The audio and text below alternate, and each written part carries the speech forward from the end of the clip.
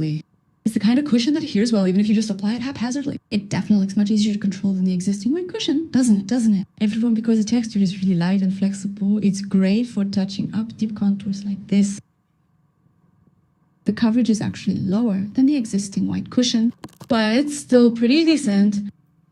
It looks like it has good coverage, but it is definitely lower than the existing white cushion. But since it has quite a bit of texture like this, it corrects the tone, and it feels like it covers fine blemishes and pores very lightly. And my skin feels so comfortable. It's truly airy. If you look, doesn't it not feel thick at all, everyone? But look, it covers pores well and makes my skin look really smooth, right? This is the before. When you spread it, it feels quite moisturizing. But the finish is a bit semi-matte. Even for guys with a lot of fine hairs like this, you can just swipe it on and pat it in. Since this puff has this kind of tension, it's great for stretching it out to touch up these fine areas. I applied a light layer. Both the white cushion I am wearing today and the original white cushion have a unique characteristic. It makes your skin look smooth as if you don't have any bumps or pores to begin with. But this is separate from the coverage. It's just that the expression is like it pulls the skin tight to make it look smooth and makes you fall in love. It makes you fall in love. If you're a white cushion fan, you'll likely relate to this. This white cushion delivers the exact same fresh-looking skin finish that I loved so much with the original white cushion. However, rather than feeling like it sets perfectly, this white cushion air feels very light and comfortable on the skin, resulting in a finish that allows for easy touch-ups. I absolutely loved the original white cushion. I really did. But since it could look a bit thick, depending on how you applied it, some people might have found it difficult to use. However, this new white cushion air has a texture that spreads really lightly and moisturizes, is very easy to control, allows for easy touch-ups, and provides a thin finish. So if you found the original white cushion difficult to control, I highly recommend giving this a try. It retains a smooth skin finish while feeling much more airy, light, and comfortable. I think I'll use it all for that effortless look. Look. Use the white cushion for the over-the-top look and the white cushion air for the effortless look. And now I'm going to try the next step. Since there is a slight redness here, I'll apply just a little more to cover it up a bit. It actually builds up a bit, you know. So it feels like the redness coverage is starting. I'll apply the cushion like this, and for the powder, I'll use the Banila Go Primer Panisi powder. I'm going to pick up this light, loose powder with a brush and apply it right up. I haven't even covered my blemishes yet, everyone, but I'm just going to lightly place it directly on my face. I'm doing it like this, creating a light coating that gives a fluffy rabbit fur-like feel. After that, I'll cover the blemishes. How does it look, everyone? I look completely different, right? I'll try using Maru Belch Concealer, number 13. I found that applying this kind of dotting blemish coverage works fine, even after using powder. For a bunny face makeup look, the skin needs to look really clear and clean, so I use the white cushion air to create a smooth, even, yet light finish. Then I'll apply the right amount of powder, and finally, I'll cover the blemishes perfectly.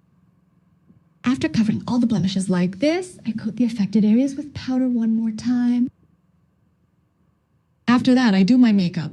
This is the base routine I've been really into lately. It really makes my skin look less thick. Right, everyone? It doesn't look thick, does it? I finish with this bright and clean base, and next I'll draw my eyebrows. I'll fill in the color a bit overall. You know, my eyebrows are so sparse these days, so I'm working on them again to grow them out. That's why they look a bit patchy. I've been holding off on tidying them up. So I just drew them thickly in a moderately rounded and straight shape. And everyone, today we're going to start with blush. This is the absolute highlight of the bunny face makeup look. I used this blush a lot last year or the year before. I had been wearing it a bit recently, but I used it again a little while ago and it looked so pretty. It's the BB Vanilla Priming Veil Cheek Flow Lock. It's the perfect color for creating that fluffy pink bunny vibe. It's not completely cool tone, but it is a pink blush. It's really light, but it doesn't go on looking too pale. It's just really pretty. I'm going to start today by applying blush with this. The color's pretty, right? This one. Actually, guys, I've used this a lot, but it never runs out. It's a blush that you have to rub on quite a bit to apply. So it doesn't feel like powder is flying around. Instead, it feels like it's slowly blending in. Even just applying the blush, doesn't it already give off that bunny vibe? Do you know that the shape of a bunny's mouth and nose is usually really pretty and reddish right here? To add that exact vibe, I'm going to define the tip of the nose and completely color the Filtrum pink.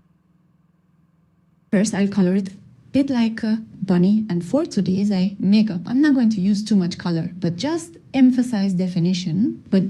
So I won't be using separate eyeshadow. I'm going to use this as is to apply it both above and below the eyes. I'll apply a bit more to the under eye area to repop the color. The color's pretty, right? Honestly, I really wanted to show you. And you brought dark, so I was desperately searching for a similar shade. Seriously, there are no two identical shades under the sun. This color gives it exactly the bunny face vibe I was looking for. That's why I brought this one. I'm gonna fill in my waterline really sharply today.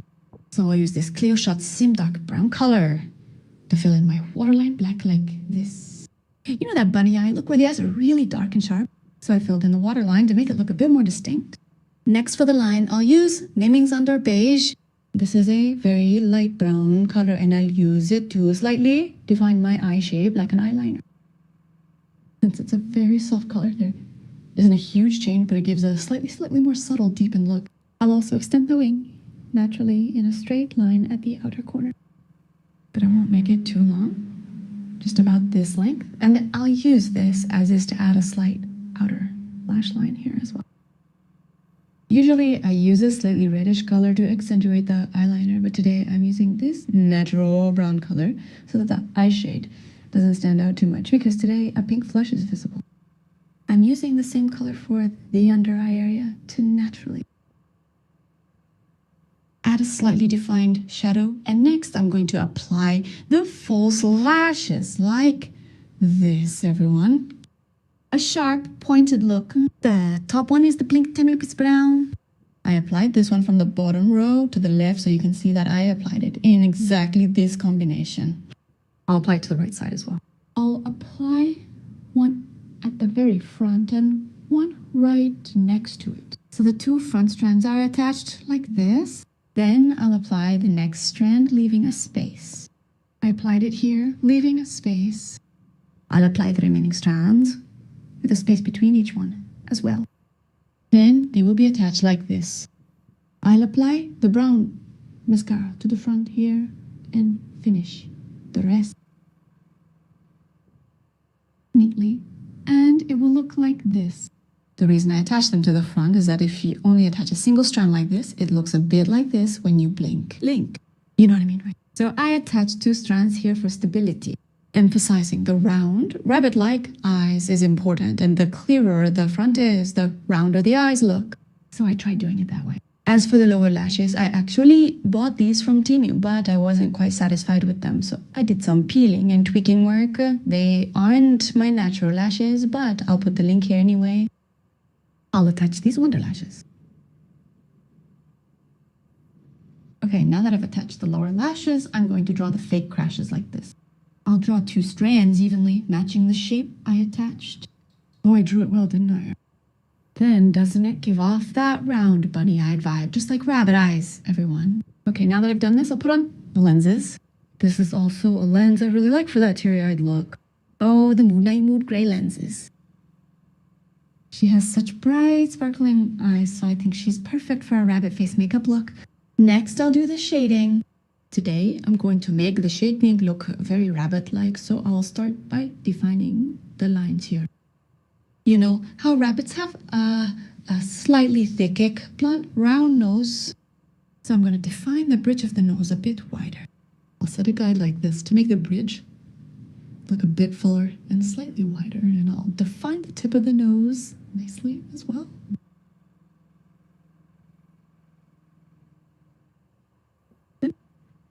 I'll do it like this so the tip of the nose pops up. And then I'll apply darker color here to the base of the nose for shading and then move straight down.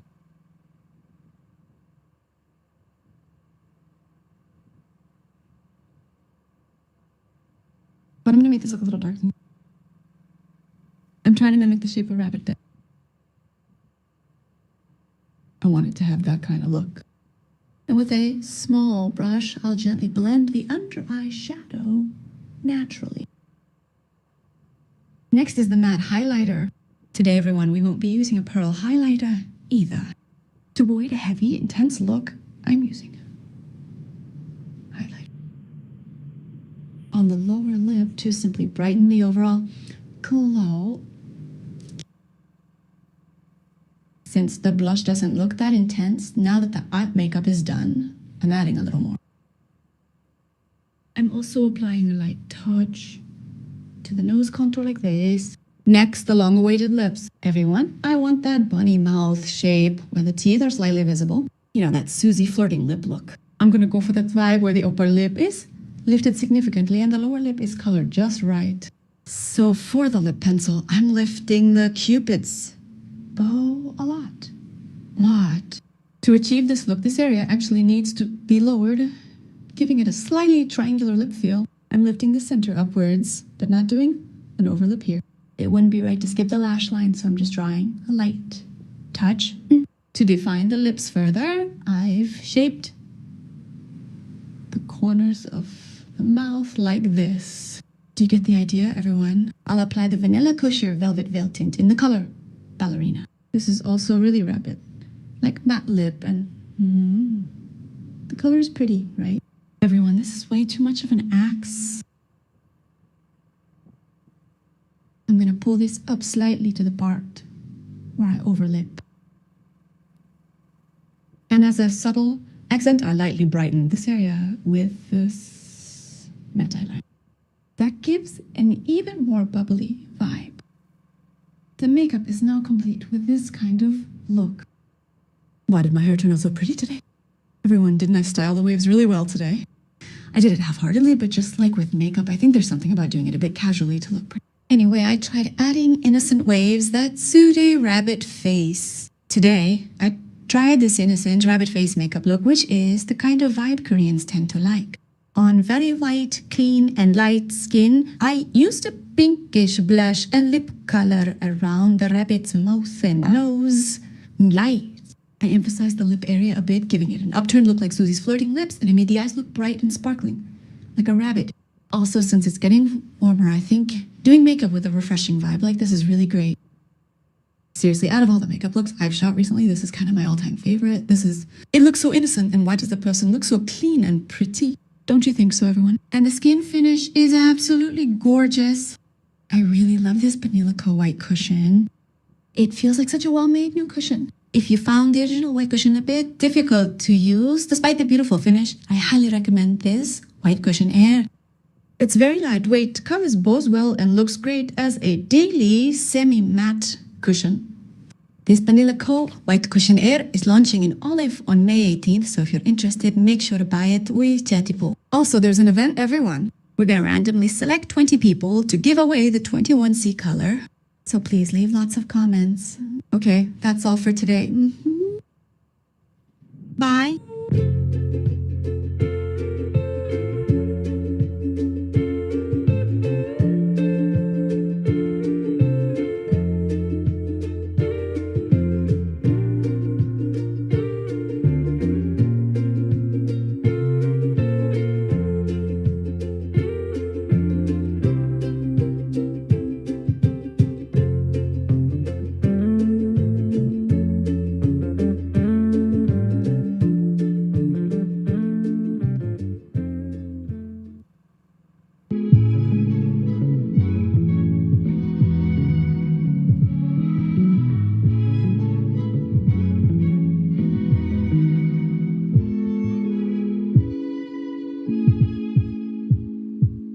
Everyone, today I'm going to try a really soft yet vibrant butter filter makeup look.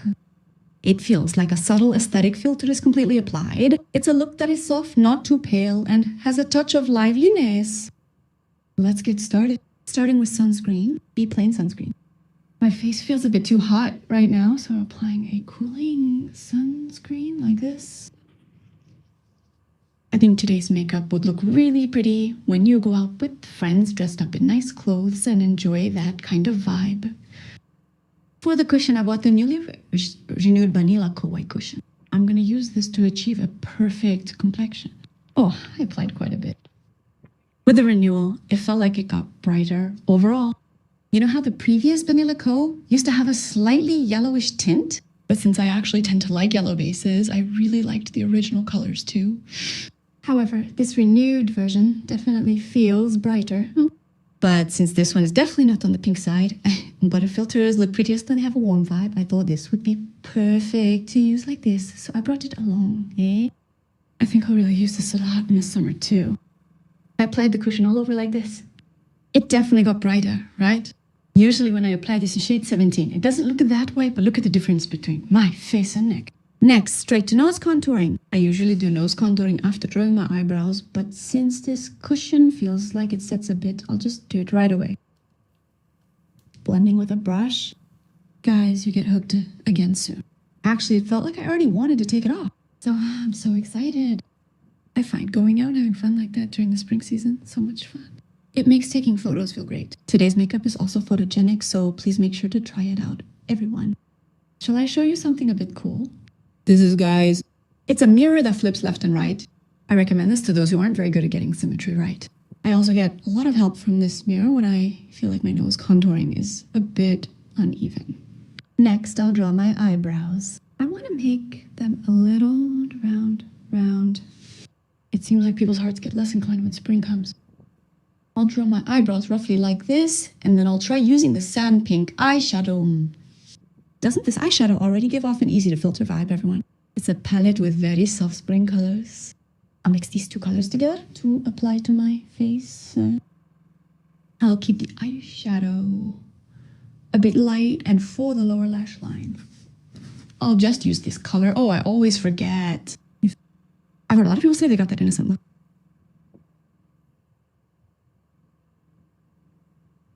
Anyway, after covering the lower lashes like this, I'll use this color alone to apply it all over the iJoesal under eye area. Switch, I've applied the base like this. And now, using this color, this soft brown, I'll draw the shadow on the iJoesal. It's colored that is soft but provides a distinct shading effect. So it's perfect for this kind of easy to filter makeup. This is the eyeliner. Kat makes cappuccino pink. Probably. This is also a liner with a slightly soft brown pink feel. I'm gonna draw the eyeliner with it. This color also gives off a vibe like a soft filter has been applied. I'll make the tail moderately straight. After drawing the eyeliner with a slightly soft feel like this and doing everything else to make it look like this, I'm going to create lashes that look sharp yet somehow filtered yet somehow. But wait, did you know there's a 10mm brown color available? Was I the only one who didn't know? I finally used up all the stock I had hoarded back when I ran a market a long time ago. So when I went to place a new order, I found this 10mm brown. I bought it and tried it out, and it looks so pretty because it gives a soft feel without being too dark. So I'm going to apply this 10mm brown color densely. Since the color is light, it looks fine, even when applied densely without looking too intense. Even applied this densely, it doesn't look very dark, right? And these are the lower lashes. You know, this is the shape I've always liked. I bought this because it was brown, but it turned out to be glue-free. When I tried to apply glue, it completely ripped off my lashes, so I applied blush to the glue to neutralize the adhesive. So I'll attach about 2 strands to the lower lashes. After attaching both the upper and lower lashes, like this, I'll use brown mascara. You get the overall vibe for today, right? We've done everything we're supposed to do, but by using soft colors or keeping the intensity low, we're creating a look that feels like a bleached lash. I'll make it look neat with mascara, then use this non-pen liner to create a fake lash line just enough so it doesn't look too empty. Then, using the same eyeliner I used earlier, I'm going to fill in the waterline completely. Even with these brown lashes, the roots do start to show a bit, but I'm going to lightly cover them with this color. Make them super soft. See? The peaks here look seriously soft, don't they? And since the color is a bit bright, I'll use this to lightly apply it to the front and bottom. Just like this. And since I haven't blended the eyeliner yet, I'm going to use this color from the palette to blend it. because it's a very light color. It gives a really soft feeling. With the eye makeup roughly done like this, I'll apply concealer. I'm going to apply it very brightly to the dark circle area. And gently extend it upwards as well. Then I'll come down slightly towards the front of the cheeks. I'm going to apply a slightly subdued blush today, and the more you apply that kind of color, the prettier it looks if you brighten the area quite a bit. When I'm doing this step, I sometimes wonder if I'm doing it right. But after I finish, it really does look pretty when you brighten it this much. And for the areas where I want to add volume to my face, like the tip of my nose, I'll apply it moistly. Oh my, is it too white? It does seem a bit too white, but first I'll define the facial contours like this, and then I'll apply powder. Everyone, this is my first time using Makeup Forever powder. I'll put it on the new Picasso brush I bought. This brush looks really pretty, doesn't it, everyone? It looks like something you just want to touch. The pat motion felt pretty good. However, since the brush is big and plump, it feels like it picks up a lot of powder. Still, I like it. And anyway, it helps to tone down the shine a bit to make my face look radiant. I'll set it up like this, giving it a lovely filter effect. And since I bought some new lenses, I'll try on the Lenses Marina Plus Gray. This is the side without the lenses, and the side with them, it really gives a soft, slight dilation of the pupil. By the way, I wanted to buy the charcoal color, but it's sold out every time I check the site. I wonder if that sold out status ever goes back up. Anyway, so I bought the gray ones, and oh, why do I look so much like an Instagram star? Anyway, I tried wearing the lenses for this look. Next up is the blush. Be of Mix Match Cheek Palette in Mute Beige. This color has a slightly cool beige feel, and it looks really pretty when applied on its own. So I'll dab it on like this to add some color. Nose blush is a must for a makeup look that is lively but not overly bubbly, giving off a slightly atmospheric filter-like vibe. Apply a little bit to the tip of the nose like this. Oh my, it's so pretty. Seriously, the vibe is insane. It's a very unique color, but it's so beautiful. Also, it looks really nice if you apply a little bit more up to here for the contouring. It's that kind of makeup look you see a lot on Pinterest. Let's get the makeup done like this. Shall we start with the lips? Everyone, I'm going to wear a really pretty lip product today. I'm going to use this new Laka product, everyone. Laka has released its first edition, a Maxi Glare Tint Butterly Nude edition. There are a total of 5 colors, including these 2 new shades and the 3 nude colors that were previously released. This is the limited edition packaging for the Butterly Nude edition, and isn't it so pretty? I honestly think it's the prettiest new product packaging I've seen recently. It's so cute, stylish, and refreshing. It's the kind of packaging that makes you want to carry it around.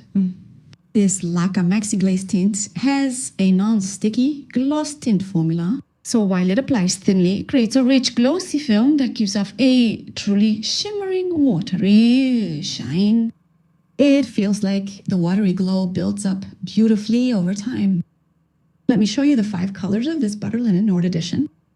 There is Linen Blending Nude Beige Misty, a soft hazy pale taro color, meaning a soft nude beige coral rum, a sheer pink infused with beige and coin, a mauve nude with a touch of butter and coa. When you swatch all the colors, this is what they look like. Can you see the soft colors that look like a butter filter has been applied? Yet they are clear nude colors. They don't feel heavy or suffocating. They aren't dull or lifeless shades. Instead, they add vitality to the lips while capturing that butter filter. 5. Also, a new lip liner has been released like this. It is the Laka Stain Lip Liner. This formula draws smoothly and clearly without any breaks, while it adheres very thinly. The stain power is amazing. There is Bare Memory, a nude color that blends naturally into the skin. Suede Pink, a soft suede-like nude pink. Hey Gilnut Latte, a hazelnut color simmered in a latte. And Rosy Talk, a calm rosy woody pink. In addition to these 4 colors, there is also this item being given as a buy one get one free gift in this promotional set. It is a nude silhouette color, a salmon beige rim liner that slightly covers lip discoloration while creating a moderately soft overlip look. Everything is being offered as a buy one get one free gift in this set. So I'm going to do a lip makeup look using these pretty new products. First, for the overlip, I will use the Stain Rim Liner in number 2 Suede Pink to fully extend my lips. I'll do the upper lip like this. Wish, blend it. Just like this. It blends incredibly well. Yes, well, long-lasting lip liners are often thick and stiff. This day lip liner allows for a great gradient. As you saw when I was drawing earlier, the texture is incredibly flexible. It feels like it was drawn on so smoothly. I really love this. I do place a lot of importance on longevity, but I also hate it when a color doesn't look pretty. But I think the texture of this one is really good. It's super soft, yet the staying power is amazing. After doing this, I'll apply some moisture to the corners of the mouth and then the gradient. I'll really extend the lip area like this. And for the lips, I'm going to apply the new color Going. I'll apply it lightly all over. It spreads very lightly here, so I can just apply it comfortably like this. If I apply a thin layer once, it looks like this color, but I'll apply more to the inner part to see if I need to apply another layer. It's so pretty. It really gives off that Pinterest vibe, everyone. To achieve a slightly filtered look, I'm going to apply it to the peaks and spread it upwards quite a bit, making it look smudged. I tried it like this. What do you guys think? So pretty. The characteristic of the gloss on the Laca Maxi Glow Layer Tint isn't that sticky feeling, but rather a very fresh, dewy glow. That's the defining feature of this dewy glow. It's just so beautiful. It's a slightly subdued mauve note color. It's not just bright and vibrant, but rather a color that looks clear, lively, and calm at the same time, as if a filter has been applied. Then it should. That's why I think it looks so good for filter makeup today. Oh, it's really pretty. Okay, now that I've done the lips, I'm going to refine the remaining details. I'll make the shading a bit more distinct. I'm using a very desaturated color for this to make the contours clearer. And since my face looks a bit more defined today, I'll bring the shading inward like this. This. I'll contour the forehead and cheekbones well. And I'm going to work hard to sculpt my face like this. I'll apply some shading under the nose to bring it down slightly like this. After doing that, I'm going to try a matte highlighter. I'm using Laca Mono eyeshadow in Vanilla. Lately, I've suddenly gone into matte highlighters, so I've been buying up everything, whether it's single eyeshadows or whatever that has similar colors. This one is pretty good. It's not a super bright color, so it actually brightens the skin tone naturally while still providing coverage. I put this on a brush like this, and it makes even the reddish areas look clean. I really like it. Everyone, it's a matte highlighter that covers redness really, really well. I brightened up the areas under my eyes and around my mouth, and my facial contours look totally clean now, right, everyone? This is it. And the real highlighter today is this Roman Better Volume. Everyone, this one looks pretty, doesn't it? Here, I'll use this slightly buttery shade to apply the highlighter. I dab it on my nose and also on my brow bone. I didn't have a prominent brow bone before, but as I've gotten older, lost some weight there, it started to show a little. This is what it looks like after losing weight. I really feel like I just can't seem to lose weight in this area. Anyway, I apply it like this and brighten the inner corners of my eyes. I extend it slightly upward and blend it out like this. Everyone, I even styled my hair like this. It's a natural look. A bit lively, yet calm and soft, as if a butter filter has been applied. Mia Tien. How is it? Isn't it so pretty? Looking at this makeup look just now, I realized it feels like an adult spring makeup. Since it's spring, you want to use some lively colors, but rather than something too fresh, I want a calm, atmospheric look with a hint of nude tones. Down tones. It seems perfect.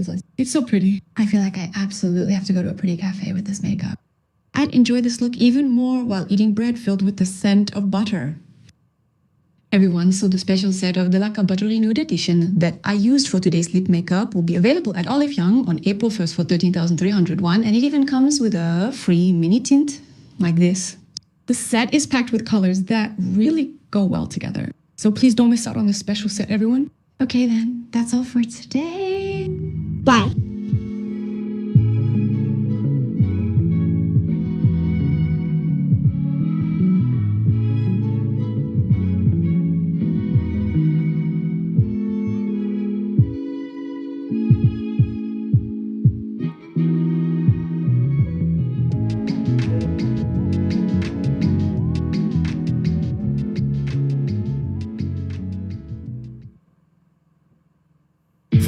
bài mà chín người 10 ý. Thật căng thẳng mệt mỏi, trà xanh không độ tuyển chọn từ trà Thái Nguyên tươi, vitamin C và EGCG. Rất sảng khoái. Hey, cùng xoay chai để chọn hướng đi. 9 người đây cùng một ý. Hãy uống trà xanh không độ mỗi ngày, không lo căng thẳng mệt mỏi, giải nhiệt cuộc sống. Luyện tập thể thao, vận động liên tục khiến bạn đổ mồ hôi, cơ thể mất nước và khoáng, ảnh hưởng đến quá trình tập luyện. Đã có Active hương chanh muối giúp bù nước bù khoáng, phục hồi sức mạnh. Number one Active hương chanh muối, bù nước bù khoáng, phục hồi sức mạnh.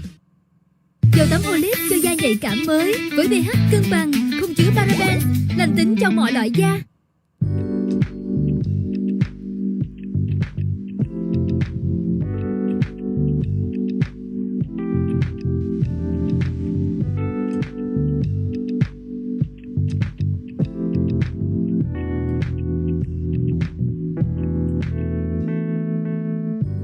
Everyone, today I'm going to try a semi-smoky makeup look. It's a pink tone semi-smoky look that isn't too deep or difficult. Just because it's called smoky, it's definitely suitable for daily wear. Just a little TMI, I got a bad injection, so my mouth might look a bit crooked. I got a touch-up, but it's not 100% perfect yet, so please don't worry too much about it and just accept it as is. Anyway, since you've been requesting this semi-smoky look occasionally, I'm finally going to try it out. Today I'm going to use products from Cotre. Cotre has released a new single eyeshadow. The texture is seriously so good and pretty, so I'm going to use it all up today for the makeup. A slightly dewy base. You know, I don't actually go out looking like I'm trying out smoky makeup just for fun or anything.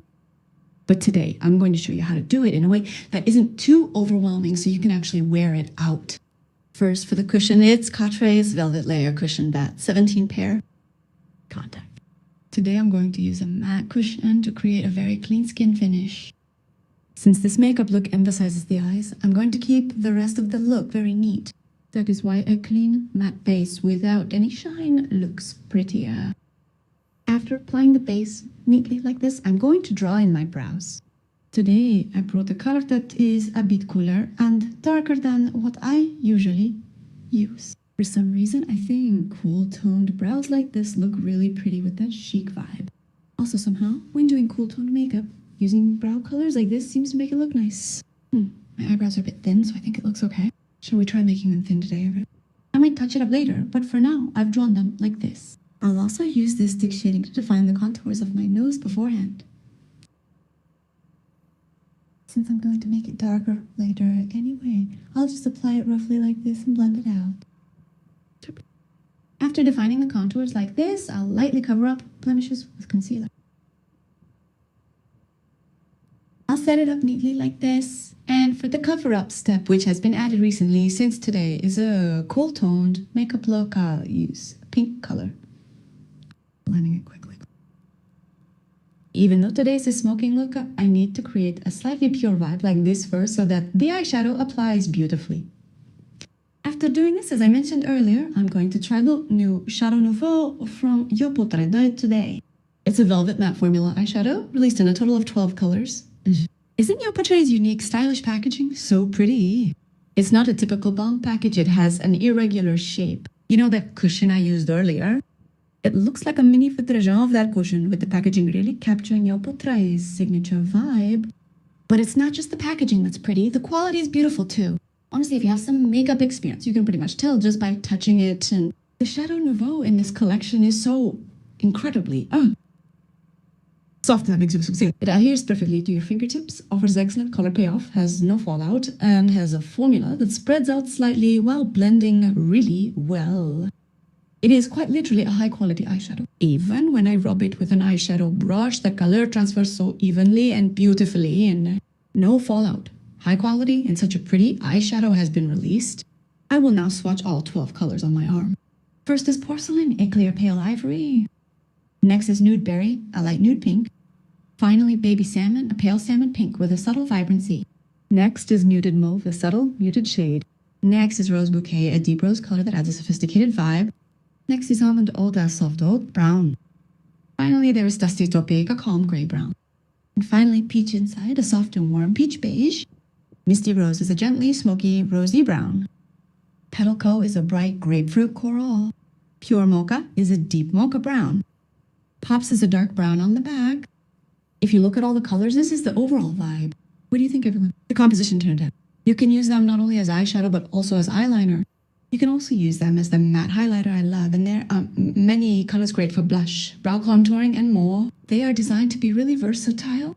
Another thing that is truly well made is that they aren't all the same texture. Here, the porcelain and Colourpops colors have different textures. Excluding these two, the remaining 10 colors are a velvet texture that blends thinly, making them perfect for layering and absolutely great for using as eyeshadow. And so they are truly versatile texture. The porcelain color, on the other hand, has a fluffy texture similar to 7 powder. So, both in color and texture, it is a great shade to use as a matte highlighter. And this Colourpops color, just by looking at it, you can tell it's an eyeliner color. It has really good adhesion and a rich, concentrated formula. Isn't it a key point that these aren't all the same formula, everyone? So today I'm going to try doing a super pretty semi-smoky makeup look with these. First up is this nude berry color. I'll use this color to lightly apply a base all over my eyelids just to even out the tone. Since semi-smoky makeup requires a gradient, it's really good to start by applying a light color like this as a base. I'll also apply just a tiny bit to the lower lash line, thinking of it as controlling oiliness. Next is this baby salmon color. I'll use this color as a blush later, but for now, I'll add a touch of pink to the inner crease line. Just adding a subtle color like this, and then lightly apply the same color to the Ajo Sal. I think this color is seriously so pretty.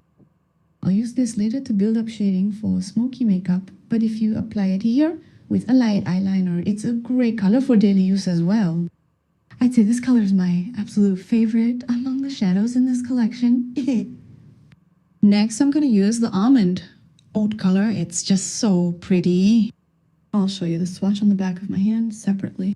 It's a slightly cool nude beige color. It's a really subtle and calm shade. Since my current eye makeup is a bit fresh, I'm going to start setting the mood with this color. This time, I'll cover the crease line and drape it over it to add overall shade. You can see the shading gradually building up like this, right, everyone? I tried building up the shading a bit wider than usual. How does it look, everyone? Pretty, right? This almond oat color is truly subtle and it creates such beautiful shading. Next, I'm going to try using the Dusty Taupe color. I'm going to use this to add some serious shading. I'm going to add some depth to the inner corner of the eye, right here. You know how eye makeup turns out beautifully when the shadow quality is good, right? The color payoff is amazing, the gradient works perfectly, and since it builds up without going from unk to unk, the shading is building up so nicely. So I'll add the shading to the front nicely like this, and then draw that Ajo Sal shadow with a small brush. I think it's okay to apply it a little darker. Since I'm using a slightly desaturated color for the shading like this, it gives off a slightly smooth vibe, right, everyone? Next is the Pure Mocha color. This is a brown color with a bit more saturation, and I'm going to use it for the shading on the lower lash line. I'll apply it all the way to the back here. Like this. Because using a completely desaturated color for the shading can make you look too intense, I think using a color with at least some saturation for the shading is more suitable for a daily smoky look. After properly shading the lower lash line like this, next is this Rosa Bouquet color. This is the perfect calm dried rose shade. I'm going to use just a tiny bit of this color to add a little more color to the overall Ajo Sal under eye area. You know, I've been working on my lower eyelid makeup the whole time. Since this is a daily smooth look, I'll keep the shading on the upper eyelid just a light touch and focus on emphasizing the lower area. Added color to the Ajo Sal with this kind of vibe. Color's pretty. Next is this deep Colourpops color.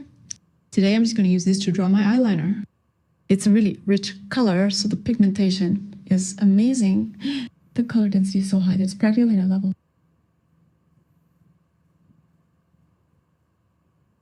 You don't need to apply much to the brush to get this kind of good.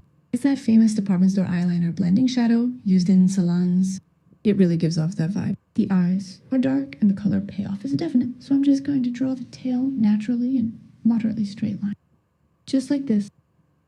Nước mắm Thuận Phát được ủ trong thùng gỗ 12 tháng, tăng vị đậm đà cho mọi món ăn. Thơm ngon, ngọt hậu, tròn vị. Nước mắm Thuận Phát ngon trọn vị thời gian. Là một người trẻ yêu thích văn hóa truyền thống, tôi muốn trở thành một nghệ sĩ múa lân. Cần có sự kiên trì và năng lượng để làm điều ít người làm. Number one, tiếp năng lượng bền đam mê. Để trở thành tay trống chuyên nghiệp, tôi không ngại bất cứ khó khăn nào. Bằng tất cả đam mê, năng lượng và kiên trì. Number one, tiếp năng lượng bền đam mê. Everyone, Filter is a relatively new brand, you know. So whenever I tried a new photo product, I was always like, wow, this place really hits the mark. But after trying the single eyeshadow, Shadow Nouveau, this time I was absolutely convinced. This is a brand that truly makes great cosmetics. The overall quality has been standardized at a high level. I'm going to draw a very sharp eyeliner like this and then use this pure mocha color again to blend it over the line. It looks so deep and pretty, doesn't it, everyone? Next, shall we style the eyelashes like this? Yes. These lashes emphasize the tips of it and give a voluminous look. First, I'll attach about 4 strands of the Blink 11mm lashes spaced apart. I'll attach them naturally up to about the end of the pupil and then use 2 more strands of these voluminous lashes to apply them to the outer corners of the eyes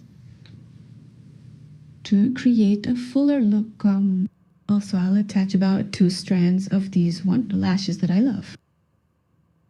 After attaching them all, I'm going to use mascara to slightly emphasize just the ends. I'll also apply mascara to just 1 more strand at the front, the lower lash. Next, using a brush pen liner, lightly draw a short fake crash just on the slightly empty spots at the end. Just about this much. While I'm at it, I'll fill in the waterline as well. And that's it for the smoky look. It looks really smoky, doesn't it, everyone? Next, I'll put on my lenses. I've put on these slightly natural gray lenses.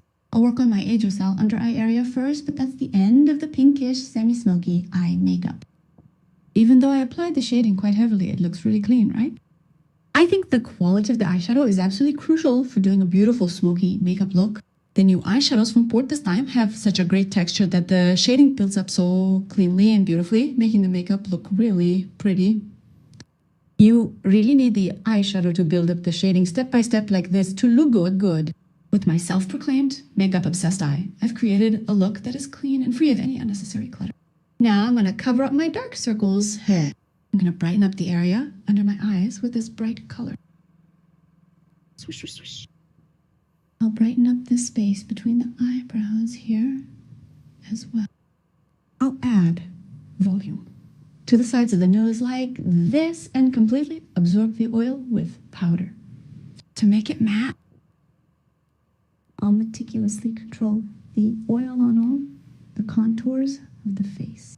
Here, you know this almond oud color that I used for overall shading earlier. I'm going to use that to apply to the eyebrows. I'll lightly brush it over to match the color here a bit. The color is pretty, right? When doing makeup, if you feel the eyebrow color is a bit out of place, lightly covering it with eyeshadow is a great solution. Oh, it's so pretty. This almond oud color is really beautiful. I think I could use this for contouring. But there is an even better contouring product. It's Portal Shade and Shine Duo Cool. It's a contouring product with a very cool natural color that I love. And this is actually a highlighter, everyone. So I'm going to use this to add a little more contouring to the nose. I'll apply it neatly to the bottom like this, giving it nose sculpting feel, and then add more distinct shading here. Make it look good. And extend it down below the philtrum to add a bit more dimension. Next, I'll use a large brush to contour my face. I'll sharply sculpt like this. And this highlighter really shines here, little here. It's a very bright, cool pink shade, so I'll apply a beam of light to the tip of the nose like this. I'll also add a subtle glow to the bridge of the nose and the brow bone area. Pretty, right? Look at the back. Oh my goodness. What is... It's so pretty. The inner corners look nice too. Everyone, right? I use the large brush to gently move down and spread.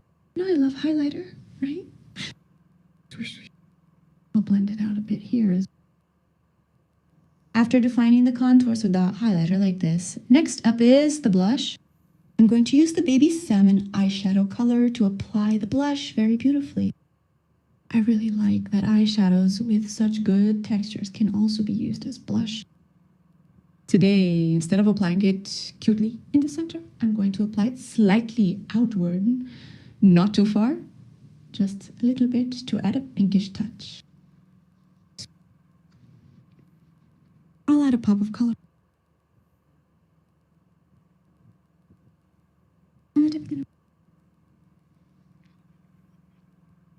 It totally gives off that. This is also a great color to use as a matte highlighter. I'll use this to bring out the volume in my face once more. Look at these nasolabial folds. Look at this lover baba. Tap it all over, even these slightly dull areas.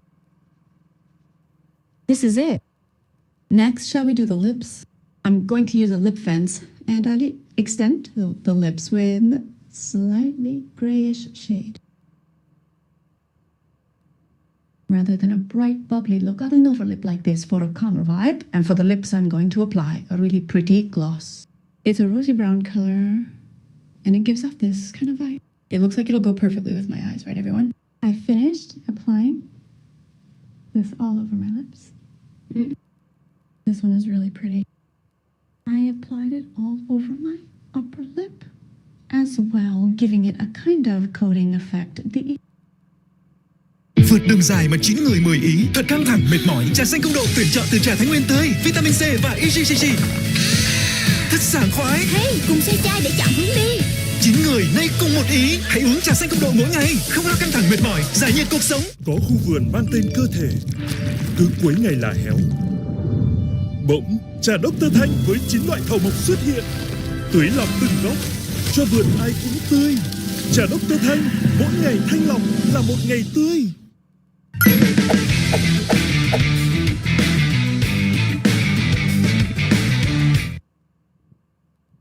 Now that I've finished the lips, I realize I've been leaving my angel cell under eye area bare. I'm going to add a little volume and some color. I'll add a subtle touch of volume with a concealer, pencil, and then use this rose Vocaloid color again to cover the color. It's pretty. It looks even prettier when it's a bit smoother. I keep getting greedy. I'll use this Cacao Pops color one more time to create a gradient upwards at the outer corner of my eye for a smoky look. It looks pretty with a little more shading at the end here, right? It's so pretty. Everyone, I tried curling my hair a bit like this for a slightly hip vibe. How does it look? Since the blush is partially covered by the hair, I'll add just a little more blush with this Baby Sal color showing over here. Ooh, it's pretty. Oh, it's pretty. This is a really beautiful color. I'll add a little more color to areas like the back and the tip of the nose. Now that the color is more visible, it looks totally pretty, right? Then, that really marks the end of today's makeup. You might think, isn't this too light to be called smoky? But I feel like at this level of intensity gives me the confidence to wear it daily. It's a semi-smoky makeup look that you can actually wear, not just for a flashy stun.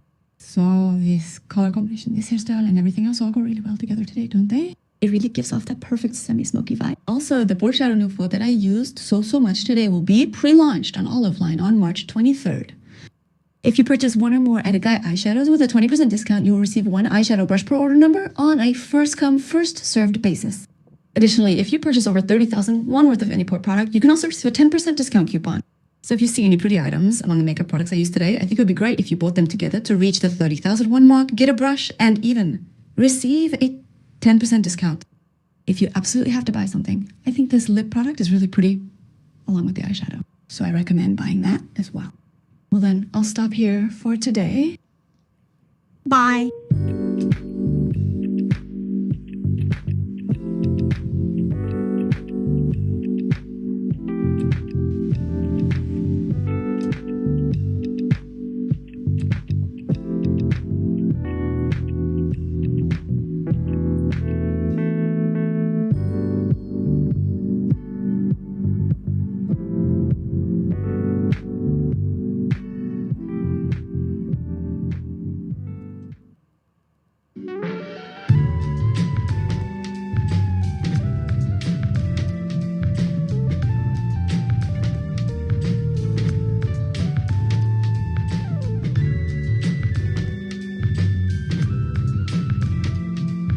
everyone, today's dubbing makeup. Actually, it's not really dubbing makeup. I forgot my mic and filmed without it. So today I'm going to do some dubbing. I'm going to try out some makeup using a combination of things I bought on sale or received as a gift. I'm going to stick the pads on the Abby Glutathione pads. They're really thick and absorb moisture for a long time. So I'll stick them on and then peel them off to smooth out my skin texture. My skin is a bit flaky though. Recently, something has been popping up and I don't know what it is. It also popped up on my forehead. I use this Medio Piduarin serum to apply foundation now. This is great for applying under makeup. The texture is a bit sticky, so you might think your makeup will smudge, but it doesn't. Oh, it actually blends smoothly, making it a great foundation. It's a bit like a watery cream, which I usually like. But since it's a foundation, it's good for your skin. This feels good to apply when your skin is slightly irritated and sensitive.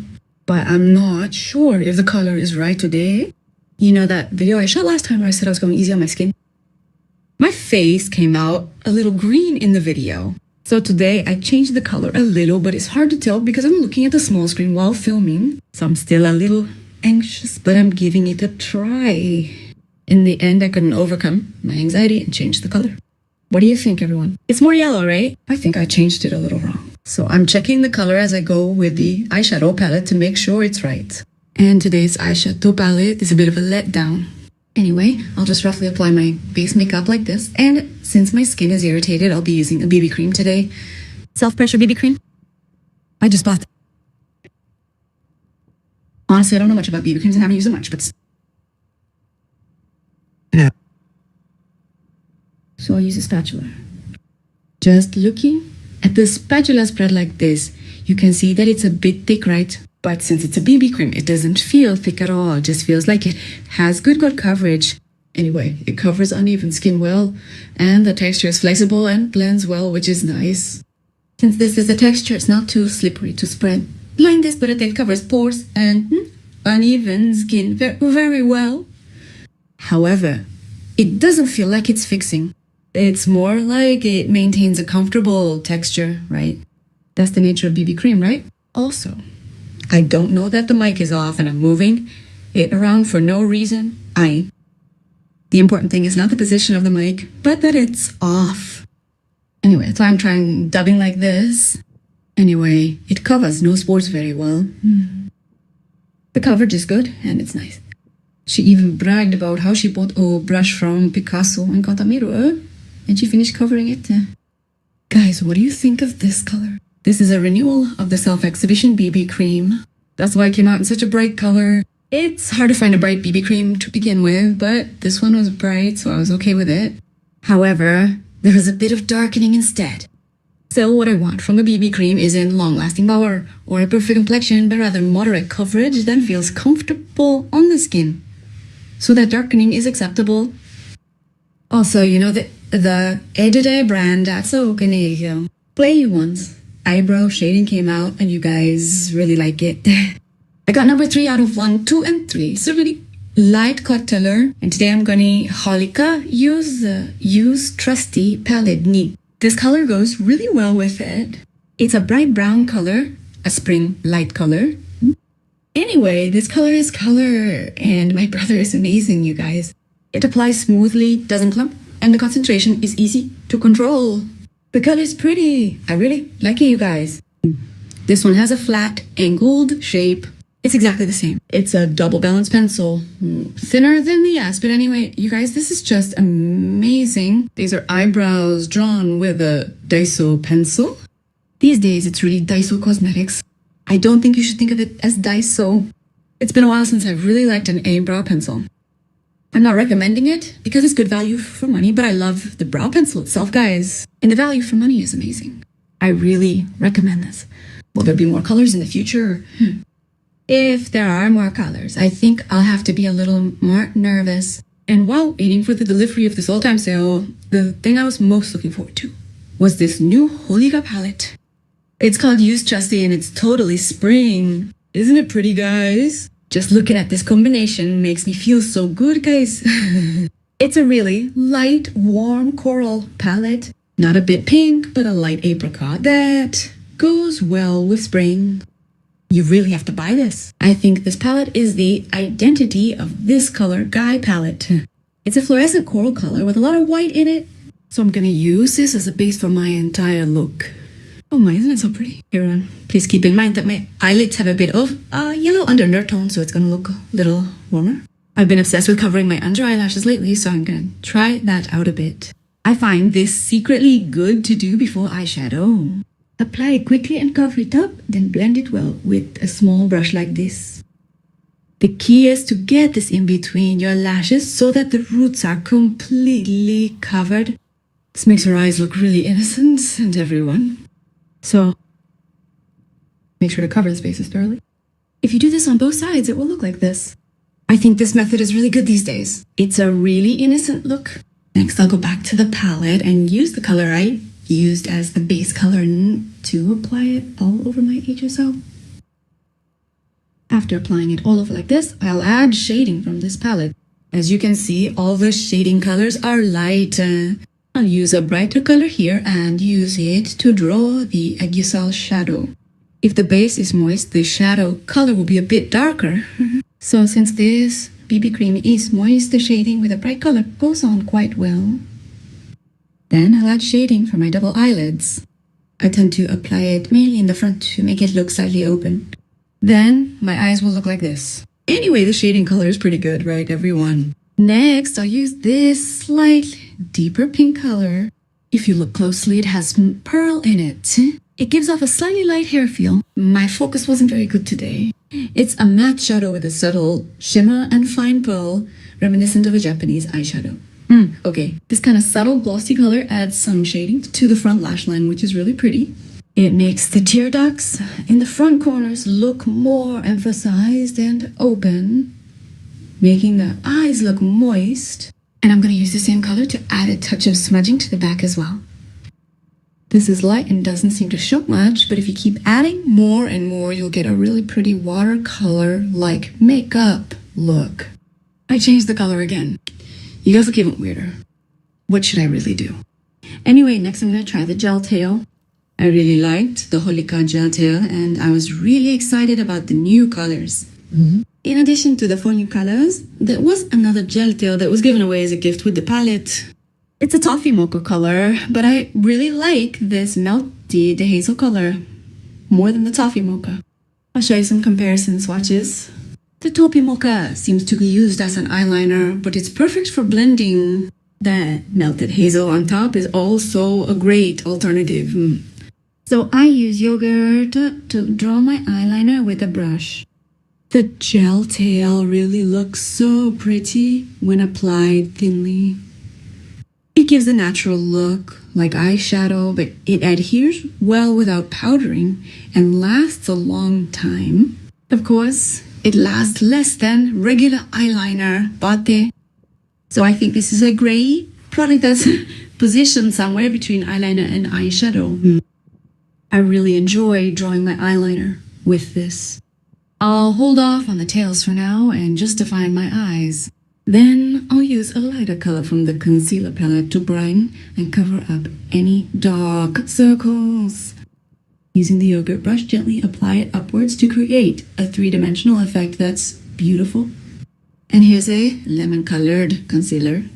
I'll use this to slightly cover up the redness between my eyebrows and give it volume. I'll also cover up the red airway around my nose to give it volume and lightly cover up the nasolabial folds. Next, I brought the concealer pencil from Dosem. I bought this green beige one. It covers up slightly red blemishes really well. I just dab it on the areas where my skin is still slightly red, and it covers it really well. It's not a completely green color, but a slightly greenish, desaturated beige. So it covers up blemishes really well without being too heavy. I have a long feuille, so I use the salmon beige with a slightly richer saturation. This will give it volume and a touch of color while covering it up. It might look a bit orange now, but after applying blusher, it'll look perfectly natural. And I'm going to shade my nose with this Yono Bev shading pot that I've been obsessed with lately. I'm going to shade my nose bridge and the tip of my nose and the bone shape to surround my eyes. I'm going to tap the walls of my nose to give it a little bit of volume. I'm going to shade my nose like this, and then I'm going to apply powder. This is 3C Makeup Fix Powder, and I really like this, you guys. For a flesh toned powder like this, it absorbs oil without being thick, and it feels like it doesn't come off at all. It maintains this softness really well. So I'm going to use this to make my entire face soft. Next, it's blush time. I'm going to use the colors in this palette to apply blush. For the blush, I'm going to use the pink coral color at the very bottom. I'm going to apply some color all over my cheeks like this. It's perfect for today's treasural makeup. I'm going to add some color to the bridge of my nose as well. Here's the shading part. Just like this, just adding some color to the entire area. The color is pretty, right? Since it's pretty, I'll just put a little more in the center. A little darker. Like this. It's such a spring warm color. It really looks like a spring chick. And for the highlighter, I'm going to use the shimmer shadow in this palette. It's a slightly champagne color, but it's not very saturated. It's a bright shimmer shadow with the very subtle coral tone. What should I call it? It's a very whitish version of Oprah Daydream. I'll just apply it roughly with my hand at the tip of the nose. The shimmer shadow is also really pretty. I'll also add some light hair to the bangs like this. And also this thing that's popular these days, all the way down here. You guys are calling this the Dane DeHaan in the comments. Anyway, I think highlighting here is really pretty. Why it's so colorful and pretty. Like this, I'll apply the entire front, and with the remaining amount on the brush, I'll also lightly apply it along the brow bone. Isn't it pretty? Everyone, if you overlip, it'll end up covered, but I'll try applying it on the arch of your lips and on your forehead. I'm going to use a small brush like this and apply a very small amount of color strongly on the inner corner of your eye. It looks really pretty if you apply it a little stronger on the front like this, rather than applying it evenly all over. The 3-dimensional effect is, as the name suggests, 3-dimensional. So I'm going to brighten the area where it needs to be the most like this. Pretty, right? Next, brush pen liner. Oh, I really like Love Liner, and I bought it because I almost ran out of the two colors that I usually use. I'm going to use this milk brown color to fill in your waterline. When I don't have my lashes up, I like to fill in the waterline with a bright color like this because it makes my eyes look distinct and not flat. But if I leave it like this, my lashes look really flashy. And I'm going to draw the tail of the eye that I had put on hold earlier with a brush pen like this, but I drew it like this and erased it because it seemed a bit longer than I thought. But the funny thing is, I ended up putting in false eyelashes, so it would have been better to just leave them long. Anyway, I think this length is good when you don't put in false eyelashes. Next, I'm going to use a concealer pencil to give volume to the Aiguille-Sal. I like this salmon beige color for volume because it brightens the Aiguille-Sal naturally without making it look empty. After brightening the Aiguille-Sal like this, I was going to go back to using the eyeshadow palette and I dropped it. But it's fine. It didn't break. I don't know if the technology has improved these days, but palettes like this don't break easily when dropped. Anyway, I'm going to use this yellow color here. First, I'm going to apply this to the Aiguille-Sal. This doesn't look as yellow as I thought, but it really makes the Aiguille-Sal look more alive and plump. Isn't it pretty? Like this, I'm going to apply it to the left side as well. It creates a very innocent looking Aiguille-Sal. And now I'm going to use the same color as a matte highlighter. This color has a high color and brightness, so it can be used as a matte highlighter. What's really great about this is that I have a red undertone between my eyebrows, and if I use this color as a matte, highlighter completely hides it. Isn't it amazing, everyone? This really covers up the redness next to my nose well. And I also dab it on the slightly dull area under my eyes. You might think it looks weird because it's yellow, but it's not weird at all. In fact, it really makes my face look more lively. It's amazing, right? I think many of you who bought this thought this color was difficult to use, but you should definitely try this matte highlighter. It's really, really good. Really. And now that I'm using the highlighter, I wanted to try shading again, so I did, but I ended up making it too dark. I don't know, I'll just do an over lip first. No, a slip pale peach. This color really covers lip stains well. My type itself has really good coverage, and this peach color really hides the blue feeling on my face. And I think it goes really well with today's makeup color. Next, I'll do a moisturizing lip. Peripera's Renewed Mood Glow Tint. This has been renewed really well, everyone. Today, I brought this pretty peach color. How about putting a slap on the inside of the lip? Pretty color, right? Today, I'll put a thick slap application all over. Why does this look so fresh? You guys, I think it makes me look really young.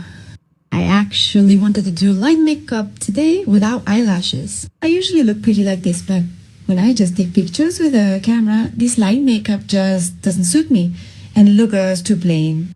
So I suddenly put on false eyelashes, but I put on 2 dark ones. That's where things went wrong. Anyway, put on 10mm lashes for the front of the filly, milli lashes, and 11mm lashes for the rest.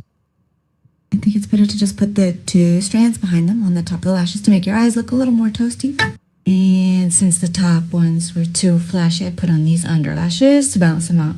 But somehow I put on 1 more strand, and it ended up being really dark. So it's completely different from the makeup look I had in mind for today, so I was wondering what to do, and I thought, let's just go heavy on it. I'll even draw on fake lashes. Since the makeup is getting heavier and heavier, I brought heavy lenses, everyone. I brought cobalt colored lenses. Wow, my eyes really look sharp. But they're really pretty. They're really pretty, but the depth of field is really surprising. My eye condition hasn't been great lately, but these lenses are surprisingly comfortable to wear. Anyway, I think it looks pretty even with the lenses on tightly, even with the balance, right? And now, endless touch-ups begin. To match the thickened eyelashes and lenses, I'll add a bit more shading to the team. I'll add a bit more brown shading to the front and extend the outer corners of my eyes with the same color. I wish I hadn't already. And I'll add a bit more blush. I don't know, but I'll just apply it here and there. It's bold. The colors themselves are refreshing, delicate, and light, but because the concentration of the makeup is thick, it has a different, subtle charm. Still, I think the true value of this palette comes from a lighter makeup look. Since it's inevitably thicker, I'll just keep adjusting the balance and touch-ups. Does this mean I'm done with makeup for today, everyone? My hair is blue like this. Today's video recording didn't go well and my makeup look didn't turn out as I had hoped, but I felt bad about it, so I dubbed it and uploaded it, then I'll come back next time. Bye, everyone.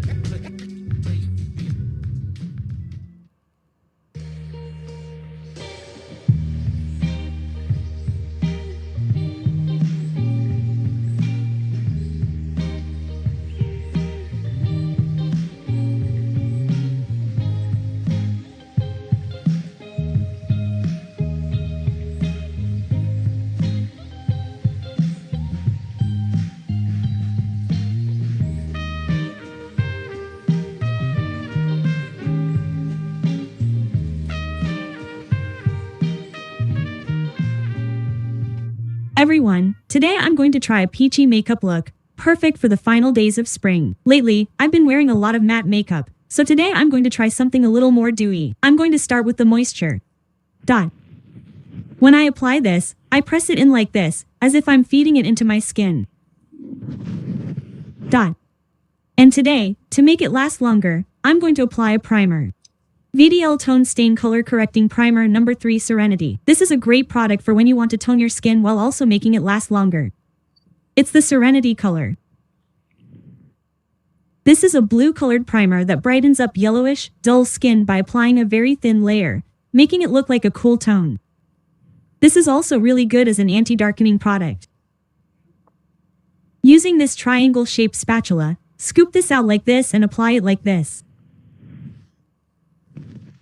This is a moisturizing formula, so it's really moisturizing and adheres well. What do you think, everyone? It's so bright, right? I have really yellow undertones on my skin, but I don't think there are many products that really cover yellow undertones. I think people with slightly cool tones will really like this. I used to use this when I did light makeup, like this, but I would put on a really bright base like this and then apply cushion. That way, the cushion would end up being really thin. So, for people who habitually apply a thick base makeup, I highly recommend this.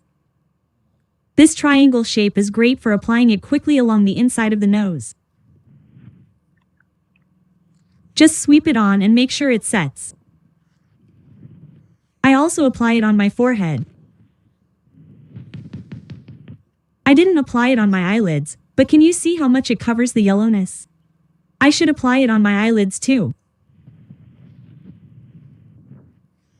It really corrects the tone, even in areas that look dull. What do you think? Doesn't your skin look so flawless and pretty? It's so bright. I have a lot of yellow undertones on my skin, so when I apply a base that covers the yellow well, it suddenly looks so dewy and bright, and it gives off a really pretty vibe. It looks perfect for today's bright peach makeup. If you want to brighten up your skin tone, I highly recommend this. Next is the cushion, VDL Cover Stain Perfecting Cushion A01. This cushion is famous for creating salon-like skin even without much skill.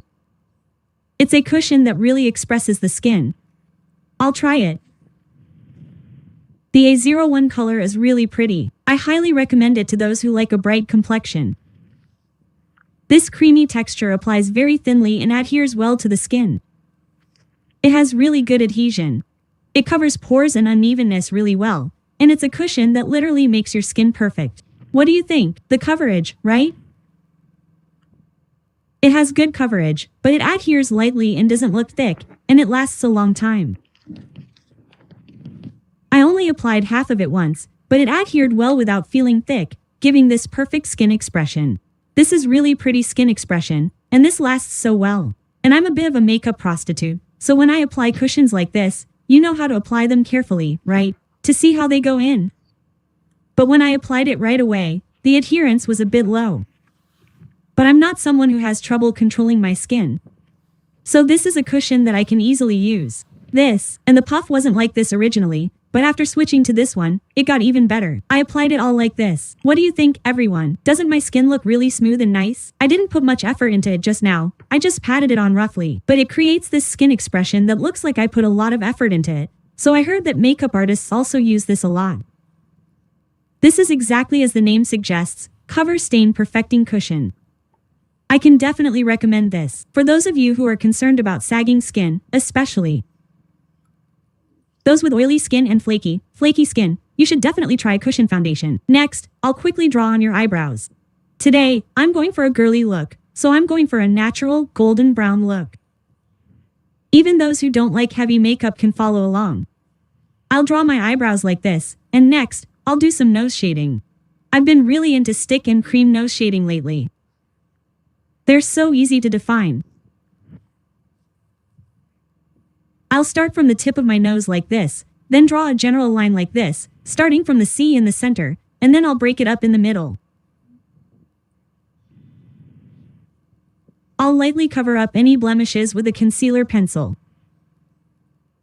Some people say the concealer pencil flakes, but that's because the base is either too moist or too matte. But I think applying a semi-matte cushion like this is the optimal setting for the concealer pencil to go on.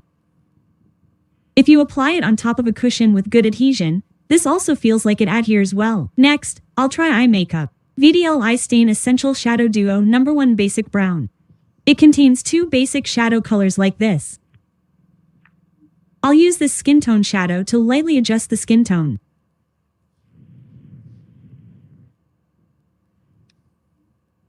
I'll also lightly lay down a base on the Aigosal like this, and then I'll use this brown color to draw the Aigosal shadow. Today, I'll draw it a little lighter than usual. Next, I'll add a real peach tone, and I'll use this shadow. VDL Cheek Stain Blusher Bouncing Peach. This is a basic item, right? I'll use this color for my shadow.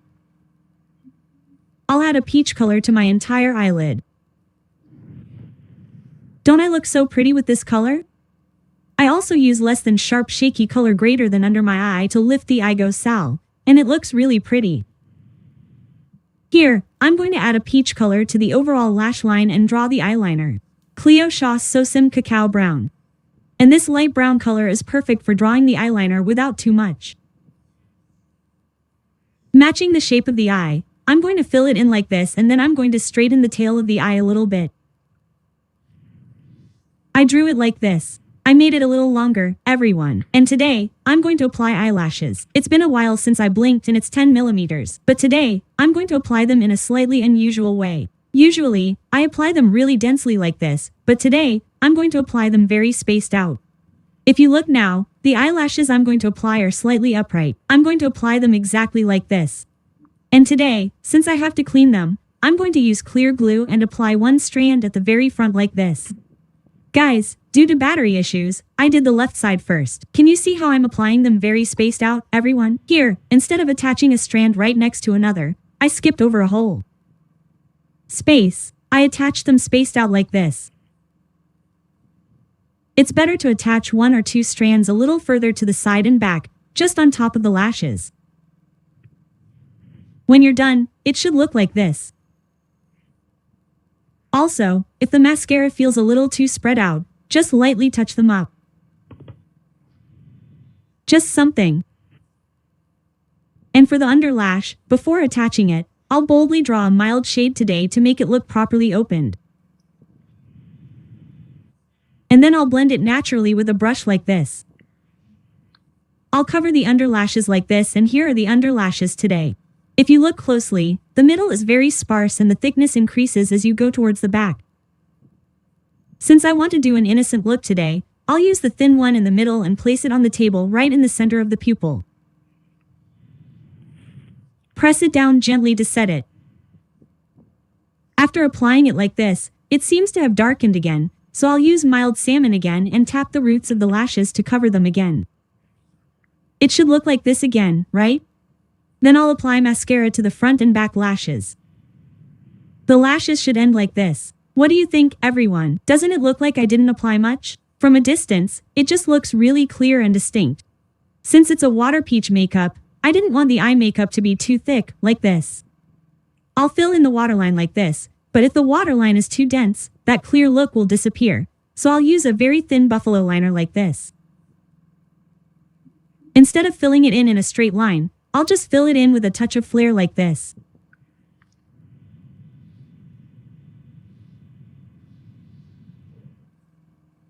Next, I'll use the brown eyeshadow palette I mentioned earlier and add a little more shading to the front. This doesn't give off a reddish tint, but rather a real sense of depth. I'll also loosen up the eyeliner. If you blend the eyeliner, it will look like this. Then, I will use a bright concealer to give volume to the face, between the eyes. I will cover the red area under the nose like this and brighten up the nasolabial folds a bit. Also, I will brighten up the area under the eyes, which I am currently into. This might look a little weird when you just use concealer, but it is really pretty when you apply it. You have to brighten it a lot beforehand. I will slightly extend it to the eye hole like this. In areas where you feel like you applied too much, blend it with a puff. Like this, I will give the face volume. Next, I bought a lens called Milk Anti-Cream Choco from True Lens. It is a chocolate lens like this. I think it is pretty. After putting on the lenses like this, I will try today's Moist Peach look and his highlight blusher. Everyone, this VDL Cheek Stain Bouncing Peach Yogurt Balm version that I used as an eyeshadow earlier has come out, everyone. This is the proof of this cover perfecting cushion. This is the Bouncing Peach Balm Mini. This original Bouncing Peach is such a pretty color, but we've repurposed it into a cream version. It was pre-launched as a giveaway with the cushion set.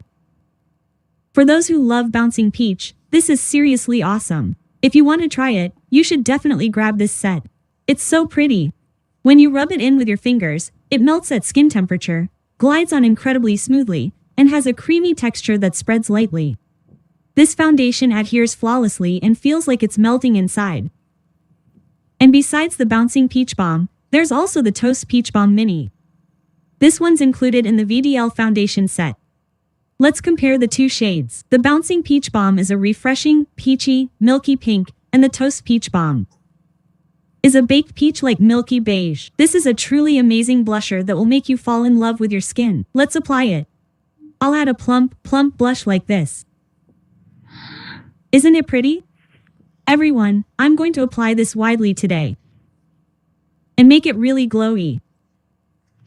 No, the glow is so pretty, and even though I only applied it up to the base, the color is so pretty. As expected, Bouncing Peach is Bouncing Peach. You know how refreshing this color is? It's not just a peach, it's a really sweet peach. You know that peach that's really sweet and has a really strong scent, right? That kind of feeling. It's so pretty. Crazy. I still haven't decided whether to do blusher on my nose or the tip of my nose today. Should we go to the bridge of my nose today, everyone? Here in the middle of my nose, like this. Good job. This is totally peach. And a little bit at the tip too, like this. Oh my, it's really pretty. I'm going to lightly dip this shading brush in here and add a little peach color here as well. Today's skin expression itself was really clean and neat, but with this peach blur, isn't it pretty, everyone? Okay, so now that I've done this, it feels like the Igo Sal is a little less, right guys? Here, I'm going to supplement the Igo Sal a little more. I'm going to add a little more shading like this and add some more color to the Igo Sal with Bouncing Peach. This is the same version, right guys? Doesn't this bouncing light go so well with the Bouncing Peach Balm? You guys are so awesome that I made this Bouncing Peach Balm. Okay, after doing this, I'm going to apply powder, but I'm going to be very restrained with the powder because I have a lot of moisture today. I'm going to tone down the shine here on the eyebrow area, the bridge of the nose, and the nasolabial folds. It doesn't look good if there's any shine here, so I'm going to definitely tone down these areas. If you do this, it'll become a habit and you'll be doing it all over again. For those of you who are like that, when you're doing this brush, think of it as if you have a rock in your hand. I'm going to block where my hand wants to go and stop here for a little while. Good stop. I think it would be pretty if we just did a little bit here, you guys. Just a little bit, that's enough. I'm going to use a lip pencil to give my original look an over lip. I'm going to do this and then apply a gloss that makes my lips look really moist. I'm going to put a lot of Milk Touch Pink Soda on it. This is the end of today's watery makeup. I think it really captures the watery feeling. Isn't it amazing, guys? I tried something like this once. What do you think? I did this to add a watery peach and girly feel. Anyway, this is the end of today's watery peach makeup. My skin tone is really bright and clean, and I think it looks really pretty with this peach blusher on top. I'll also tell you about the promotion for the products I used today. This special set is crazy, guys. In addition to the Cover Stain Perfecting Cushion that I applied earlier, you'll also get a mini cheek stain Bouncing Peach Balm. There's even a pouch inside the key ring, a cushion, a refill, a Bouncing Peach Half Mini, and a pouch inside the keyring, everyone. But this whole set costs a whopping 23,800 won. Honestly, this special set is so great and such a bargain. And there's also a Cover Stain Perfecting Foundation special. In addition to the Cover Stain Perfecting Foundation, you'll also get a Toast Peach Half Mini as a gift, and a pouch inside the keyring as a gift. This is also around 24,000 won. In addition to the VDL Tone Stain Color Correcting Primer and Yoge Primer that I used first, you'll also get the triangle spatula that I used to apply the foundation earlier. This special gift special costs around 18,000 won. So for those of you who want to create a flawless skin tone like this, I highly recommend this special. So, these promotional sets are all so cheap and the freebies are so good. So I really hope you don't miss out on this. These promotional sets are starting at around 20,000 won, and the color coding primer is even under 10,000 won. It seems like this is a really great promotional item that VD has made. So, everyone, don't miss this. That's all for today. Bye.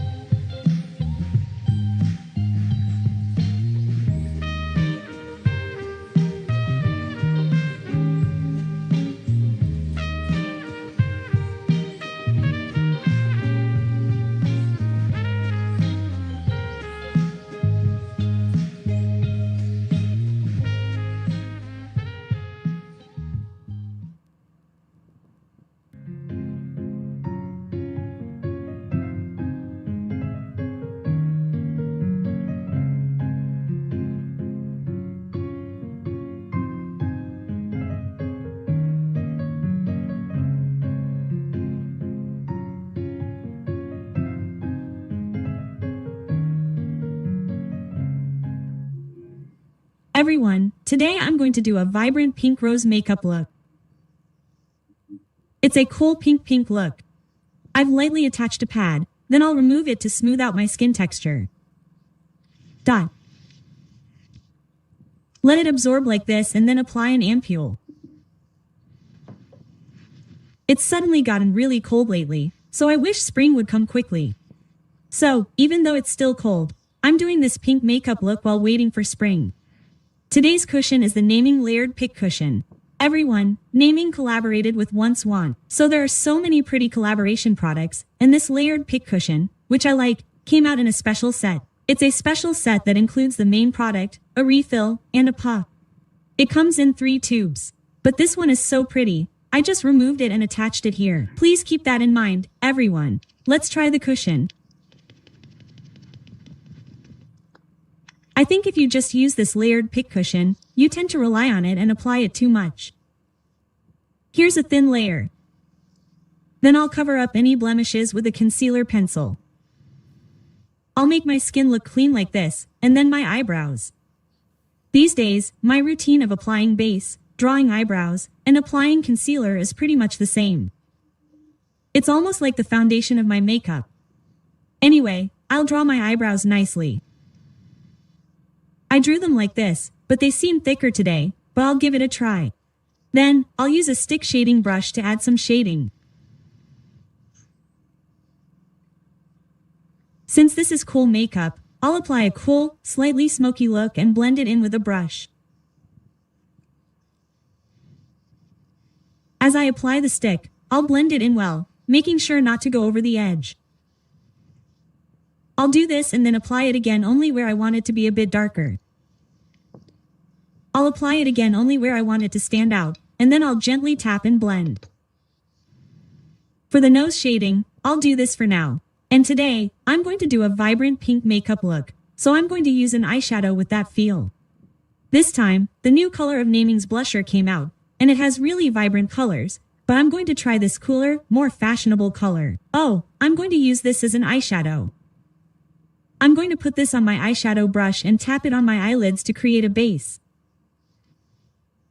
I want it to have a rose feel, so I'm going to put on some pink like this. Pretty, right? This is the kind of color it gives. And I'm going to add some color to my Igo Sal as well. I'm going to add a little pink to my eyelids like this. Next, I'm going to do a twin makeup look. I'm going to use Naming's Perfect Tail Eye Designing Pencil Slip Liner. Recently, muted colors for eyeliner and twin makeup have been really popular, right? The Naming Slim Liner was perfect for that. I especially loved the rose sheer brown color, which I used as a primer and eyeliner, and it was my favorite color, but this time, my favorite color has changed. There are 5 new colors. This product was co-developed with beauty YouTuber Shahi, a detail craftsman from a shop. There were 6 colors before, and while those were great for daily use, this time, there are more mysterious and muted colors, and colors with a hint of rose red.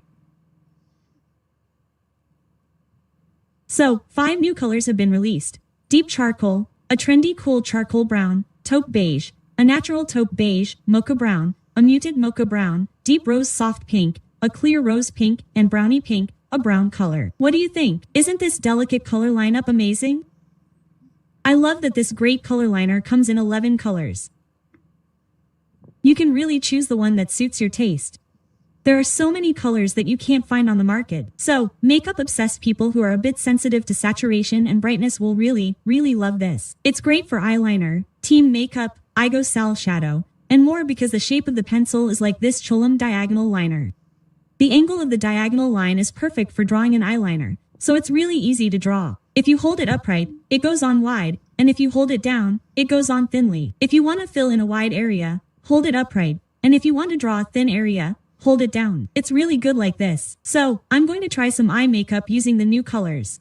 First, I'm going to use this brownie pink color to line my eyes. It's a soft brown color with a hint of pink. It looks really pretty when you draw an eyeliner with this, everyone. My favorite color was the original rose ash brown color. I used to use it a lot for eyeliner and team makeup when I did a pure look, but the new brownie pink color is a little deeper, muted, and cooler than the rose ash brown. So, I really like drawing eyeliner a little more clearly than just for an innocent look. The way I draw my eyeliner with this is, first, I lay it down like this and trace the sideline. Then, when filling in the inner area, I stand it up again and fill it in comfortably and moistly like this.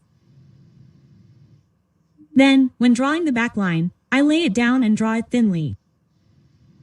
Today, I'm going to lift the outer corner of the eye and draw it straight. It's also great for drawing a thin outer corner of the eye. Next, I'll use a mocha brown color. It's a muted mocha brown color. I'll use this to draw the Igo Sal. This is laid down thinly and then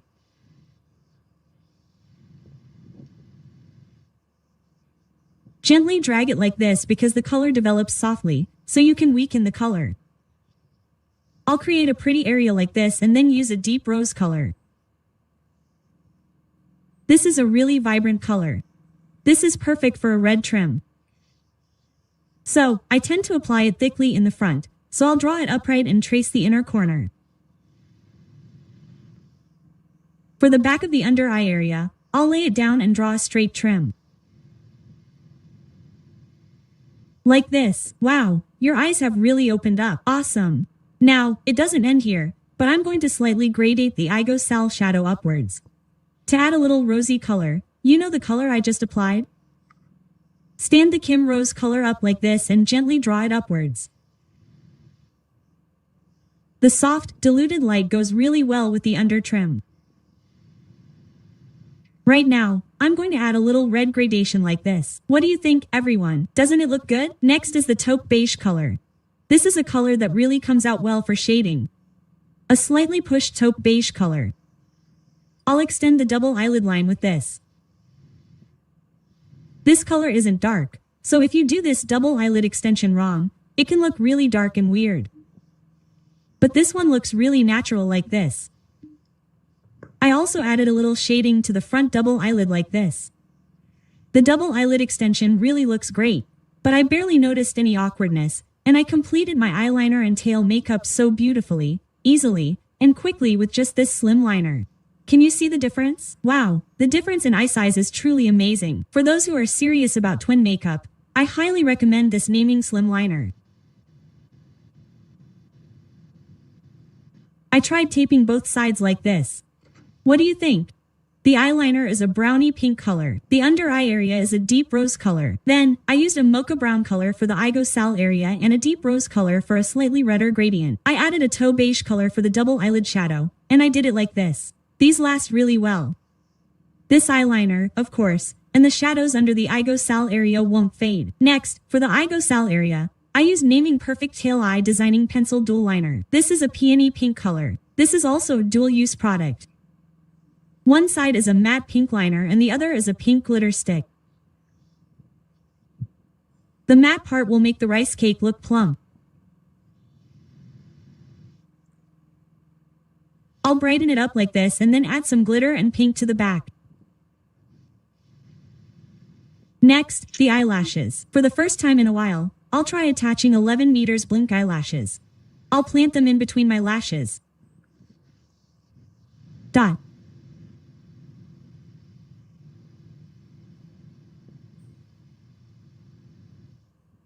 I'll attach them tightly like this and apply mascara.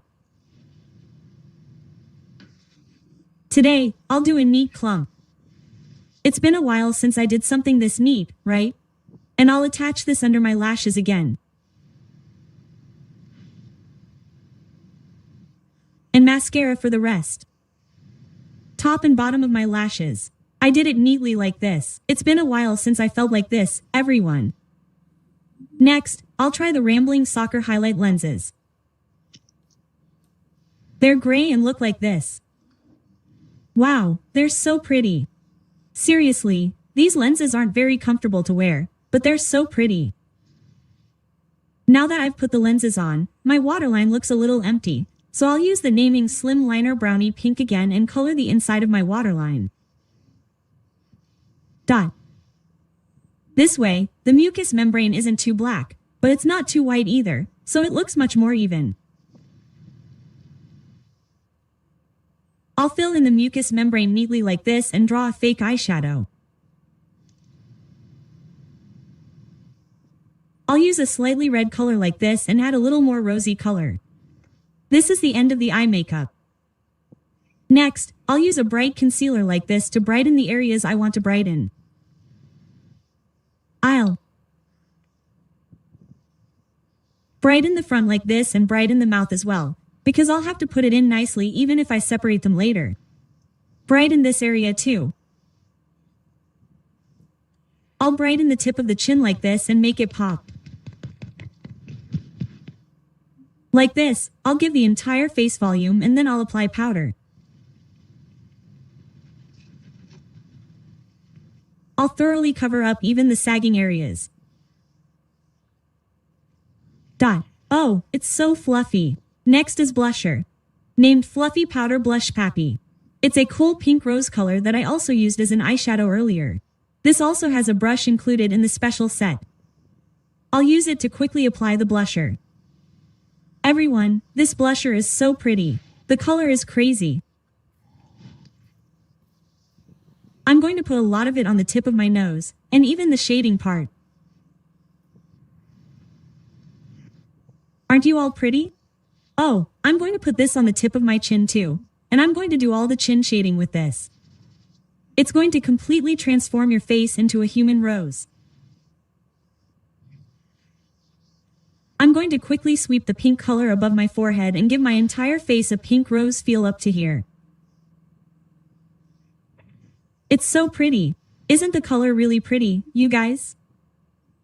Next, I'm going to use a really bright, pearl-less highlighter from the shading Cool color in the naming volume and apply it to the areas on my face where I want to add some body. I'm going to soften up any areas where the blusher seems a little too much, like the bridge of my nose. I also like to brighten things up a bit, so I'm going to brighten things up a bit here and also brighten up the area under my eyes a little like this. For the lip pencil, I have a brow woody color from the naming dual liner. One side is like this pink beige, and the other side is like this. So, here are the two colors, and I'm going to use this to over lip. This is a great color for a natural over lip look. It's so soft that it dries easily.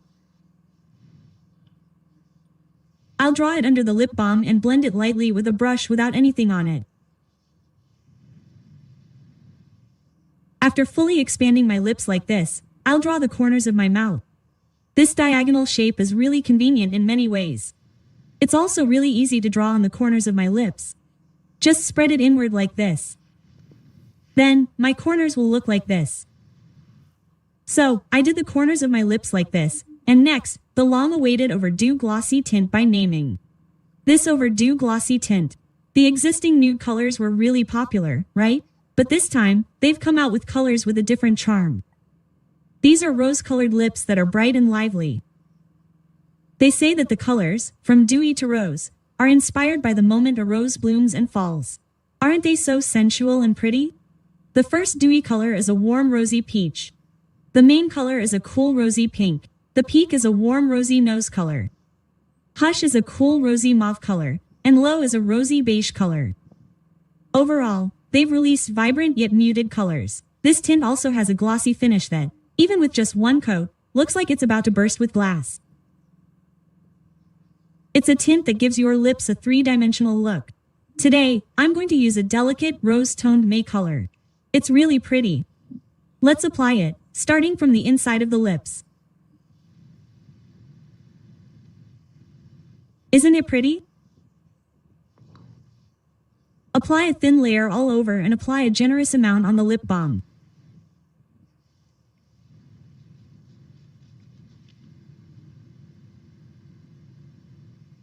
Aren't you guys going, oh my god? It's so pretty. No, this color is seriously so pretty. Roses come in many shades, right? I picked the prettiest, most rosy pink and applied it to my lips. The eye color is so pretty, everyone. The gloss and color are both pretty, making it perfect for a daily rose lip. And finally, I'm going to use Dior's Rose Gold Highlighter. Here, I'm going to use this pink yogurt to brighten up the inner corners of my eyes like this, and I'm going to apply it to the tip of my nose like this, and I'm going to draw the bridge of my nose.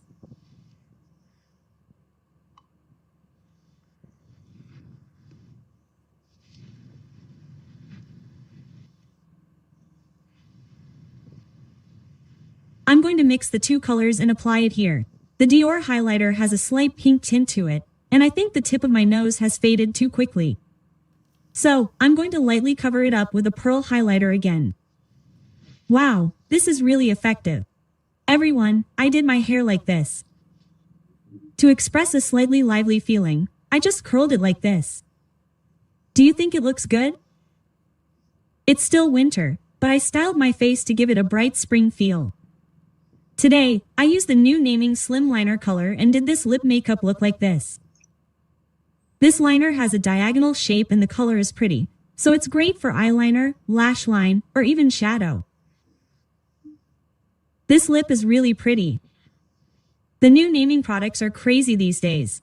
The Naming and Once Want Collaboration Edition has been released. The Naming Layered Pea Cushion Special Set that I used earlier has been released. The Naming Blusher has been released as a brush special set like this. And the new cheek balm that has been released this time has been released like this so that you can hang it together with a keychain. Even the Naming Slip Liner and tint that I used as the main items today have been released as a limited quantity special set. So if you're interested, definitely don't miss out. Also, if you purchase over 30,000 won, you will receive a pouch like this as a gift. This is a really high quality pouch. It's thick, sturdy, and soft. So, if you purchase over 30,000 won, get this too. For more details, please refer to the more information section. Well, that's all for today, everyone. Bye.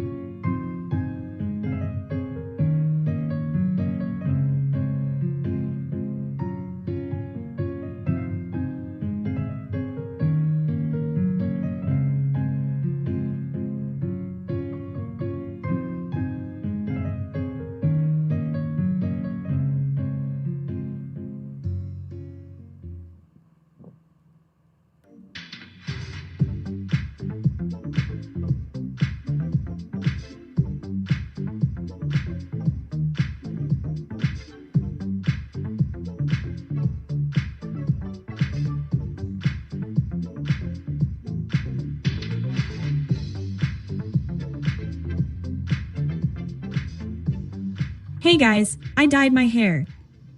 Today I'm going to try Gyaru makeup. It seems like Gyaru has suddenly become a trend, so I'm going to try this. There are so many different types of Gyaru, but I'm going to do a bit of a hodgepodge. It's a bit of a grown-up vibe, a bit of a princess vibe, a real Gyaru vibe mixed in with a hint of Keiru, just my own take. Since we're going to go that route today, I'm going to start quickly with the base.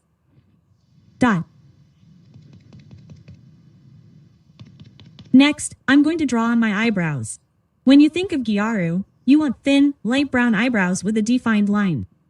So first, I'm going to get rid of my eyebrows. I'm going to use the Heart% Brow Cara Pale Blonde color, and this is seriously awesome. Guys, it's this yellow color. This gets rid of your eyebrows even more than bleaching them. It looks like this. I don't have any eyebrows to begin with, but this makes it look like they're gone. Another good thing is that this is a really bright yellow color, so it's very similar to the eyebrow color of Gyaru Unis. And I'm using a brow cara. I always use a light taupe color, but today I'm going to try a brighter, more saturated color. I'm going to use this as a guide. It goes all the way up. From the mountain, it goes all the way down. The front is also very thin, but as you go back, draw it thinner like this. If you draw the front a little lower with a real eyebrow, the shape looks better. It's exactly like this. Why do Gyaru Unis have thin eyebrows? Next, I'm going to try shading my nose. I brought Etude Stick Shading Warm Color. When you think of Gyaru, you think of Hopai, and when you think of Hopai, you think of warm colors, so today's shading is also a warm color. I'm going to draw it straight and make it darker. I'm going to blend it with a brush. Wow, this color is really warm. I'll add another touch to the tip of the nose to give it a more sculpted look. Blend again with a brush. I'll lightly cover the crease with a concealer pencil. Next, I'll use the Shadow Suo Balance Eye Palette Fever Blue. Today, I'm going to try a Gyaru makeup look using a blue color. This palette is perfect for Gyaru makeup. First, I'll use this color to lay down the base. I'll make it very long with a brush. I'll also apply it to the Igo Sal Cute Lash Line. Gyaru minus eye makeup is 0. So today, I'm going to really expand my eyes. Since I'll be drawing the Igo Sal area very low, I'll start by applying a wide base. Next, I'll draw the eyeliner. I'll use the naming slip, a dark black. Color. I'll draw a long, straight line at the end of the eye. I'll extend the line like this and start from the front of the lower lash line. Dot. I'll start by leaving a lot of space on this side and connect it like this. I'm going to blend it with a brush that doesn't have anything on it. It'll look like this once I'm done blending. Dot. Now, I'm going to draw the Igo Sal, and since I use a lot of pressure with the meat, I'm going to exaggerate the Igo Sal more than usual. Dot. Here, I'm going to use this color and apply it darkly in the middle and then pull it back. Dot. And today, I'm going to draw the Igo Sal in the front Igo Sal a little wider. After I draw the Igo Sal like this, I'm going to use this blue eyeshadow. I think blue is kind of trendy these days, you guys. But this color is so pretty. It's not a very cool blue, but it's a blue with a hint of green, but it looks really cool and the color payoff is amazing. It's really, really, really good, so I'm going to use the color to do my eye makeup. It's the real point. First, starting from the center, tap, tap, tap. Even with a strong color like this, you have to apply it slightly thinly. I'm going to use a passive touch to increase the color payoff. But I'm not going to put this on the back, but rather on the front. I'm going to apply it a bit bolder, above the sun kiss line, all the way to the bangs, so that it's visible even when your eyes are open. What do you think? Aren't they so pretty? It's not just blue shimmer, but also has white pearls sprinkled in. I think it's so pretty with a perfect, substituted feel. I'm going to use the darkest color in the palette to add some shade to the back. I'm going to put it in a little to give the impression of extending the double eyelid line, and then I'm going to create a gradient upwards. That's how it will look. I did the shadow like this while creating a nice gradient. Next, I'm going to attach Gyaru flower eyelashes. This design is a style that stretches out like this, so I think it suits and looks pretty.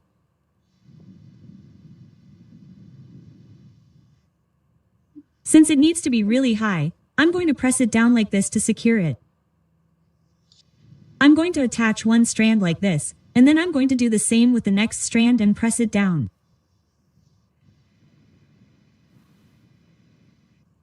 And for the last strand, I'm going to attach it just above the lash line to make your eyes look more open. Next, I'm going to apply this for the lower lashes. It's a really flashy type. I'll spread them out a bit and then apply them in a thick layer along the back lash line. It'll look like this. Where are you guys? It's so flashy, right? Next, I'm going to put in the contact lenses. Oh, these are realish brown lenses. The diameter is a bit large. The circle line is distinct, and the brown color is a bit bright orange, so I think it'll look really pretty with today's makeup. If you put both lenses in, it'll look like this. I'll do more eye makeup later, but that's for later when I finish detailing. Now, I'm going to try blusher. Entropy Slide Up Doe Cheek Autumn Vibe. This is a blusher that you apply like this, and it has a jelly-like texture. I don't think this will be too difficult of a makeup look. I'm going to apply it with a thick puff like this and wrap it around the outer corners. Dot. Guys, this color is a really great beige brown color for baking. Doesn't it suit you so well, guys? I'm going to add a lot of color to the under eye area to give it a more connected look. I'll add some color to the tip of my nose. It seems like the Yaru girls don't use blusher on the tip of their noses, but I like this one. Next, I'll use Maru Build Sprite Concealer. I'll use this to add dimension to the areas on my face I want. I'll cover up blemishes and brighten the areas I want to brighten, and then I'll do this neatly. Then I'll apply powder. Can make marshmallow finish powder. This will control oiliness all over my face. I'll make it completely matte like this. Now, since my eyebrows look too thin, I'll touch them up. I'll add a little more color like this. This Unlisha has a very thin eyebrow pencil. I'll use this to outline the front of my eyebrows.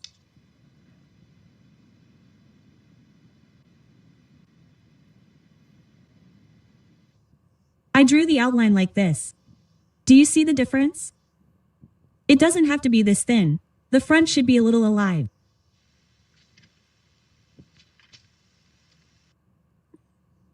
I'll cover up the areas where the hairs are showing through with concealer. Just a little more neatly. I'll finish my eyebrows like this. What should I do now? I think it would look better if the front part was a little more prominent. It's important for Gyarus to have their nose part flared downwards like this, but for some reason, my face doesn't look good if the back and bottom part are flared too much. It needs to be flared a lot in the front. So, I did my best with Holika Gel Tail and made the front part a little darker. It goes really well with the lenses and looks really pretty. Now I'm going to do some shading, and I found Nobev's shading pot. The color came out really well. I'm going to use this to do some more shading. Make it clear. I've been keeping my nose safe. Looking at Gyaru makeup, it seems like it's okay to make the bridge of the nose slightly shallower rather than making it too wide. I've been making it wide lately, but today I'm going a little shallower. Next, I brought the highlighter Kaleo Prism Highlighter Progen Crystal. It's a white highlighter, but it's not a warm white, but a cool white. It's like a silver white. The glitter particles are large and give it a really gorgeous feel. This silver highlighter also has a bit of a Gyaru feel, and I brought it because I thought it goes really well with the blue eyeshadow I wore today. I'm going to dab this on my eyelids first like this. This highlighter is really a masterpiece. Wow, it's so pretty, right? Yes, I'm going to use this on the tip of my nose and just dab it with my hand to really add some color. Wow. Just put it on. You should also do this on your brow bone for extra flair. Put it like this and all the way to the inner corners of your eyes. Oh my god. Okay, you should do this. I'm going to apply it on my Igosal too, but before I apply it, I'm going to highlight the Igosal with a concealer pencil. I'm going to apply it on top of that.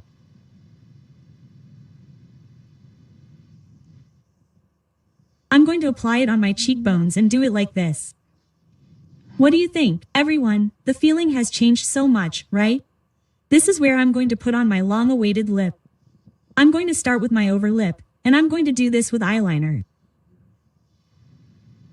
Here's how to draw a line with the upper lip liner. There's also a brush attached to the back, so you can blend it in.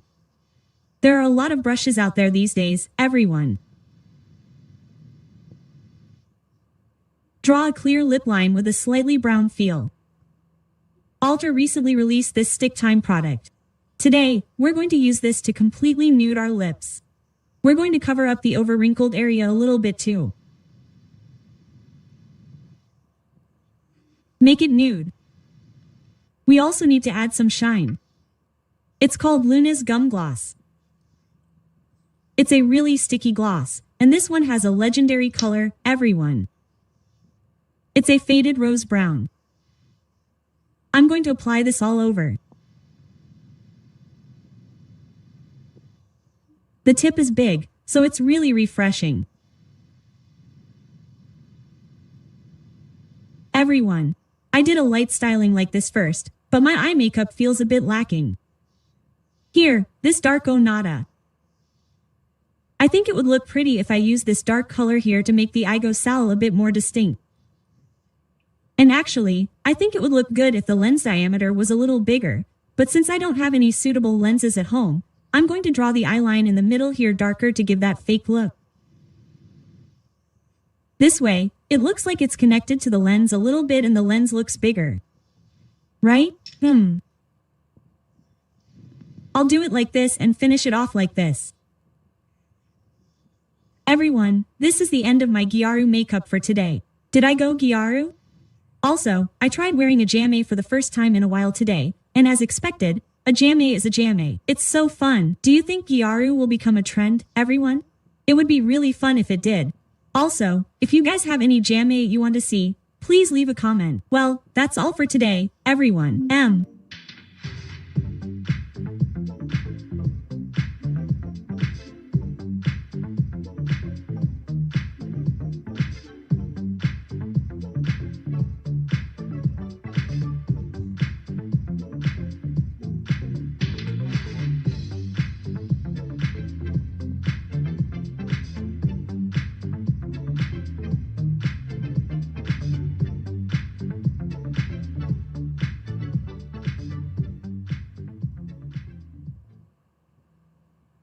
Hello.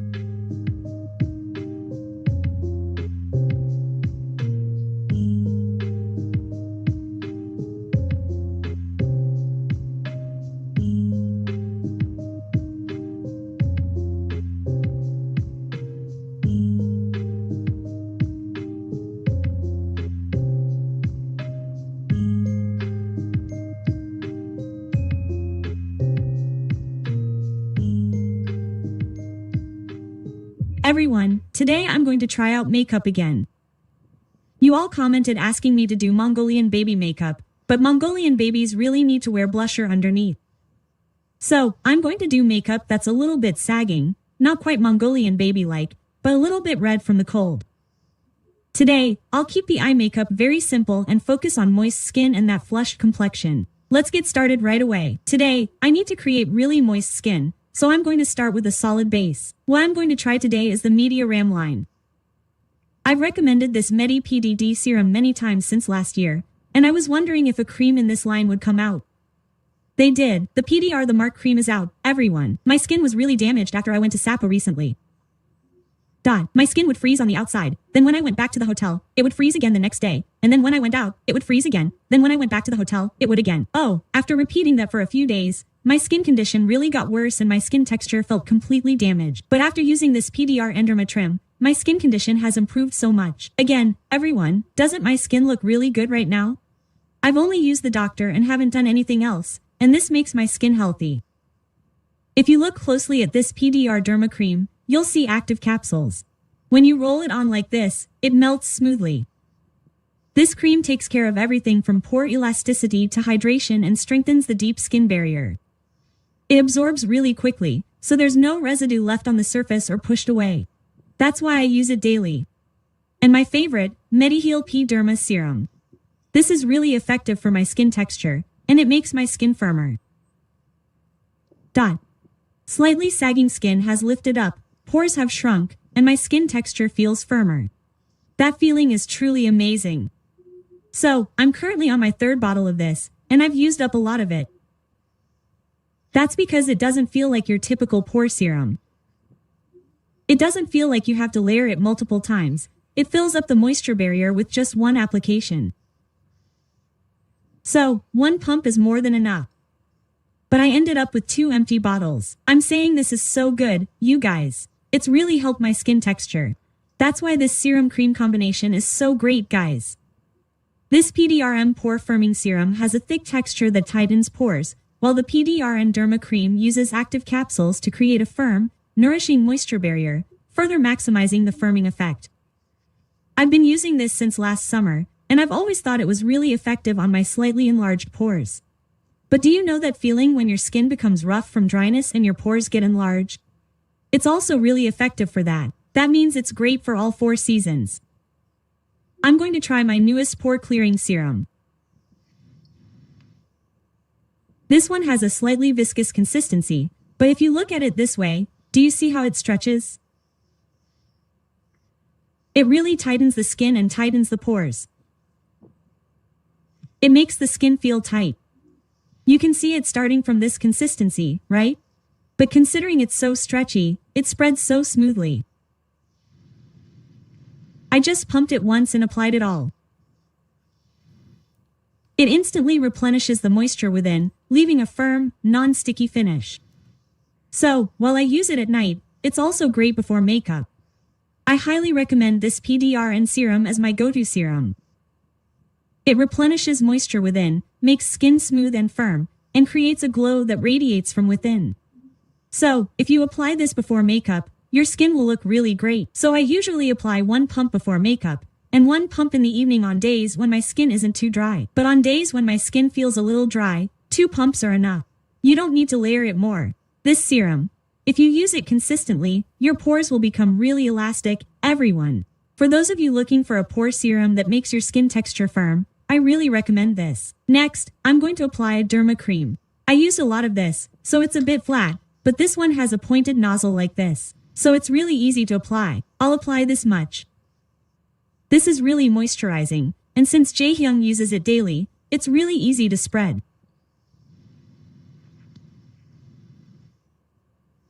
The PDR I applied earlier holds the moisture of the serum, and it feels like it's putting on a healthy coating film. It looks really light, everyone. But when you apply this serum and cream together, your skin's condition recovers at a different rate. You guys, you really felt it right after you went to the spa. This skin feels so smooth and firm. Makeup goes on so well, guys. This special set also includes pads. This is a little secret of mine. Apply this pad on top of the cream applied skin. It's stretchy like this. Stretch it out and stick it to your skin. Because it has a bit of elasticity, it feels like it's squeezing your skin tighter. It seals in the ampule cream you just applied, making it absorb better and moisturizing, giving it a lifting effect.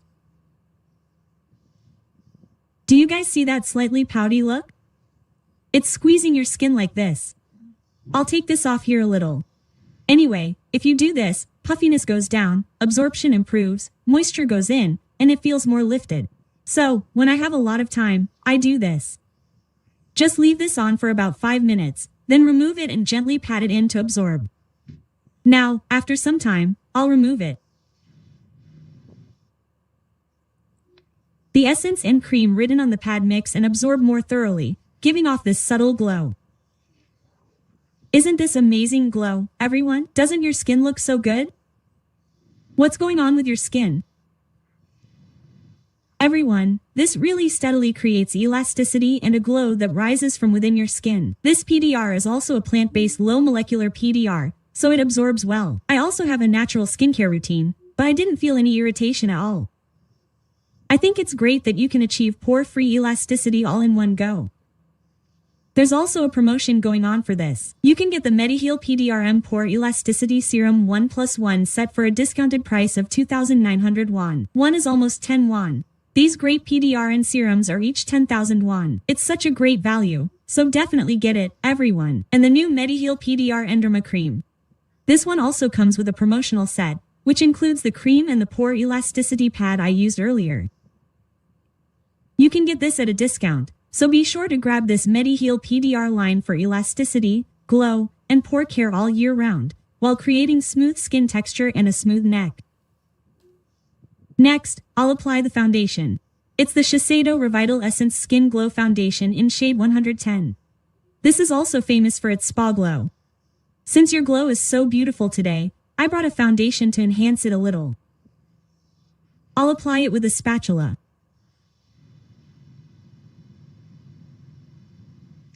And Daso's close-fitting air powder. It's inexpensive, but it's pretty good. It's a bit thicker here, so I'm using the puff to spread it like this. The foundation feels a bit similar to the Mediheal PDR serum. It's really glossy and moist, but it's also a bit sticky, but not oily, not a light, dewy glow. It's literally a healthy glow. Sticky and moist. So, like I just did, I really like using the PDR line as a base and then applying this Shiseido foundation. This Shiseido foundation number 11 has a slightly ash-like tint. I thought it would be good for creating a pale look when I did my makeup today because it's a bit cold, so I brought it with me because I thought it would be perfect in many ways. This foundation is famous for being good, right? It really is. Your skin looks so pretty.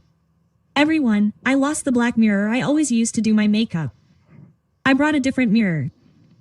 That's the mirror I've been using since I started YouTube. But where did it go? I'm sure it's at home, but I really don't know where it is. Everyone, how does this glow look? Isn't it so pretty? Wow!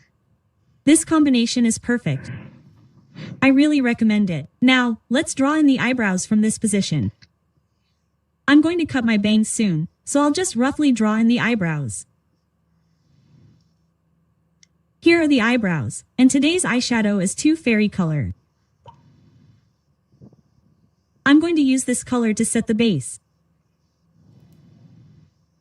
Oh, it's not originally this dark of a color, but since I put it on really moist skin right away, it came out a bit like this. Please keep that in mind, everyone. Anyway, I'm going to apply it to the eyebrow like this. Oh, I was going to do the shading first today, but I'm really into stick shading these days, everyone. It's so easy to define the areas, and when I express moist skin like this, it blends well with the skin tone, which is nice. I've been using stick shading a lot these days. I cut the tip of the nose like this and the middle a little bit too. This is kind of my current aesthetic. A slightly round nose that's not too sharp. I'm going to apply the stick shading like this and tie my hair up because it's hot, everyone. And then I'm going to use a big brush like this to lightly dab it on like this. If you express moist skin and use powder shading, there's a chance it'll smudge a bit.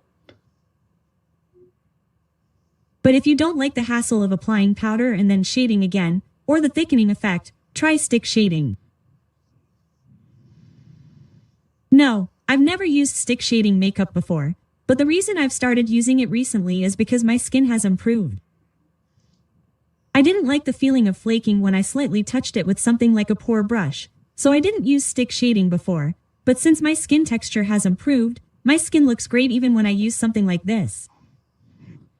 Enjoy! The bottom line is that Mediail is really effective for skin texture. Start by slightly shaping the nose like this. Next, I'm going to shade the eyebrow, small lash line, with this Colorgram shading liner. This is a new warm tone color. It's really good for drawing the eyebrow. And the point of today's eyebrow is to make the front a little thinner, the back a little thicker, and with an open ending like this. And the point of this shading is that the front should be a little darker. Then, shade a slightly more saturated pink color from the palette and apply it slightly upwards, like this. Gently spread it back. This is the shape of the eyebrow. It's thin and a little darker at the front, and it opens up towards the back like this. Also, using the same color, shade the front of the double eyelid. Like this, the front is slightly emphasized. Then, I'll draw the eyeline. And today, the tail of the eye will go down along the angle of the double eyelid. Open your eyes and define the area. For the back of the eyeline, I didn't emphasize the tail too much, but rather drew it with a soft flowing feel. Then, using the darkest color from the palette, I'll blend it in very lightly. And today, I want to emphasize a slightly blue feel, but my lower lashes are a bit dark. I'll cover this up with a concealer pencil. Lightly draw it at the base of the lashes like this. It feels a bit like this. How do you think, everyone? It looks a little fresh, right? But here again, I'm going to add some red shading. I'm going to draw the front part a little thicker, and then gently move back along the lash line, straightening it out so that it looks like a split lash. I'm going to erase the black shading on my lashes and add some red shading again like this. When it gets really cold, you guys might cry a little, right? That's how it feels. Next, I'm going to grab an eyelash curler. Today, I'm not going to use false lashes. I'm just going to use a simple base cara. So I'm going to curl my lashes tightly. And then I'm going to put on mascara. I'm going to create a clean look. I did a very clean mascara, and now I'm going to do some more trimming here. I'm going to use a darker rose color and shade the area where I trimmed my lashes a little more. I'm going to go all the way to the front trim and make it more pointed. And with the remaining amount on the brush, I'm going to darken the front a little more, and I'm not going to darken the back as much, but just the front like this. And I'm going to emphasize my Igo Sal again with a concealer pencil, but not in the front, but just at the bottom in the back, and I'm going to brighten it up a little bit. There are many ways to do a team, right? The front is shading, and the back is a little brighter to give it a more feminine feel. I'll do it like this. And if it seems a little dark, you guys. In that case, I'll put on my contact lenses. These are Niels gray contact lenses. These are gray contact lenses. They're from Hallett. I'm going to use glitter and lightly apply it here only where I applied concealer. Just in the back, so that it doesn't go to the front. Somehow, even though I did the same shading as usual, it felt a little light, but I mistook the brush and blended it with the concealer brush. I'm going to shade it one more time.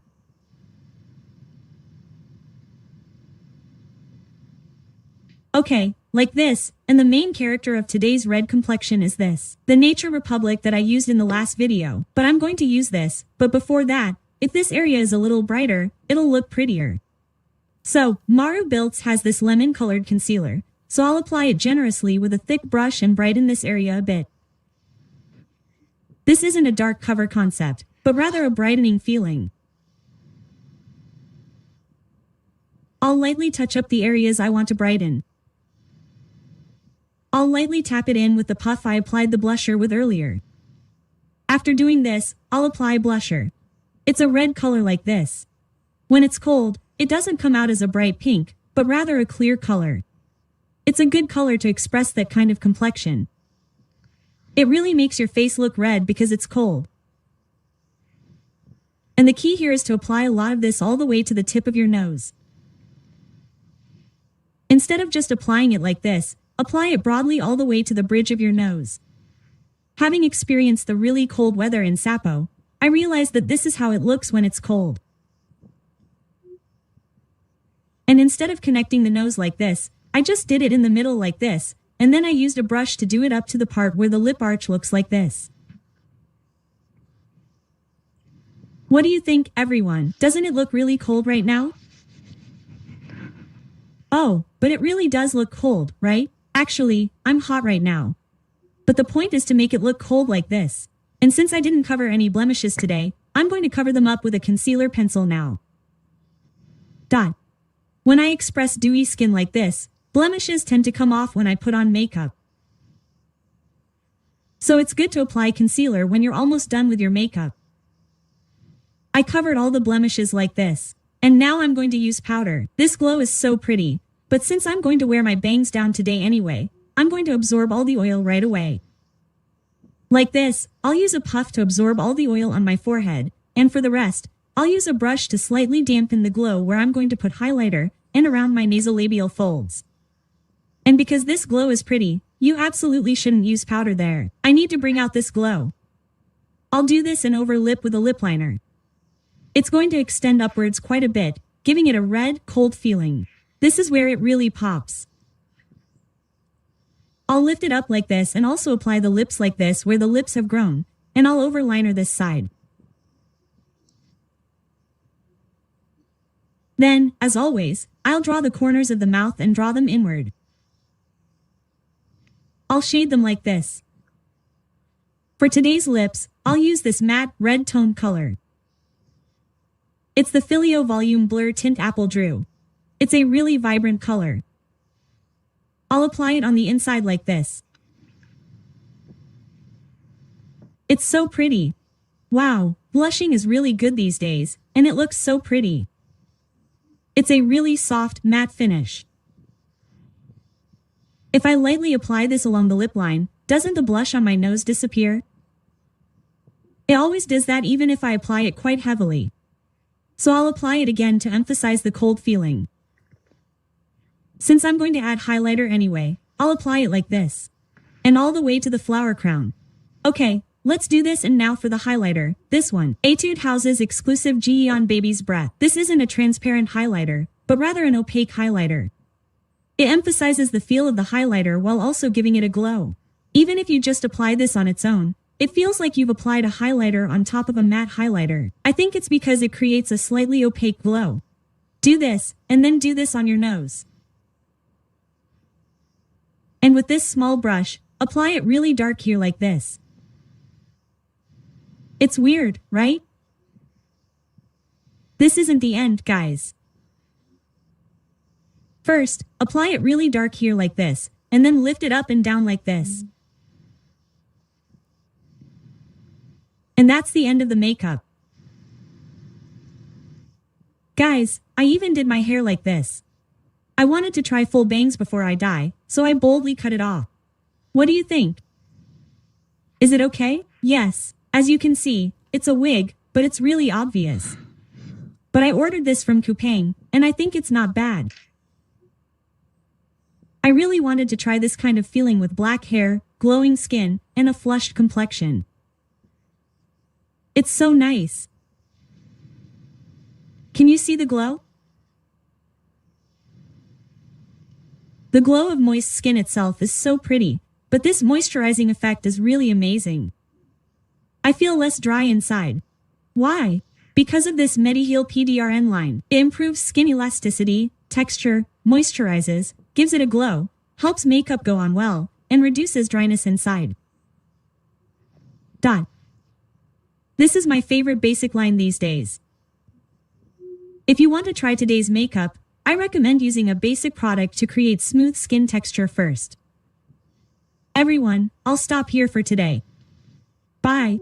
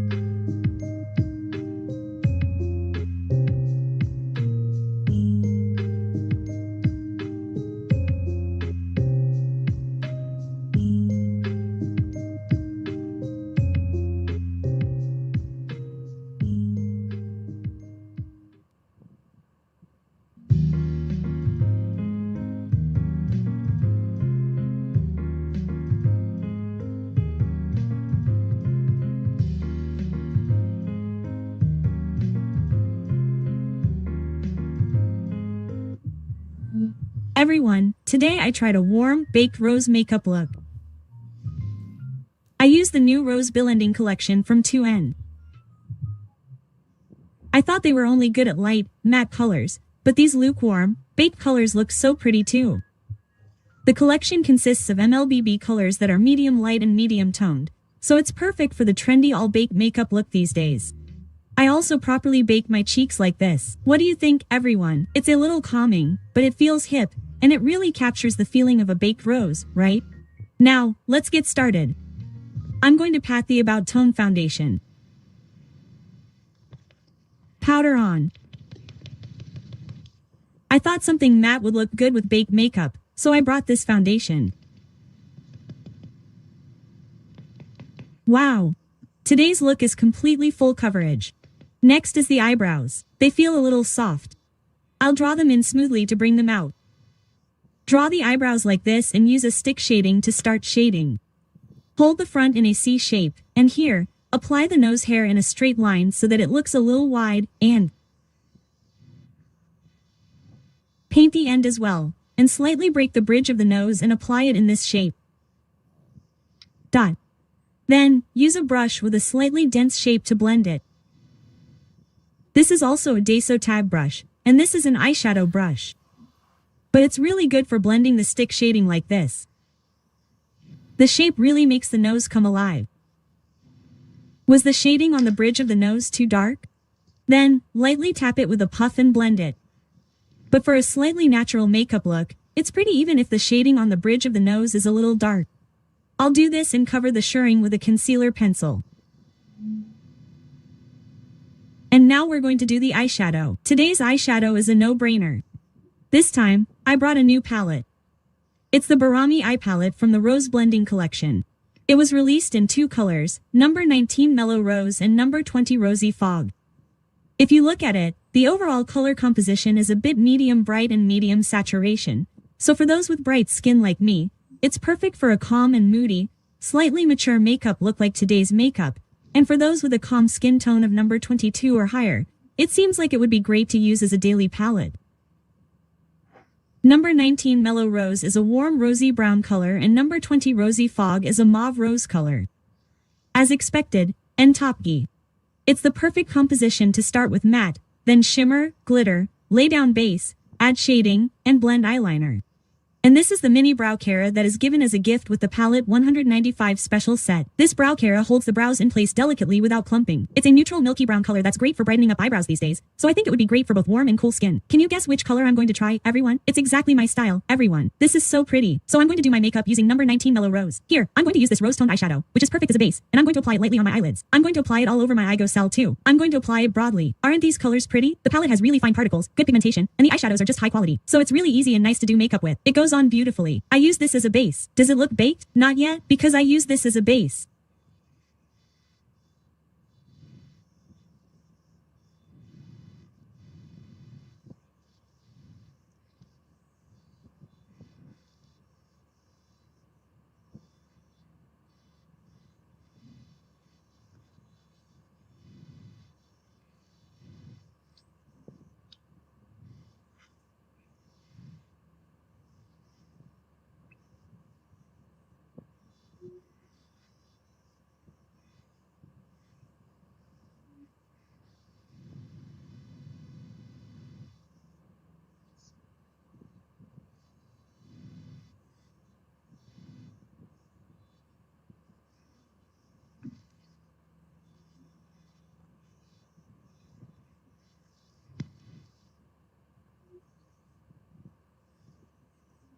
Okay, next, I'm going to use this color that's a bit more saturated and atmospheric to add a bit more shading to the front. And then I'm going to use the same color as yogurt to apply to the eyegosal. It's so pretty how the eyegosal is so colorful in the baked makeup. I'm going to apply this color to the brow bone, but I'm going to apply it all over the eyegosal like this. I'm going to add another layer of eyegosal atmosphere like this, and then I'm going to use this darker color yogurt to add shading to the eyegosal. This color is really good for shading the eyegosal. There's a little bit of red in the dark circles, right? That kind of feeling of color. And I'm going to add some trim shading with the same color. I'm going to gently pull it in and shade it to give it a slightly open feel. It really feels like it's being baked, you guys. First, I'll use these 3 matte eyeshadows to add color and shading, and then I'll draw the eyeliner. I'll use a very light color so that the line isn't sharp. I'll also lift the outer corner of the eye. I've drawn the eyeliner like this with a very bright color. And then from the palette, I'll use a brown color with a slightly reddish tint. I'll apply it thickly and darkly at the front, and then I'll cover the back softly and blend it. I'll also make the tail a bit longer to give it a more natural look and make the eyeliner look like it's been decorated. I'll also attach these eyelashes that I said were missing in the last video. I'll attach them all like this and thoroughly apply mascara. I'll also attach the under lashes. And mascara for the rest. It'll look like this. What do you think? Isn't this eyelash combination so pretty? These long, slightly drooping eyelashes at the end look really pretty and give off a girly vibe. I'll use a red-colored brush pen to fill in the waterline and draw fake lashes too. Next, I'll put in contact lenses. Orange realistic gray. It'll look like this. And back to the palette, I used 4 matte colors, but I didn't use the shimmer or glitter. This shimmer is a shimmer that really gives off a baked feel. It's a shimmer color that completely covers the rose color, and if you apply this to your eyelids, it's amazing. Do you see how the light underneath goes up in the center of your eyelids? It's so pretty. Seriously, everyone, this is amazing. This has a really calming rose color, but when contact is it like this, it completely gives off a baked feel. You can really see the difference if you compare one side to the other. This part looks a lot more toasted, right guys? I'll lift the left side slightly too. It's like this. Doesn't it look so pretty, guys? So I'm going to give the Igo Sal a little volume with the concealer, and then I'm going to put the rose-colored shimmer on the brush again and put it under here. It's going to completely toast the upper and lower lashes. This two-phase palette is so pretty. I've really toasted the Igo Sal like this. Next, there's glitter, and this is seriously pretty, guys. It's a coral color and a white glitter, and I'm going to put this on my eyelids again.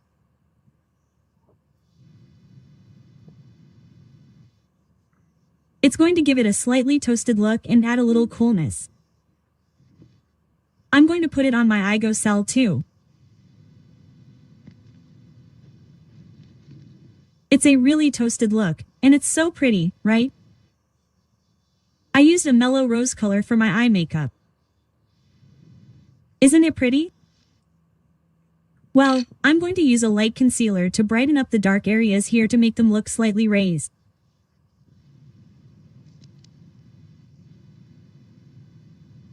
After I do this, I'm going to apply powder. I'm going to just pour powder all over my face. Wow, it feels so refreshing with the puff. After making my face really soft like this, I'm going to use the Dual Cheek No. 18 Dear Rose from the Two-Way Rose Blending Collection. It's a really rosy color that's perfect for baking. It's pretty even before baking. It's pretty even just on my face, right? This is a soft rosy pink color like a baked rose. It's pretty on its own, mixed, or layered. It's a really pretty color. I think people with warm autumn tones would like this. Is there a warm autumn tone that's a bit pinky or a bit browny? Anyway, I think it'll look really pretty if you use it in that way. And this is the Reven Cheek that's free when you buy Dual Cheek No. 18. It's a bouncy, glossy, clear rose-colored pot-type balm. It's a color that looks pretty when applied thinly or thickly. I'll use this for lip makeup later. First, let's try blusher. I'm going to use this first color here to add some color. I usually apply blusher here, but the point of makeup is to press down on the protruding areas. Just like when you toast bread, the protruding parts are more charred than the sunken parts. I want the blusher to give that same feeling. It's like it's covering the cheekbones. This first color isn't a very bright color either. It's a calming color, so I really like the baked blush. I'll apply it while creating a nice gradation. This two-color dual cheek shade is also quite famous. It creates a really good gradient, has fine particles, and covers up unevenness, and Bali is the type of makeup look. Oh my, isn't it so pretty? I'm going to apply this color to my chin like this. It'll give it an overall baked look. The flower tips are sticking out, so I'll bake them, and my brow bone is also sticking out, so I'll apply it here as well. I usually put blusher here on the shading part, but today I'm not doing it here, but on the outside. But you guys, I'm starting to look more and more made up, right? And I'm going to do a more proper makeup look. This color is a little darker. I'm going to apply this on the most prominent part of my cheekbone like this. Rather than applying it in a wide area, I'm going to apply it just around the perimeter like this. This creates a slightly pressed-in look. It's good for covering the sides and even better for creating a puffy look. I'll also put a little on the tip of my nose and the bridge of my nose. If this isn't a baked rose, what is it, you guys? Isn't it pretty? Next up, the highlighter. This time, it's the Pure Glash highlighter in Sheer Rose, which is also part of the Rose Blending Collection. This rose-colored highlighter came out. It's a rose gold queen with a mix of pink and gold, but since the highlighter is slightly wet, You know how much glow it gives even if you roughly rub it in, right? It doesn't clump, and the color payoff is good, and the glow is really pretty. This rose color is especially perfect for toasting. This base color has a rose color like this. If you layer it on the toasted part of the blusher, it's really pretty. I'll try it.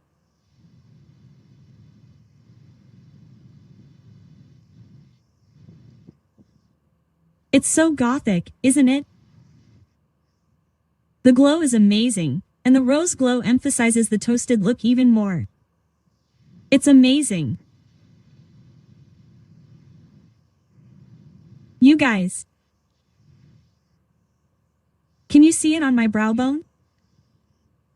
This base color is slightly rose, so it gives off an even more toasted look. I'm going to toast the outer part with the highlighter like this. Pretty, right? Here's a bright color for the flower tips and the bangs. This is really bright, guys. Apply sugar veil color to the tip of the nose like this. Apply it to the bridge of the nose like this. I want to brighten up the bangs a little bit like this, and then I'll use the rose color again and apply it to the tip of the nose. Oh, it's pretty. I'll lift it up a little bit and apply it to the bangs like this, and here on the forehead, I'll just apply it once more with my finger at the end of the flower. Dot. And those of you who like this kind of makeup, you really need to buy this highlighter. Isn't it pretty, guys? Next, I'll overlip with a lip pencil. I think it'll be okay to just apply it a little bit all over.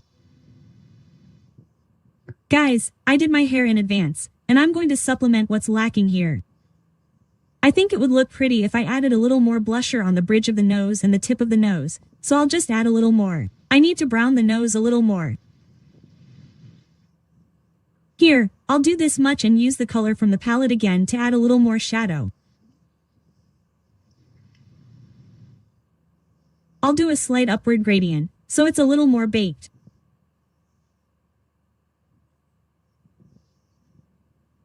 I used the Revive cheek that I mentioned earlier that came with the dual cheek, and I just dabbed it on my finger to give the arch of my lips a little color and shine, like this, and I put a little more on the arch of my lips. What do you think? Pretty. This is the end of my makeup for today. Everyone, I put waves in my hair today for the first time in a while, and I did this inward curling style. I wrapped this slightly baked rosy makeup with my hair a little more to give it a more baked feel. I think it suits me really well and is pretty. This is my first time curling so much inward, but it's better than I thought, everyone. I think I should use it often. I did my makeup today using the two-way and rose blending collection, right? If you use all the products from the same collection and do your makeup like this, it will look so pretty and go so well together. I baked the eyeshadow, blusher, and highlighter like this. To celebrate the launch, Olive Hung is having a discount of up to 21%. If you buy the Barami eye palette in shades 19 and 20, you will also get this brow care that is great for creating pretty eyebrow colors that I showed you a little while ago. If you buy the Yogurt Dual Cheek in shade 18, you will also get the Raven Cheek that I just applied last. I think today's makeup look is a bit of an all-time high. So, everyone, please refer to the more details section for detailed promotion information and make sure to get some great deals. Everyone, that's all for today.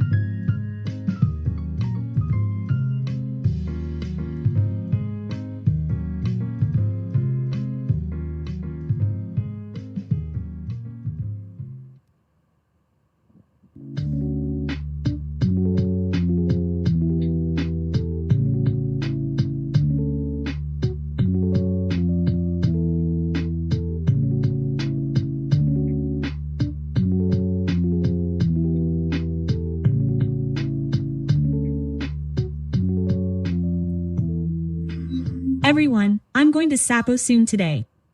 You know, the most exciting part of a trip is right before you go. I always have so much fun deciding what makeup to do when I go somewhere. So today, I'm going to Sapo and I'm going to do my makeup in advance. I'm going to take a lot of pictures, so I was really picky about what I chose. I'm going to do my makeup with that. This is what I have attached right now. Skinfood disposable sheet masks. These days, I've been using these sheet masks a lot because they're so convenient.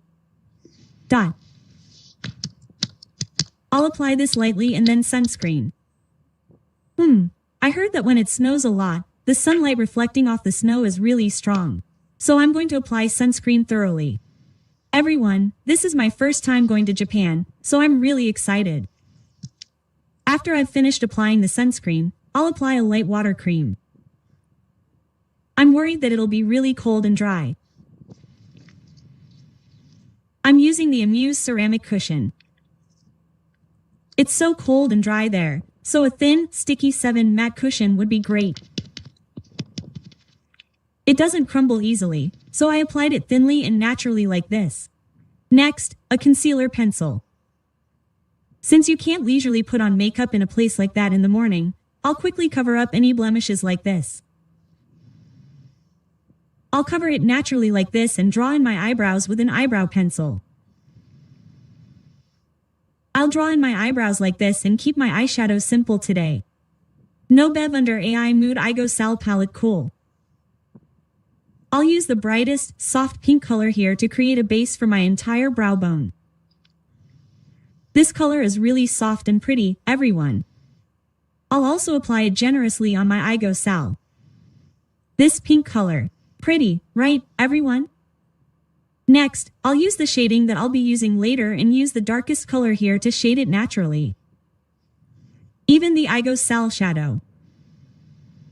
Like this, the shadow is finished. It's super simple, right, everyone? Today's eye makeup is going to be a bit lighter. Rather than light, I'm going to try to make it a little more natural. And for the eyeliner, this is the Rose Ash Brown of this name. It's a color that I've been really into lately and I'm using it a lot. It's this color, and I'm going to draw a light eyeliner with it. The outer corner of the eye will go up like this. Maybe it's because I have a light tone, but I secretly think that drawing the eyeliner with a light color is really pretty. I think it looks good in photos. But instead, I want to slightly correct the eye shape by drawing the front a little thicker, so I'm going to lightly apply the brown eyeliner only to the front. Like this, I'm going to slightly define the front, and I'm going to use a little bit of Holika Gel Tail Molten Americano and slightly loosen the high line. Since the naming liner I mentioned earlier is really soft, just apply a little bit and blow. It's almost like one movement, but there's a slight difference. This is a heating eyelash curler that's popular these days. It's a heating eyelash curler that can be used up and down like this, and I like using this as an eyelash curler these days. I'll give it a little texture at the bottom. Everyone, while planning my trip this time, I realized that I like traveling to tourist destinations. The more touristy the destination, the more the tourists must go. So I think planning is really convenient. Actually, I'm not good at planning and I don't really like it. So I always think it would be nice if someone sold me a plan. They would consider my life and all the places I want to go, and just put it together and I'd just go. Is that a package? Anyway, today I'm going to use these eyelash curlers from Demu. I've used Toyo-shaped eyelashes before, but these are prettier. Even though eyelashes may all look similar, they're actually quite different in quality, you guys. These eyelashes have a really nice, slightly wispy feel to them. If you look at them, they're quite long, but the design isn't burdensome at all. Don't you think they go well with the Sapporo? Those eyes are going to flutter. The lashes are also going to flutter a bit, don't you think?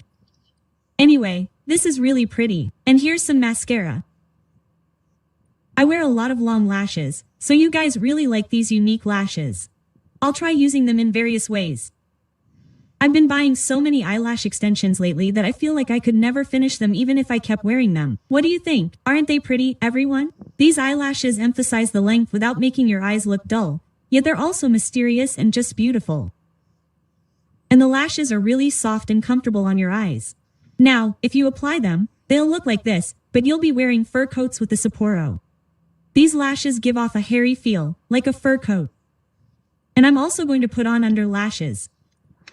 I did this with a trim, but I'm going to put one of these 3 strands in the middle.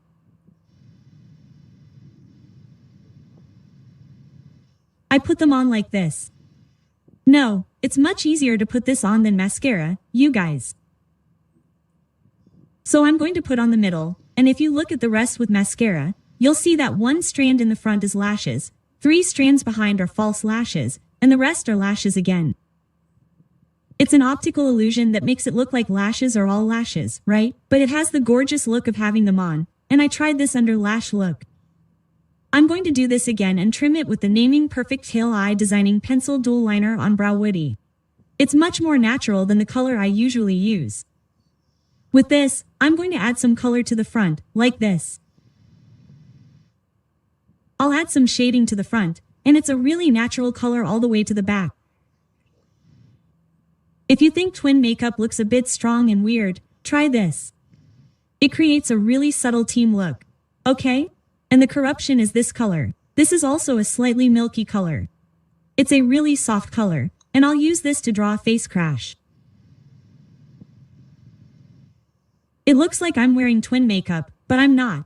Next, I'm going to put on the lenses, but these lenses are really sandpaper-like.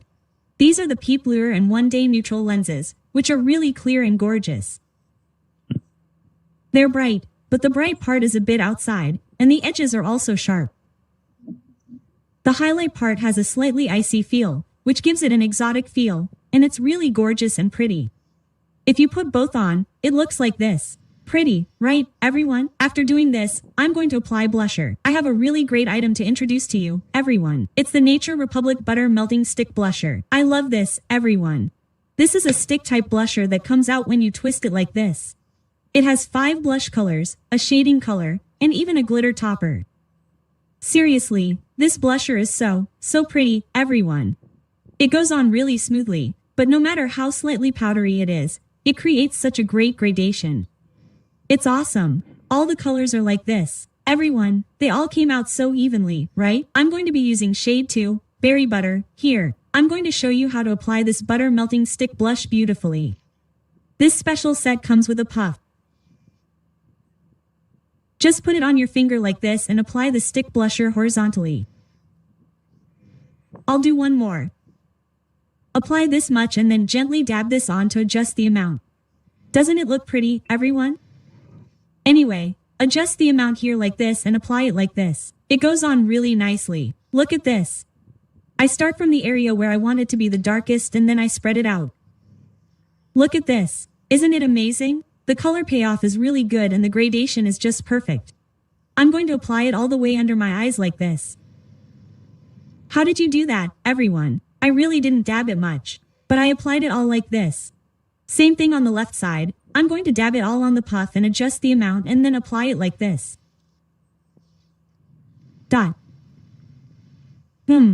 Pretty. I'll apply it to the tip of my nose too. The color payoff is really good, right, everyone? It's so good. The color payoff is good and it goes on really nicely. I'll apply it like this on the back of my nose too. Don't you guys think it's pretty? This color definitely takes good pictures. But guys, it's not just the color that's pretty. Jaehyung is a legend. There are blushers that aren't powder types, right? I think this is the first time I've seen a liquid, cream, or pot type blusher that doesn't even have a base. That's because the pigmentation is so good, and it builds up in a gradient way. So, you don't have to touch it multiple times with a puff to blend it out, because the pigmentation builds up, so you don't have to touch the base. The finish is slightly powdery, so it's not the type that melts the base. That's why it doesn't really have a base. But since it's not a powder type, it's moisturizing enough. So it's great to use when your skin is dry. Oh, I don't know. It's just so soft and pretty. And it goes so well with the puff. I should put more under my eyes. That's right, I didn't do this. It's really pretty up to here. This is why I picked the Travel blusher with Sapo. First of all, it's so pretty and the photogenic blusher is definitely a cool, slightly blusher that takes great pictures. It's moisturizing enough for the cold wind, and I don't have to worry about my hair getting blown by the wind, so I'm definitely going to bring this with me. I'm definitely going to wear this every day. Everyone, I uploaded this and opened a store. So, to celebrate, this special set came out, and the blusher I used is included as a gift, along with the blusher case. But you absolutely have to get this special set. The blusher itself is really good, and the Day Puff is also a great match. It's just so soft and fluffy, and the curved cut is really pretty. And when you apply it together like this, the combination is amazing. Everyone, you absolutely have to wear these two together. And the fact that it even comes in a case makes it easy to carry around. So, I think it'll be perfect to take on my next trip. So, since you can take it like this, everyone, please buy this special set. There's an event, so please take note of this. Ah, this is so pretty. I'm endlessly greedy. I want to apply a little more. Oh my gosh. This is really pretty. So no matter how much you apply, it'll still be pretty. It doesn't feel burdensome. Anyway, like this, after the blusher, I'll use the Powder 3DC Makeup Fix Powder, which I'll use to reduce the shine. I'll press down on the areas where I'll be doing shading and my nasolabial folds first, and with the remaining amount, I'll lightly apply this powder to my cheeks. This powder really slows down the oil from coming up. It's a little good for traveling because if you apply it once, the oil won't come up much, so you don't need to apply more powder, so it's less drying. I'll do this. Next, I'll do some nose shading. I'll grab the bridge of my nose, cut the tip of my nose, and tap the walls and middle of my nose. I'll use a darker color and just do it here a little more. I did the nose shading like this, and I drew in the jawline like this and the cheekbones like this, and since I was going to gather my forehead anyway, so I'm not going to do that. Just make it look pretty here like this, and then I'll use a pearl highlighter. It's the same every day, right? Quickly, everyone. Apply a little bit under the armpits here. Next, the highlighter is the Laneige Flash Dual Highlighter.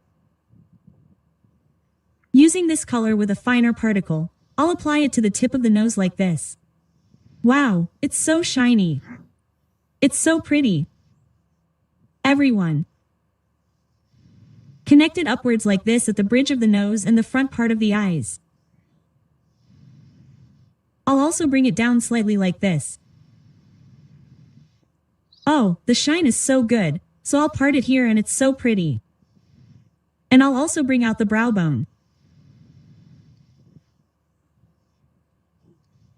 Just lightly like this here, and then I'll expand the lips with a lip girl. I worried a lot about what to put on your lips. First of all, of course, it has to be pretty, and it has to look good in photos, and it has to be moisturizing. Since I think it might be dry, it has to be non-pigmented, and so on.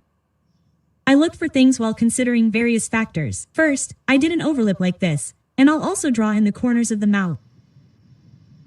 This doesn't just make the corners of the mouth look up, but because it's a shadow, it also makes your lips look plump.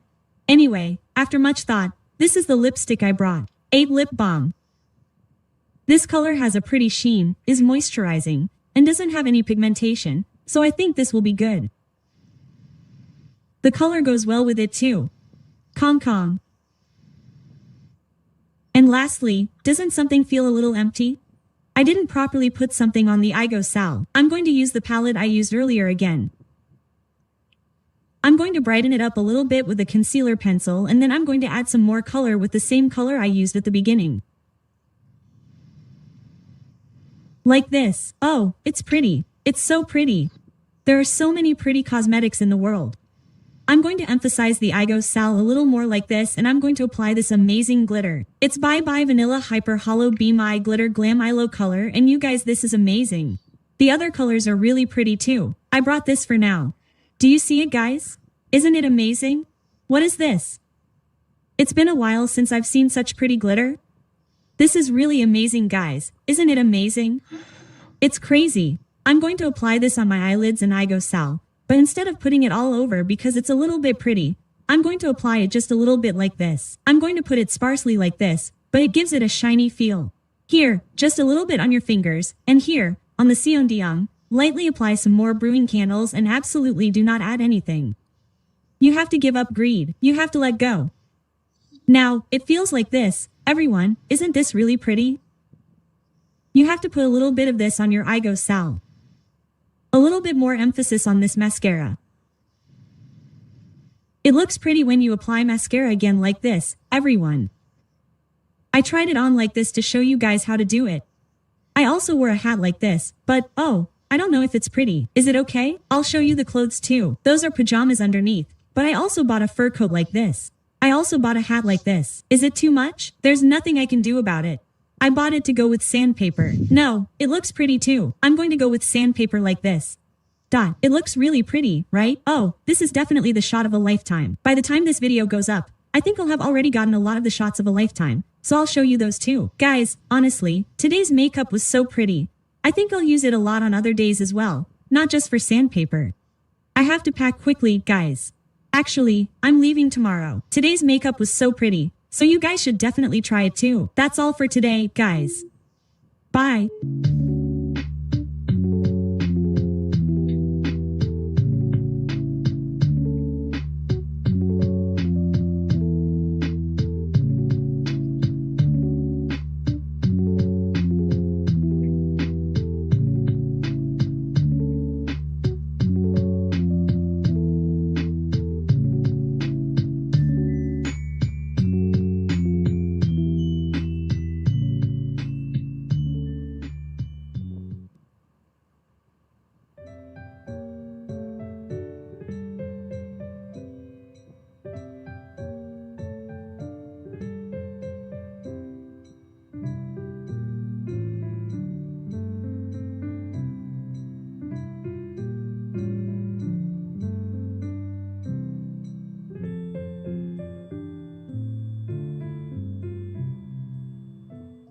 Everyone, today I tried this makeup look that's perfect for year-end appointments. It's really amazing. It's the kind of makeup that pretends not to be all that worked up, but is actually really put on a lot of effort. And it's the end of the year, so if you try too hard, it's a little weird, right? A makeup look that doesn't show that you're trying too hard to look pretty, but actually puts a lot of effort into it and makes you look really pretty. For today's skin expression, I used the famous Amuse ceramic cushion. It also won an Olive Hung Award. So, this limited edition set has come out, and I've got all the news. So please watch the video until the end. Oh, and your lips are also pretty, everyone. I also use this new Amuse Gel Fit Gloss that's really popular these days. Okay, let's get started. Right now, my skin is like Dr. Toe. It feels a little dry and soft, but I'm going to cover up my blemishes first with this concealer that I mentioned as a method I've been into lately. If you cover up the more noticeable blemishes like this first, your base won't get thick, everyone. I think there's a bit of an unconscious tendency to keep applying cushion to cover up blemishes. So, if you cover up the blemishes first like this, you can create the illusion of very thin skin. I'll start by covering up the large blemishes like this. For the base, I'll apply a moderate amount on top of the Jung Semul Water Cream Light. It was too dry for me. And for today's cushion, I'm going to use the Amuse Ceramic Skin Perfector Cushion. This is a very famous porcelain cushion, right? If I were to summarize this cushion in one sentence, it's a lightweight porcelain texture long-lasting cushion. Do you know what kind of cushion it is? Everyone, it's perfect for today's year-end makeup look. This is a semi-matte cushion that really is light and adheres tightly to create porcelain skin. There are 4 colors in total, but I like a bright skin look, so I'm going to use the 0.5 and 5 fair colors. This fair color has a hint of pink, so it's great for a slightly brighter makeup look. I'm going to apply this right now, like this. This contains a lot of skincare ingredients. So when you apply it, it feels really moisturizing, cool, and refreshing. It's a texture that spreads well and is easy to control. It's pretty, this porcelain texture. I'll just apply half, everyone. It applies moistly, but as time passes, it feels like it sticks to the skin more and fixes it. This is what it looks like when you apply exactly half. I also really like the Amuse Dew Jelly. I think these Amuse cushions have something in common. They make the skin texture really pretty. Can't you see the texture, everyone? Because the color is pretty, it creates a clear, tomboyish glow. But it's applied thinly, and this ceramic cushion has a characteristic of applying it densely. Do you know what I mean by having a texture that's a bit like porcelain? It's not thick, but it feels dense. I'll apply the rest of this. Here's what you think. Doesn't my skin feel really smooth and clean, like porcelain? This ceramic cushion contains a lot of scientific technology, like pseudoceramides, ultra-dense coating film, and metagram technology. So, what does it feel like? The particles are so fine that they adhere tightly to your skin. Rather than giving you the feeling that your skin is smooth because of the great coverage, it really smooths out your skin texture, making it look great. It's not a thick formula, so it feels light and clear, and it lasts cleanly. Another great thing is that it contains 76% skincare ingredients, so it moisturizes your skin and keeps it comfortable. Even though it's a semi-matte formula that slightly sets on the outside, it doesn't show any signs of dullness. So, those with oily skin will really like it, and those with slightly dry skin who don't like it too shiny, I really recommend this Amuse ceramic cushion. It's a cushion that makes your skin look really pretty and natural without feeling like you're wearing too much makeup for your year-end appointment makeup. The Amuse Ceramic Skin Perfector Cushion won another Olive Hung Award. It means they did it once this year. So to celebrate, this limited time opportunity set came out, which consists of the cushion itself, a refill, and a sticker dot bag. This Nyaho red dot bag also has a key ring attached to it, so it's cute and easy to use. So, for those who want to try this kind of dense ceramic texture skin, I think it would be great if you got this special set, and I'm going to go back and cover up any blemishes that came up. Wow! After I perfected it again with concealer, doesn't your skin look really good? But it's not thick at all and the texture is legendary. The point of today's makeup is to make it look pretty without feeling too thick like this. Let's draw in the eyebrows.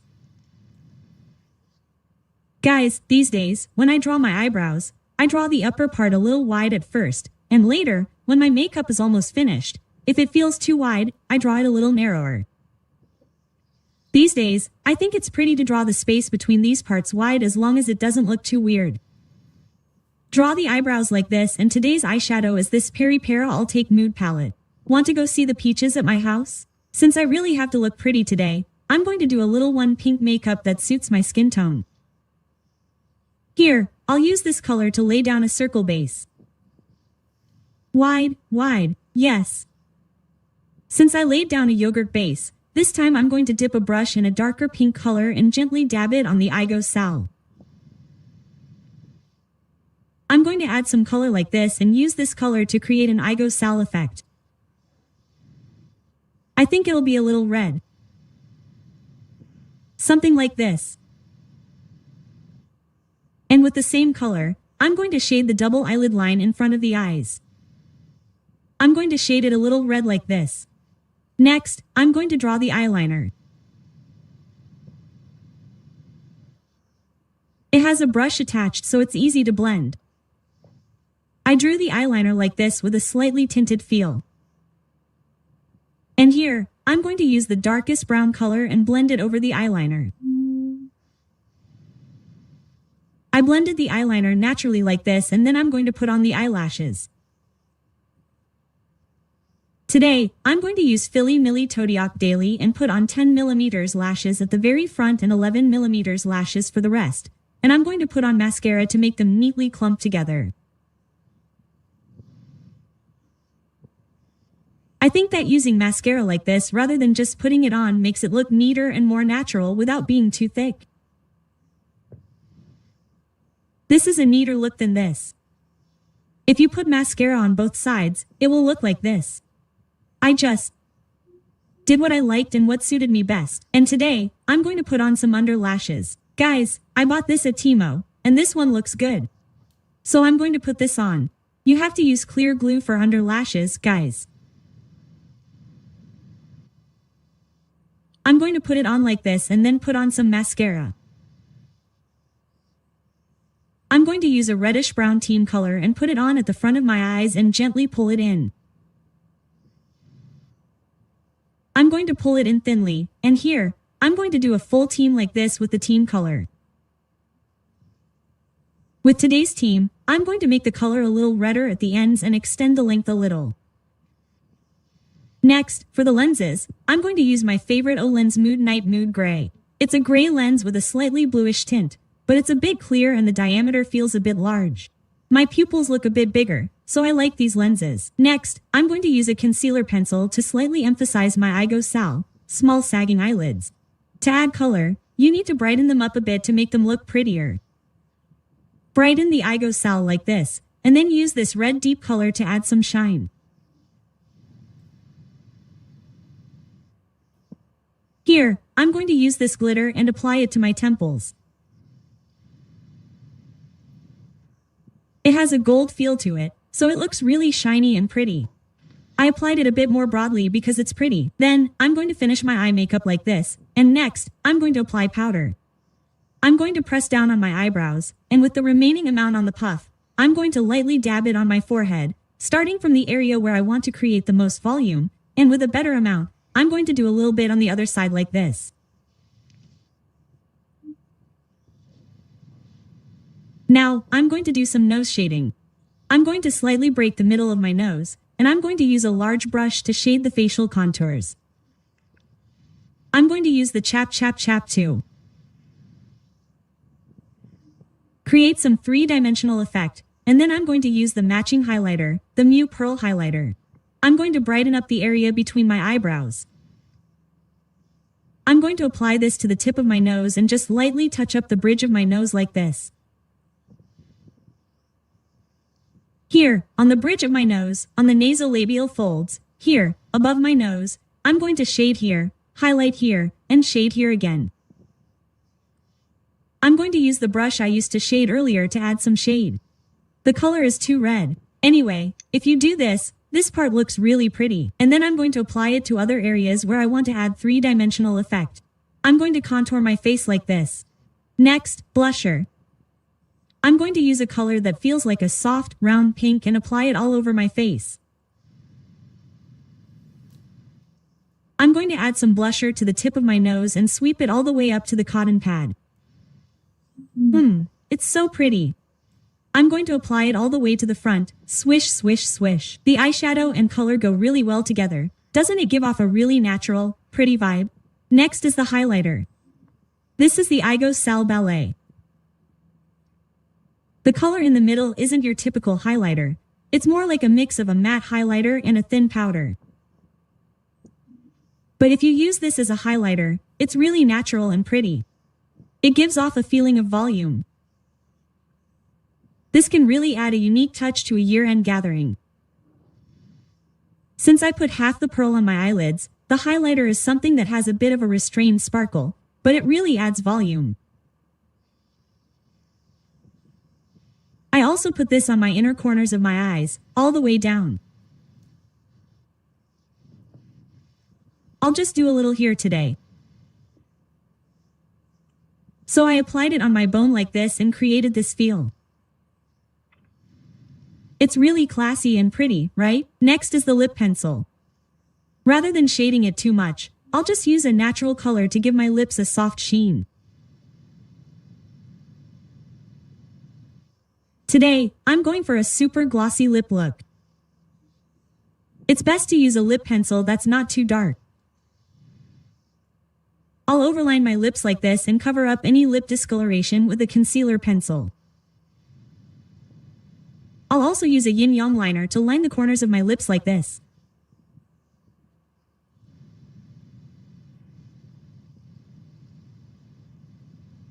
You need to apply this much more towards the inside than you think, and not too far out. But it's enough to make my lips look lifted like this. Okay, so today's lip look is the hottest thing right now, the Amuse Gel Fit Gloss. The yogurt lifting gloss is super trendy these days. It's been getting a lot of buzz lately, and I got a tester a few months ago, and it's so pretty. This is a really shiny, sticky gloss with a honey sheen. It lasts a long time. It's a really clear, shiny gloss, but it doesn't run or feel heavy. It just kind of bakes like a gel lipstick. It feels like the lips are completely sealed. And this double-sided tip is the real deal.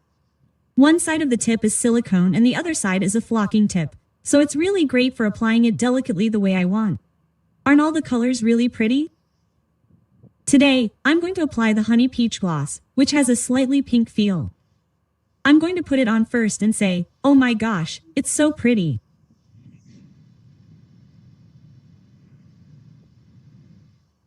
I'm going to apply a thin layer of this color all over.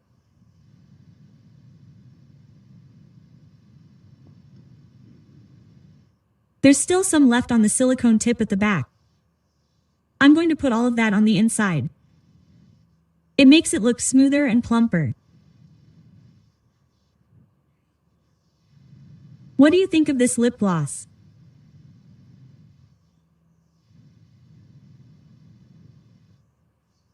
This voluminous gloss is so pretty, and it even has skincare ingredients in the gloss. If you put this on a day when your lips aren't in good condition, your lips will get flaky outside. It's good for your lips to be healthy. And this has a plumping function. So do you know how it smooths out wrinkles on the outside? This already has the best shine, but it smooths out wrinkles, so your lips look really pretty. This is really the end of year appointment. I'm going out wearing a lip. My lips are the prettiest. Everyone, I even got my hair done like this. It's a bit innocent, but the volume is really high. I tried. This makeup look that was as pretty as possible, not too thick or too thin, but not too tiring. I used the Amuse Ceramic Skin Perfector Cushion and Gel Fit Gloss to do this makeup look, right? Both of these products last a long time, so if you have a year-end gathering, you can stay out late and your makeup will last until then. This dense skin expression that I've mentioned many times before is also pretty. And what can I say about lip gloss? My lips were slightly plumped and covered while I was getting my hair done, everyone. So if you have a year-end gathering, definitely try this makeup look. Well, that's all for today, everyone. Bye.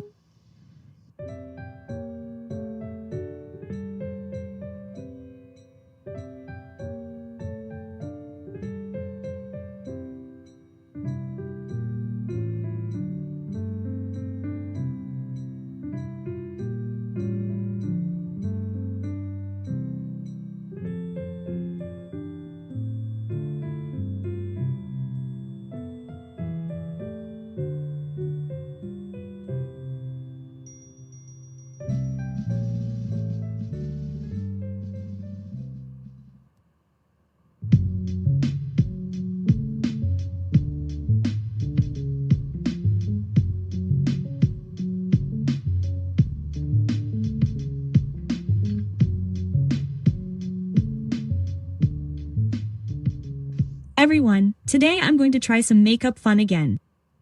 I'm going to do a heavy makeup look with a slightly nude feel. I'm going to start with the base.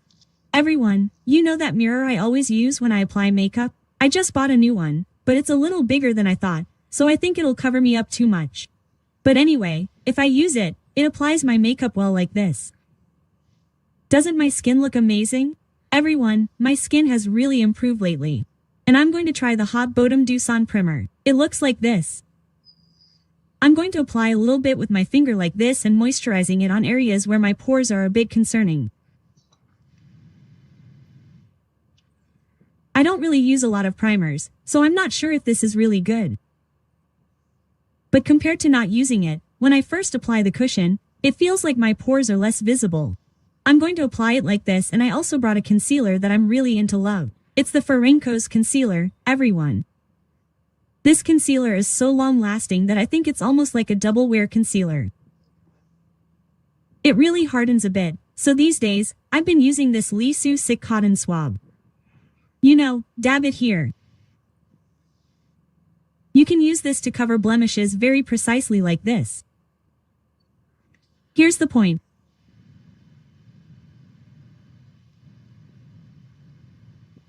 These days, it's really good to cover blemishes first and then apply base. Since this hardens, even if you apply base on top, it doesn't come off. And the reason I use a cotton swab instead of a brush is because this is already hardened.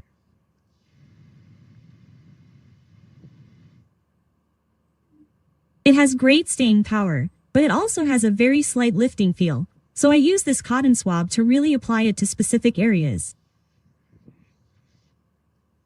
If you want to apply it a little wider, you can use the side area like this, but this is also good because it's very pointed, so you can put it in your pores. Here, I covered the blemishes like this, and then for the cushion, I used the Yogurt BD Beach Black Fur Fashion Cover Fit Cushion 17 pair. This cushion also has a really pretty skin expression and good coverage. I think BD Beach makes good cushions. Oh, the blemishes came out again. Oh, I think I put on too much sebum today, so they came out again.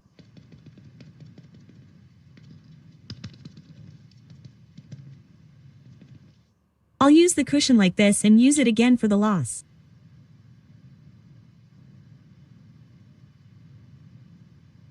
Your skin is amazing today. Everyone, the coverage is perfect, and the texture looks great too. Next, the eyebrows. Today, I'm going to draw them in a slightly arched shape. Down in the front and up in the back. And then all the way down. I drew them in a bit more of an arch than usual. And for the eyeshadow today, I'm going to use Yogurt BD Beach Black Fur Fashion Cover Fit Cushion 17 pair. Unfortunately, the area where this product was completely erased. Anyway, this is a brown palette that's good for building up shades. It's a really dull brown color. I'll use this color to set the eyeshadow base. Oh my, why is the pigmentation so good? But I was going to do heavy makeup today, so it's okay. This color. And I'll use this color that's a little brighter than this and apply it to the Igo Sal. I laid down the base like this. It's darker and nicer than I thought, but here, this color is a little darker brown color. Dot.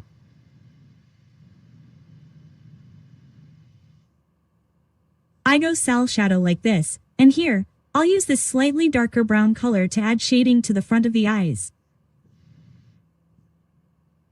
I'll add shading like this a little above the double eyelid line.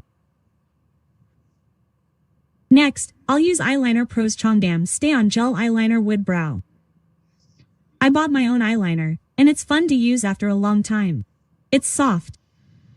I'll draw the eyeliner. I'm not going to draw the tail like this, I'm going to just draw it like this for now. That's because I'm going to put on these huge eyelashes. These are a bit like fox eyelashes that spread out like this, and I think they'll be really fancy and pretty. I bought the whole thing after a long time and tried it out, but it was a little uncomfortable. So I just cut it into 2 pieces like this. If you're thinking of buying it, I recommend against this. First, I have this and I'm going to stick it on.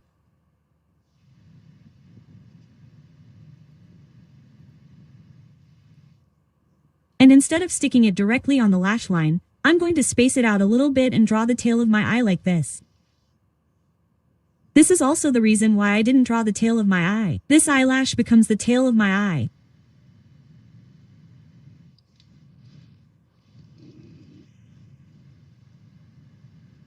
Guys, these days, there are a lot of good fox eyelashes, so I think you should buy those. Please don't copy this, guys. Anyway, in the end, I just stuck it on like this, but I spaced it out like this to make my eyes look up. And I'm going to use mascara to give it a little more presence. Today, the eyelashes are the main point. I did the upper eyelashes like this, guys. Now, I'm going to do the under lashes again, and since my eyelashes are growing out a little bit today, I'm going to do the under lashes as well. First, I'll apply under mascara like this and blow it and let it down. These days, if you apply mascara first and do this before it dries, you can get a really nice curl. And the mascara that was roughly applied will slightly disappear, and I'm going to use this really clumpy mascara fixer. This is Etude Mascara Fixer. Those of you who know this will know that it has a lot of fiber in it. You apply this. This under lash is extended incredibly, so you apply this here like this. This requires some skill, but if you control it well, you can make your lashes look incredibly long. This Etude mascara itself clumps the fixer well. So it's an advanced technique to clump and extend your lashes with this. The extension is incredibly long. If you let this dry a bit and then apply mascara again, you'll get this incredibly long under lash. For the areas you want longer, reapply mascara fixer to extend them a bit more, then reapply mascara.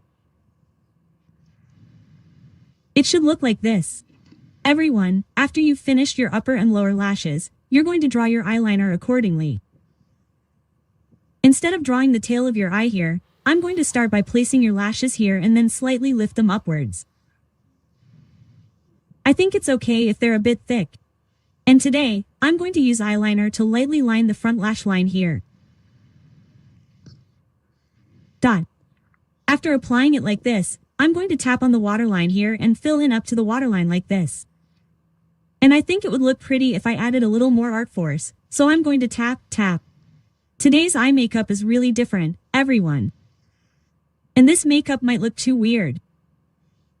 The lenses are Vivienne Saintwood Round Fixing Grande. I used highlight lenses today as well. And there's empty space at the back of the under lash line, so I'm going to use a slightly darker brown color here. Today, instead of opening it, I'm going to slightly block it upwards like this. It makes the eyes look more cat-like. Slightly spread it out like this. Moist. Instead of horizontally like this, do it slightly diagonally like this. And spread it out to the side. It will look like this. And with the remaining amount, I will slightly emphasize the Aigosal shadow. Also, after doing this, it seems like there isn't much shadow on the front rim, so I will use the darkest color yogurt like this and brighten up your face. Dot. Powder. It's been a while since I've used the SBU Fresh Setting Powder. It's not too thick, but it feels soft, so I really like this powder. Next, since my eyebrows look thin, I will darken the back a bit. I will make the front look textured like this. Then, I will do some shading. Today, I will do some shading using only this gray color. I will also draw the bridge of the nose like this, make the area between the eyes a bit darker, and make the bridge of the nose a bit wider. I will also break up the gradient in the middle here. It's a bit dark. But this might be okay after applying blusher, everyone. I'm going to do this between the philtrum and the lower part of the face like this, and then I'm going to use a large brush to shade the face shape.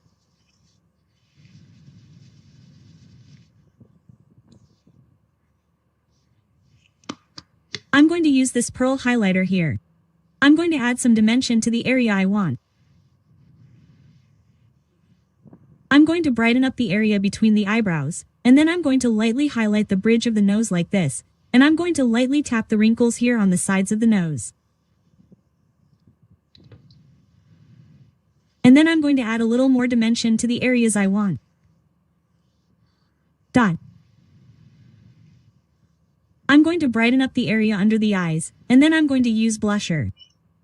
VDL Cheek Stain Blusher Mellow Sin. This one with the highlighter is so pretty. What's pretty? Both. First of all, the brush that comes with this is really nice. A nude beige-like blusher. This one is so soft. This one is so soft. I'm going to add color like this. I'm going to moisten the tip of the nose and then I'm going to sweep it across the middle. These days, the blusher method is the same, right, everyone? I think I'll do it this way for a while because it's pretty. I'll do this on my forehead like this and add a little color here on the arch of my eyebrows. Like this here too. Next, I'm going to do this highlighter. This is really crazy, you guys. Why is it so pretty? It's a little coral beige. I'm going to use this yogurt on my brush and highlight my nose. I'm going to emphasize this side a little. Of course, I'm going to apply a lot here too. Tap, tap, tap, tap, tap, tap, tap, tap, tap. Of course, I'll apply this yogurt to my bangs and blend it upwards.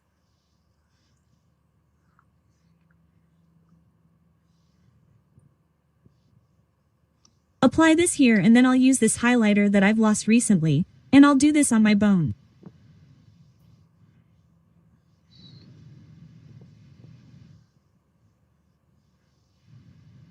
liner, like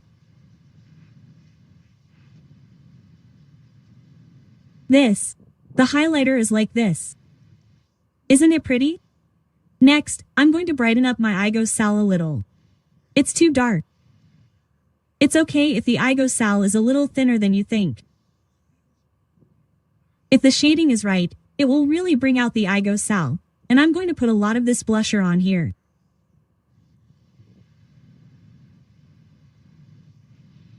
Like this. It's okay, right, everyone? I think it would look pretty even if I finish with a bit of a matte finish today. Oh my. And now that there's a lot of powder on my eyelashes, I'm going to make them black again. But these days, this is a really good item. Misha No Retouch Correction Cara Black. They have this in black, everyone. If you apply this here, it will make the eyelashes black again without making them thicker. It's perfect when you put on mascara at the end like this. I made my eyelashes a bit thicker like this. Next, for the lips, I'm going to use O Matte Bar No. 3 Soombiz, a similar color. It'll kill the lip color a bit and I think it'll be okay to overdo it a bit, so I'm going to just put it on my lips.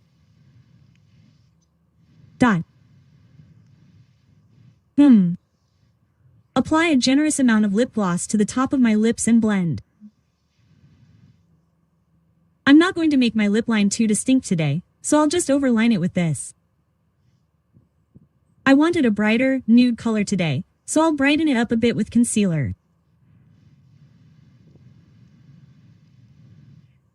ColourGram's new shade liner came out. It's number 10 70% brown, and it's a more saturated color with a bit more orange than the existing browns. It's not just orange, but it's a bit reddish. This makes my lips look really plump and pretty. I'll do this with my Alter Caramel Glaze. It's a 50% cacao color, and it looks like this. It's a really sticky glaze. And this slightly watered down cacao color. Let's try it. It goes so well together. I don't want to make it any darker, but I want to add a bit more shine. I'll just add a little more color to the top of my lips. It's so pretty. Here's a lot on the top of my lips. Since it's different, the nude look I was trying to make earlier is all gone. To add a little more volume with this concealer, I'm going to use the brush I used to shade earlier and lightly apply it downwards like this.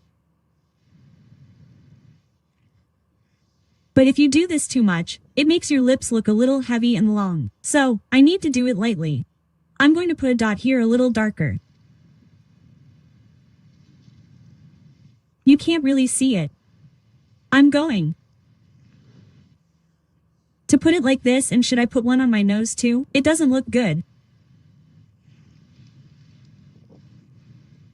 Today, what should I do? I put it okay. It's okay. It's okay, everyone, this is the end of today's makeup. I think it turned out really cat-like, but since it's almost the end of the year, I think it would be good to do this kind of special makeup when you want to. Well, that's all for today, everyone.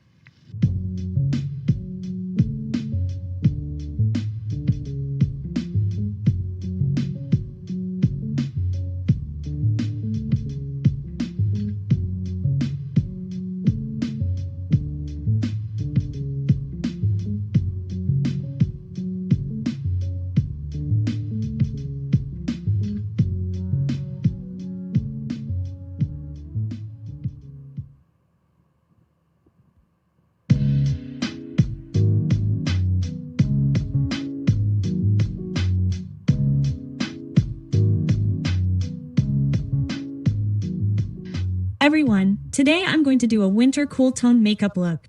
From the tone to the makeup feel, I'm going to do a cool tone makeup look that feels a bit like a cool adult, a woman's look. And today, I have some products that I really trust and use. These aren't the ones I used once and said, I like this, and recommended, but the ones that I like so much that I've been using them for a long time.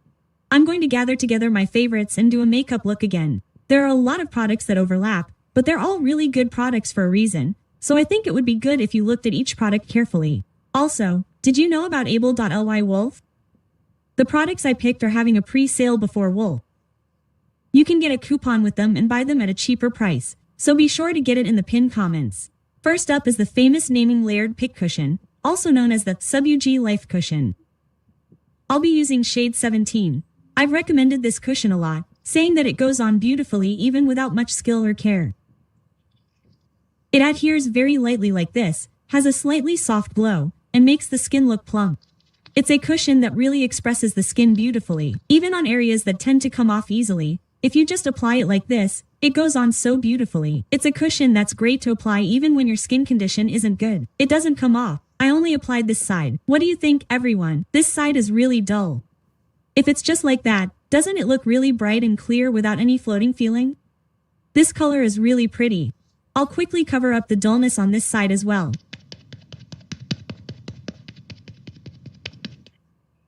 I've applied it once thinly, but I'll layer it again thinly after adding a little more. This is applied really thinly, but if you layer it like this, the coverage builds up quite well. It's moisturizing, not oily, but refreshingly moisturizing. That's why it has this glow, but if you lightly apply foundation, you can create a semi-matte look. The color is also pretty, there's no darkening, no caking, and it's easy to touch up your makeup. This is a really, really well-made cushion. Every once in a while, when I clean out my makeup bag, I get rid of all my makeup brushes. But this has been on my makeup bag for probably 4 or 5 years now, and it's been in my makeup bag ever since. It's a cushion that I've been using consistently and never went out during the makeup season. I think it's probably the cushion that I empty the most bottles of. It's also famous as the cushion that will last you a lifetime. There's a reason why it's such a good cushion. Next, I'll cover up some blemishes with a concealer pencil. After that, I'll use the legendary eyebrow pencil, double row balance pencil, in light taupe to draw my eyebrows. Whenever I post pictures on Instagram, people consistently ask me what I used for my eyebrows. They're so curious about the color and how soft it looks, and I drew them all with this Espa double low balance pencil light taupe. First of all, the color is so pretty. It's a taupe color that's not too dark or too saturated, so it's great for drawing in soft, pretty eyebrows. Everyone, look at this. Isn't it already pretty? I have natural black hair, and it's so pretty for drawing soft eyebrows on people with black hair, and it's a really natural color that anyone can use, from dyed to bleached hair. I heard this light taupe color is their best-selling color. Of course, it's so pretty. If you look closely at the shape of the eyebrow, it's not just thin, but a flat triangle. So it's great for drawing thin lines by raising it sideways, or for filling in areas by holding it upright. And this screw brush is also really thin and soft. If the screw brush gets a little stiff, you might end up skimming too much when you try to create a gradient like this, or if you keep repeating this, your eyebrows will really hurt. But this one is soft and thin, so it's really great for skimming like this and filling in the back again. And the best thing about this brow pencil is that it doesn't clump. Even if you keep drawing on it, the density builds up without clumping at all. For people like me who have to completely recreate their eyebrows, you have to build up the density multiple times in the thin areas where there's no hair, so it's really difficult if it gets clumpy. But this one allows you to build up the density without clumping. My friend who's an artist came to my house and tried this, and she said, "Wow, this is great." She said it draws exactly how she wants to draw. That means you can really control the density well. If you look here, my eyebrows look really light because I don't have any hair on this side. You can just draw on these areas and fill them in a bit more darkly, but it won't smudge at all. These days, I've gotten to the point where I look ugly if I don't draw my eyebrows with this. That's how pretty it really is. Another unexpected advantage of this brew is that it's red, so it's easy to find even if it's mixed in with other pencils, and the packaging itself is square. It feels great to hold and draw with, and the pencil side, screw brush side, and cap are the same size. so you can just put anything in it. Do you know that this is another huge improvement in quality of light? It's like a legendary eyebrow that was made with the user in mind, not just the product. Next is the shadow palette. If you use this color mainly, you can use it in a cool way, so I brought this palette. First, I'll use this color as a base. I'm going to start from the inner corner of the double eyelid and gently blend upward. I'm going to apply the same color thickly to the lower lash line as well. This is the color, everyone. Here, I'm going to use this color to shade the bangs, and with the same color, I'm going to lightly shade here as well, to give the feeling of extending the double eyelid line to the aigosal shadow.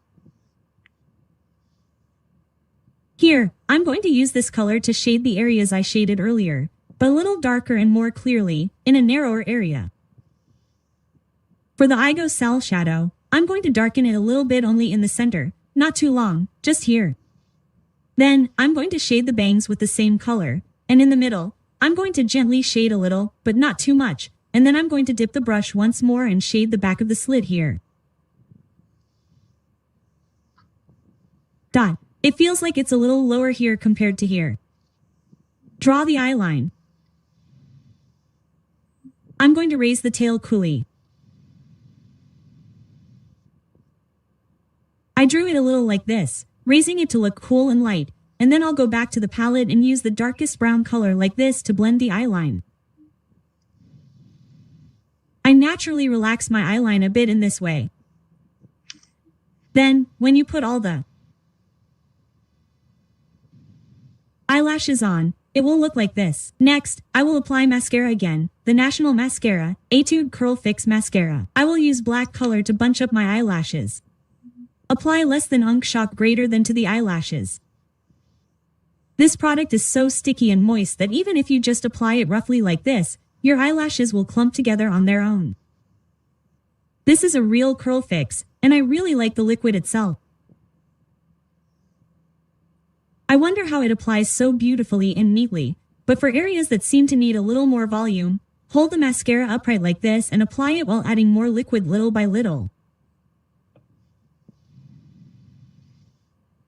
I'll do it like this and gently tighten it with tweezers. How do you feel? You guys are really the kings of cleanliness, right? This is why I can't stop using Curl Fix.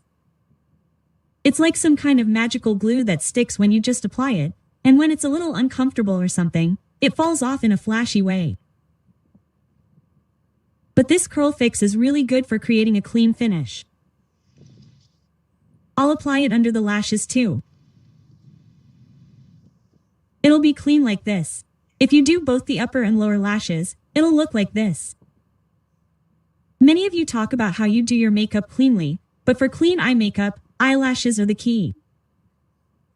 This Curl Fix mascara plays a really big role in that lashes. And the Curl Fix, you know,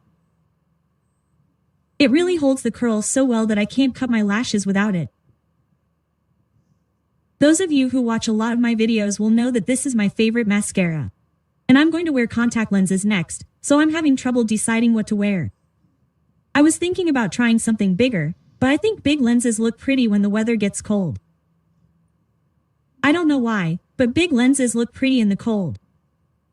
And today's blusher is this calm, muted pink color. It has a hint of lavender, and I've been thinking about these cool blushes lately, so I'm going to apply this. Unchap Unk in the center gives it a totally cool vibe, right?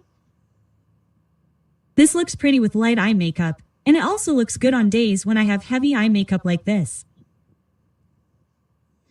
I like applying it under my eyes, so I'll apply it all the way up to my aigosal area. I'll also apply it along the bridge of my nose, and since I want something neat today, I'm not going to use as much blush as usual, but I'll just put in some blood vessels. I'll also put it under my eyebrows a little more lightly than usual because I want to emphasize my pale complexion a little more. Then, I'll press the powder down to make it really fluffy.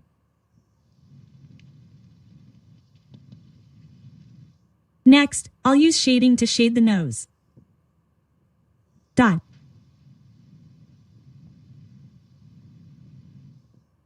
These days, I like to do this all the way up to the philtrum.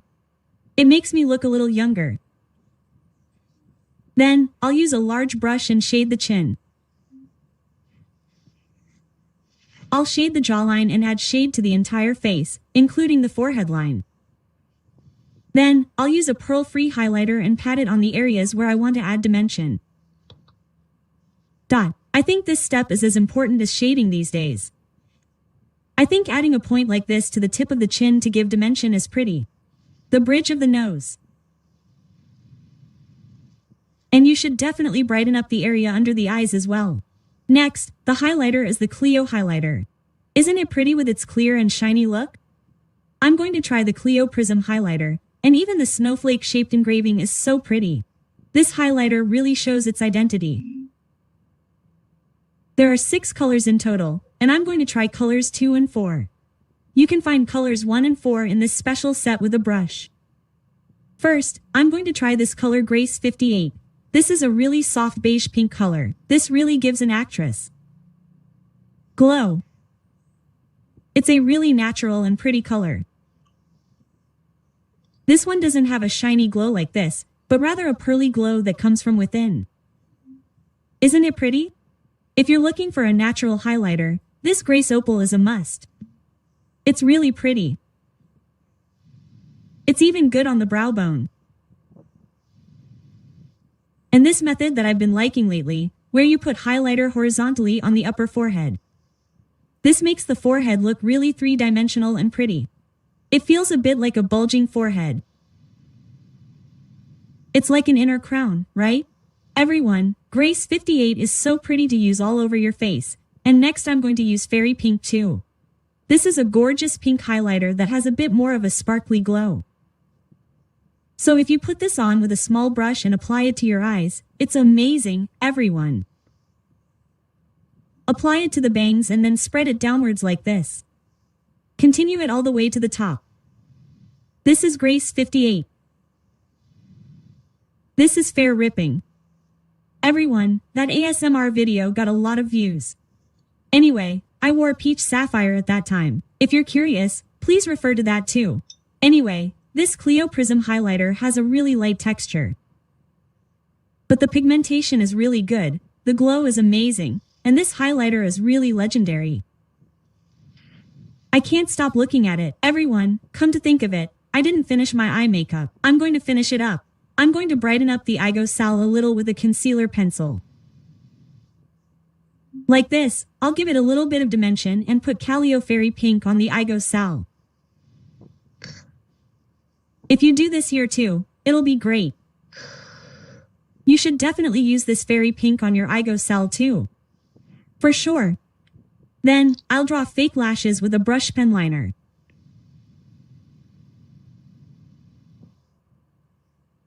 Draw it like this and then, using a lip pencil, I'll do an overlip.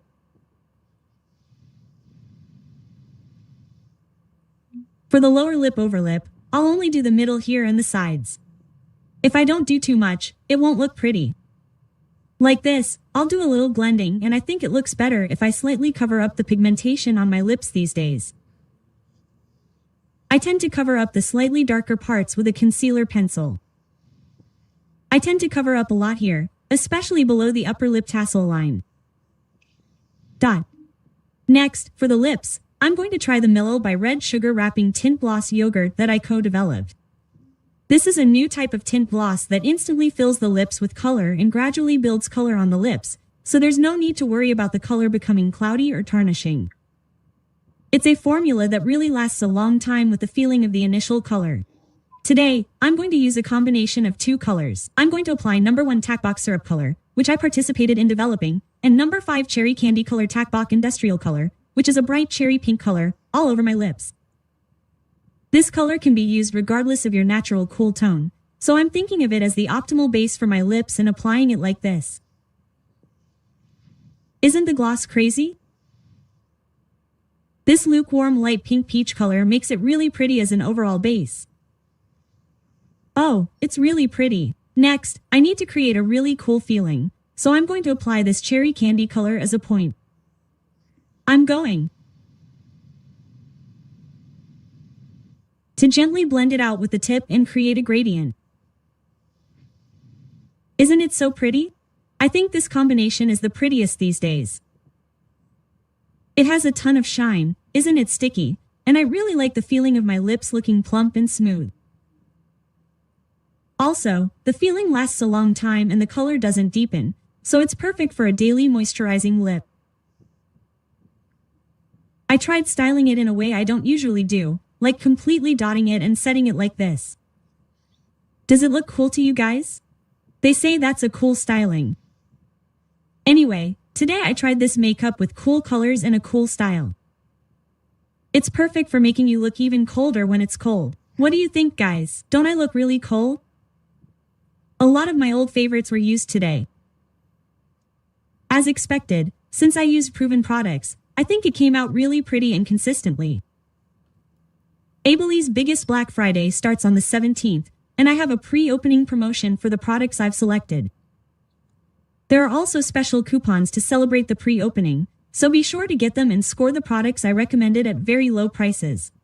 That's all for today, everyone. Bye.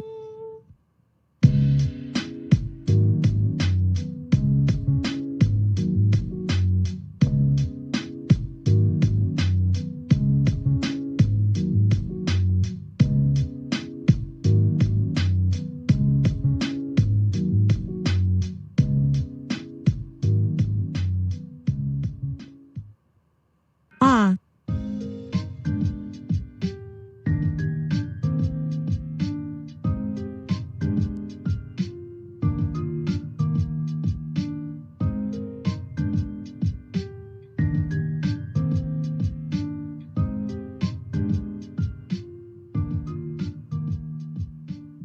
Everyone, today I'm going to try out some makeup using some of the new cosmetics that came out recently and some of my favorite products. Right now, I'm using a collagen bag and my skin is very dry. I'm going to use toner to even out my skin texture. I really like to apply my skincare like this rather than just putting it on. I bought this remover container and use it here. You just press it and it comes out. Anyway, I'll apply the toner like this and let it absorb. I think 1.5 coats is good. For me, 1 coat feels a little too thin and 2 coats feel too oily. Everyone, I'm going to try foundation today. Estee Lauder Double Wear. I recently suddenly became obsessed with long-lasting foundations, so I bought this one. This is a porcelain color, but it's a little darker. But this color called Alabaster is really white, and you can buy it directly from overseas. This is also a way to ruin a pumping BB cream. I'm going to apply this like this. Oh, I applied a lot. The sticky, fluffy one I bought at Daiso. Bubble Wear sets quickly, so you have to blend it out quickly. It looks like it's already set. Oh my, I didn't apply primer. I bought primer. I bought it last time. Anyway, I'm going to pat it on like this. It's so funny how I suddenly became interested in double wear when it's getting cold, you guys. This double wear is so hard for me to apply. It sets too quickly, and if I try to layer it on, it takes off what I applied before. So I asked you guys how to apply it, and you guys gave me so many great tips. So I applied it using those methods, and it really looks so much better. But I've always been a bit of averse to mixing things. I bought this double wear foundation to use, but if I just mix things up, I feel like I'm not really using double wear. I feel like the longevity, which is the advantage of double wear, will disappear. But that's not the case, you guys. Mixing things up makes it apply much better and lasts longer. There's a line here, and if you try to spread it like this, it's ruined. I haven't really figured out how to apply this well with a brush. I want to conquer this. It feels like it's almost the best among foundations with good staying power, so I really want to enjoy its benefits 100%, but it's difficult to apply. But I'll overcome this. I'm in the overcoming phase right now, but for now, I feel like I absolutely have to mix things and, for areas that are difficult to apply, I gently control them with a brush. I think I applied it well today. I don't really use a lot of department store cosmetics, especially those from Pata, but I do know that double wear formulas are a bit too strong. After applying these, they stick to your skin like a waterproof eyeliner. It feels like they stick to your face to that extent. I'll draw on my eyebrows.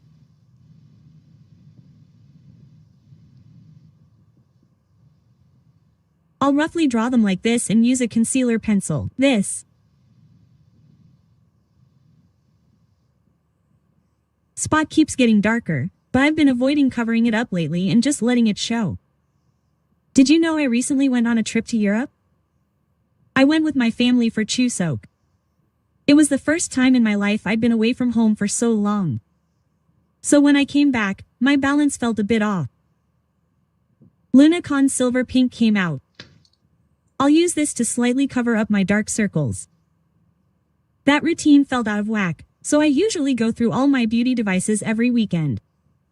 But after I went, that routine was completely broken, so I stopped using them.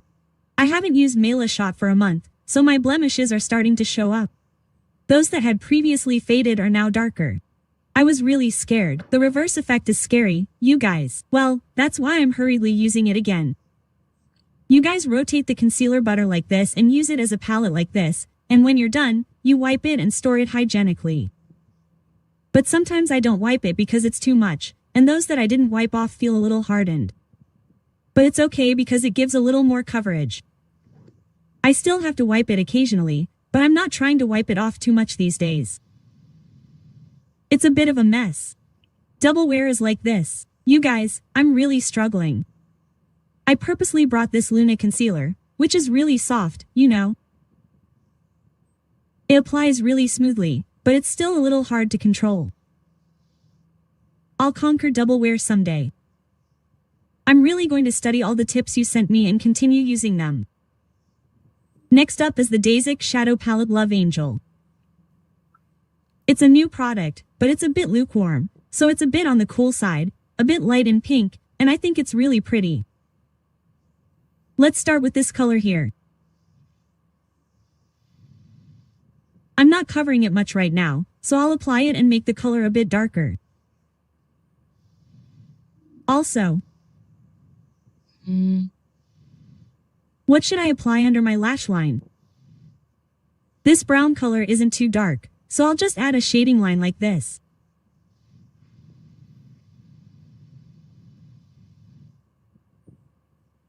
I'll use the reddest color here and add some trim shading, all the way to the back trim.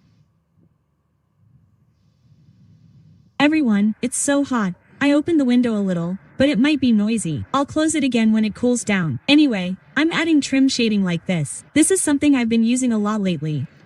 Polika Holika Gel Tail Tuntun Americano color, and this has a slightly soft texture. These days, I've been using this to draw my eyeliner, and I think it's used for blending lines.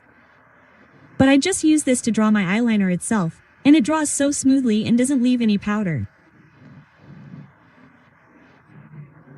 Of course, it might smudge more than pencil eyeliners, but my eyes don't smudge that much, so it's okay for me. I tend to draw my lines thick, so I really didn't like how thick the area would look if I drew it with a pencil or gel liner.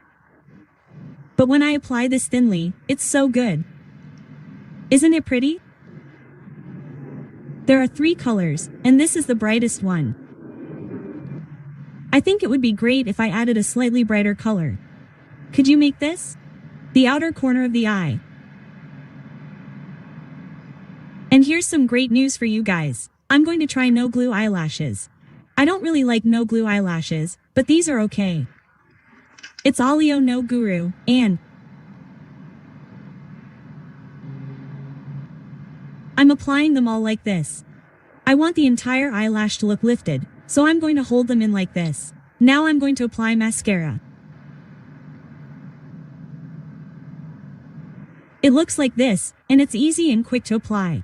And here's a good gay glue. You can barely see the glitter. I can't see it now. The shape is pretty, the adhesion is good, and my eyes don't feel uncomfortable. The staying power is good.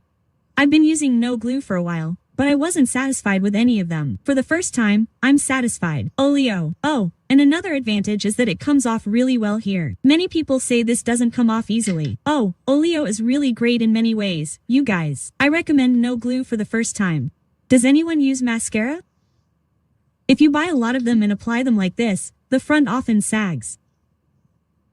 Curl them like this in each area too.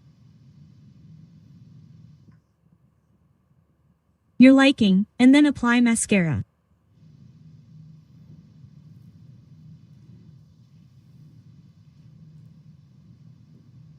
Now, the lashes end up like this. Next, Roman Handle Liner. This is a cream color called Yogurt Yoni, and this one also has a really intense new feel. I mix these two together. If you gently apply this on the Igo Sal, it makes the Igo Sal look really plump and pretty. I think it's better because it applies thinly and softly than concealer. It fixes it to some extent and adds volume, right? And again, from the palette, this pink satin pearl-like color. I put some yogurt on a small brush and apply it directly to the Igo Sal that I just revealed. Oh, it's pretty. And the color on top is also intense, so it's really pretty, everyone. And fake lash. This color doesn't leave much of a nastiness at the end. For those who aren't good at drawing fake lips, I totally recommend this. For blusher, I'm using the Yogurt A Bounce Tone Skin Layer Fit Blusher. I said it was really pretty in the last video, but this new milk cocoa color is really pretty. This looks really different on my face and on the back of my hand. I'll try it out.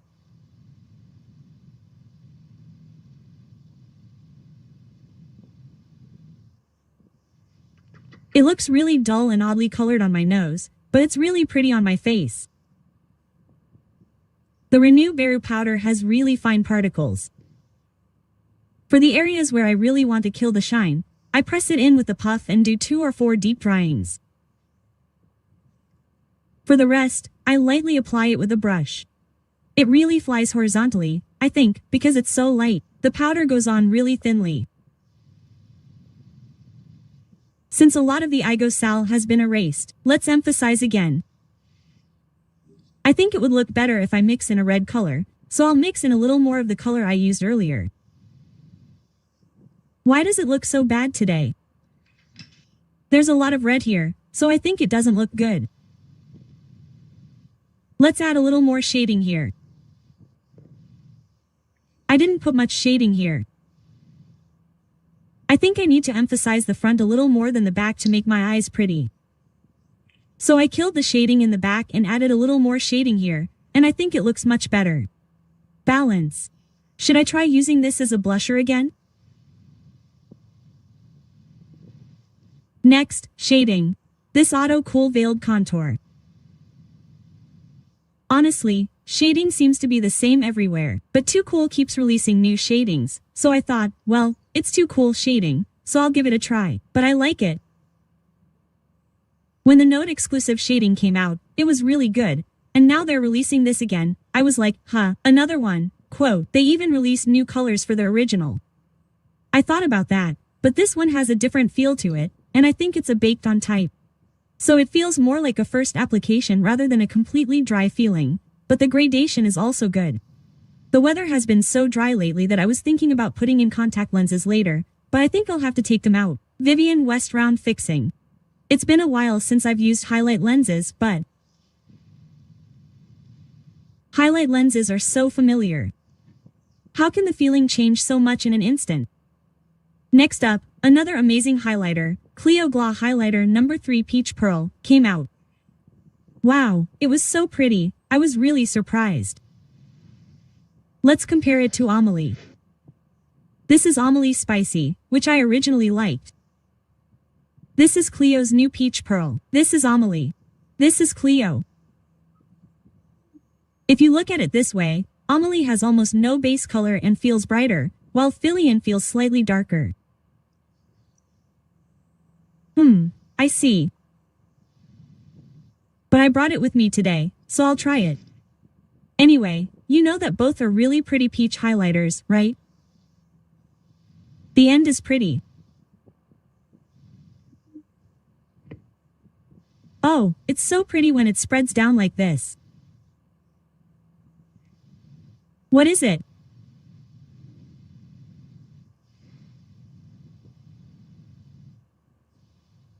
I'll try this on my brow bone too.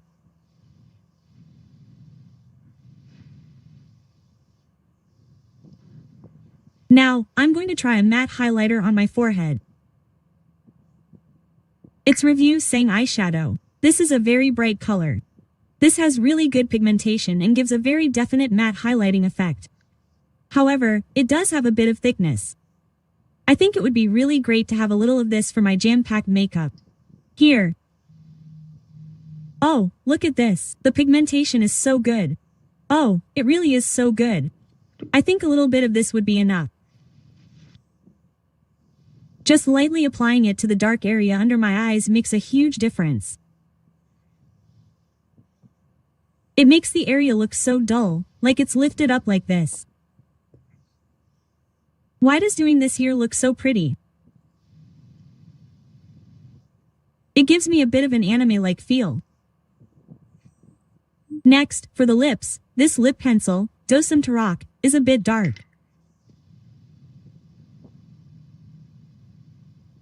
Now, after doing this, I'm going to cover up any discoloration on my lips. I'm going to cover up the dark circles with a salmon-colored concealer. But these lips are also a little blue here, so they're called purple lips. There's a little blue discoloration here, so I need to cover that up with a salmon-colored concealer. It gives a much more natural coverage. I'm not the type to just put on lip base or anything. So I didn't know, but if you apply a little bit of lip base and light, the coloration is covered much better. Rather than just a pink feel. If the lip line I drew earlier is too dark, I use this to make it natural. Like this. Oh my, but why is this slightly nude feel so pretty? I'll find a lip color like this. Everyone, this looks pretty. The manufacturing date is written on the product name, so you can't see it. Anyway, it's a hard % matte lip, but it's a nude pink color.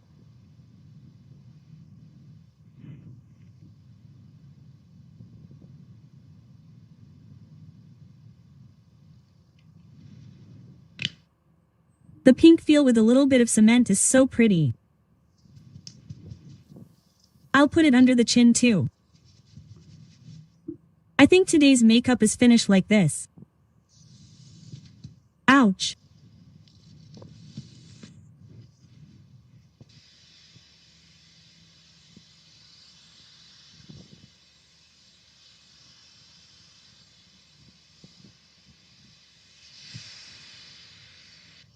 Today's makeup was like this, but I have to quickly look pretty before my hair volume dies, everyone. Well, thank you for watching today's video, and I'll be back next time, everyone. Bye.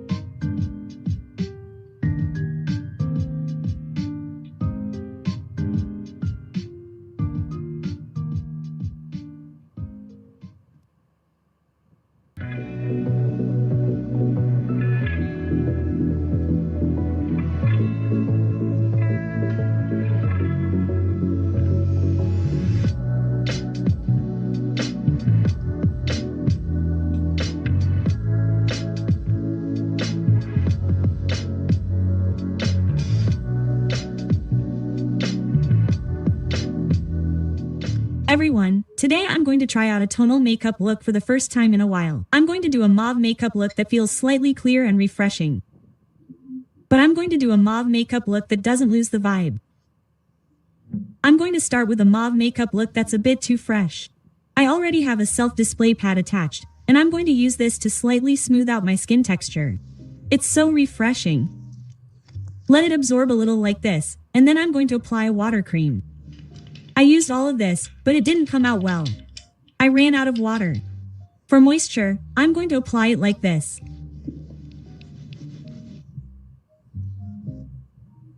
And after that, I'm going to apply a base. Today, we're going to be foundation free, everyone. So today, instead of foundation or cushion, I'm going to use a tone-up sunscreen as my base makeup. Also, my favorite 9-month clear, moisturizing tone-up cream.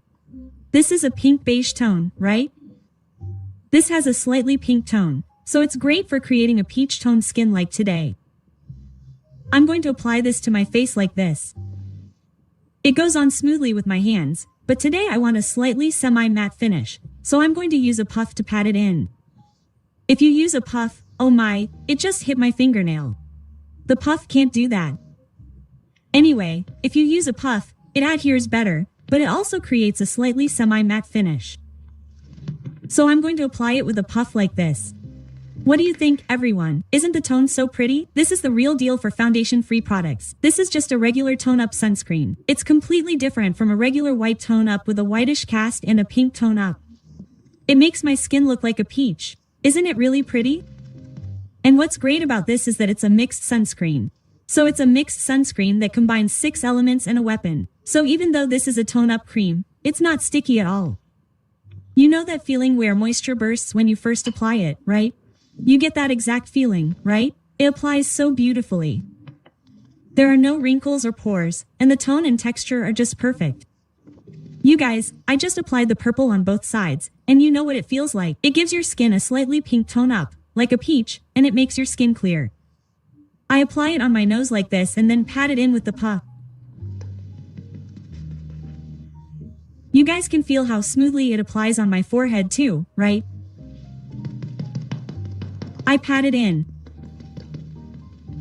Seriously, you guys, I don't really like tone-up creams, but this one has such a nice color and texture. It's perfect for use without foundation. Doesn't it just make your skin look completely white and dewy? It doesn't look patchy or uneven anywhere, and it brightens your skin overall. But this doesn't just brighten your skin temporarily. It also has whitening functional ingredients. So, it's a 2-in-1, 2-for-1 deal, and it even blocks UV rays. SPF 50 plus PA. This is the perfect tone-up sunscreen. Everyone, I highly recommend this for foundation-free use for many reasons. Foundation-free use is often used when you want to give your skin a little rest. But this one is actually written as soothing in the name, and it's also gentle on sensitive skin. I just applied it all over my eyelids. Even after doing that, my eyes barely felt any irritation. That's why it's the perfect sunscreen for foundation-free use. And this, you know this, everyone, the clear, soothing, moisturizing sunscreen. This sunscreen has been featured many times since the old Get Ready Imi. This one is just like a complete moisturizing cream, but it's really refreshing and it's a great sunscreen for creating arrow neck skin. So when I want to do a foundation-free makeup look like today, I alternate between this tone-up sunscreen and this moisture sunscreen before my makeup. I just use it every day. It's really my skin. The 9-month sunscreen I showed you today is also being sold as a buy one get one free set at Olive Hung. If you need sunscreen and are still a sunscreen nomad, please try the 2-month sunscreen. I really recommend it. In particular, this tone-up sunscreen I used for my foundation-free makeup look was selected as the October All Young pick. That's why the discount rate is even bigger. So if you need a tone-up sunscreen, you should definitely get this. It's a whole new world if you use this, everyone. Jaehyung and the color are so pretty, but I still need to cover up blemishes, so I'm going to try the Aru Builds Concealer. I've been using this lately. Why is the coverage so good? Everyone, I love it. But it's also quite thick. It's such great coverage that I've been using it a lot lately. Just tap, tap, tap on blemishes. I used to never understand when adults said they looked pretty even without makeup, but now I think I understand what they meant. It's just that youthful skin itself feels beautiful. So, like today, I put on some tone-up sunscreen and concealer to cover up blemishes, and my skin looks so pretty. But then I feel like I want heavy makeup tomorrow, and my ideal beauty keeps changing. Do you feel the same? But today's ideal beauty is fresh and youthful, so I'm going to keep my makeup light. I'll finish my skin like this, and it's so pretty, right, everyone? This clear skin look. Next, I'll draw on my eyebrows. I always do the same eyebrows, so I'll do it quickly. Today, I'm going to do something unique and start with blush, everyone. About Tone Skin Layer Fit Blusher. Nude Mauve color. This blusher, you guys? It's a blusher with this much coverage, but it's kind of like a concealer. It doesn't make the base look too flaky, which is nice. Since it's a blusher that gives a lot of coverage, I'm just going to apply it with my hand like this. Okay, Fade Free is a liquid blusher. It goes on smoothly without any of that greater than less than feeling. Isn't it pretty, guys? I'm going to apply it a little darker like this on the side of my eyes. Lately, I've only been doing a really soft look. Let's look ahead. Apply it like this. Today, I'm going to apply it like this, under my eyes, all the way to the tail of my eyes. Isn't the color pretty on my eyelids? It's a really pretty mauve blusher. I'm not satisfied, so I'm going to add a little more here. After lifting it up and making sure your skin tone is clear, the blusher goes on like this, so it really creates a nice mood. I'll just lightly tap it on the tip of the nose and the bridge of the nose. It feels like I'm just applying it all over. Apply it here like this and do one more time with a little concealer. Next, I brought the Shadow Lumiere Palette Rosa Beach. It's this color. I think it'll go well with the blusher, right? I'll use this color here and lightly apply it thinly on the brow bone. It's a similar tone, but this pearly color will be applied all over the under eye area. Wow, it creates a nice mood, everyone. I'll use this calming rose color to add an Aigosal shadow. I'll even shade the inner corners of the eyes with the same color. What do you think? It really adds depth, doesn't it, everyone? Next, I'm going to draw the eyeliner. It's called Slim Liner and it's a rose ash brown color. This color, rose ash brown. I brought a little bit of a red color, and I'm going to use this to line my eyes. Since it's blue makeup, rather than a strong, clear line, I'm going to use this red shade of liner to give a subtle, almost reddish feel. It's a bit strangely red, but it's also clear. The hair is straight. Next, I'm going to put on eyelashes. You might think these are fake eyelashes for blue makeup, but I'm going to put these on. I bought these from Temu, and they look really natural, you guys. Each and every one of these lashes looks really natural, like real hair. But I tried it once, and I thought it would look better if there were a little more pieces, so I cut it in half. So I'm going to put it on.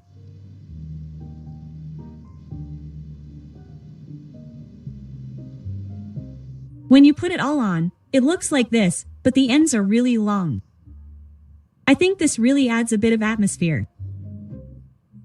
I want a little definition, so I'm going to lightly apply mascara to the areas that look lacking. I want a little more presence in the middle, so I'm going to finish it off like this for a completely natural look. I'm also going to lengthen the under lash mascara. I made the under lash a little long and refreshing to match the top like this. If you look at it from far away, the presence of these eyelashes isn't that great, but it makes your eyes look bigger. It makes your eyes look fresh and fresh. Next, I'm going to lightly outline the waterline with this red pen color.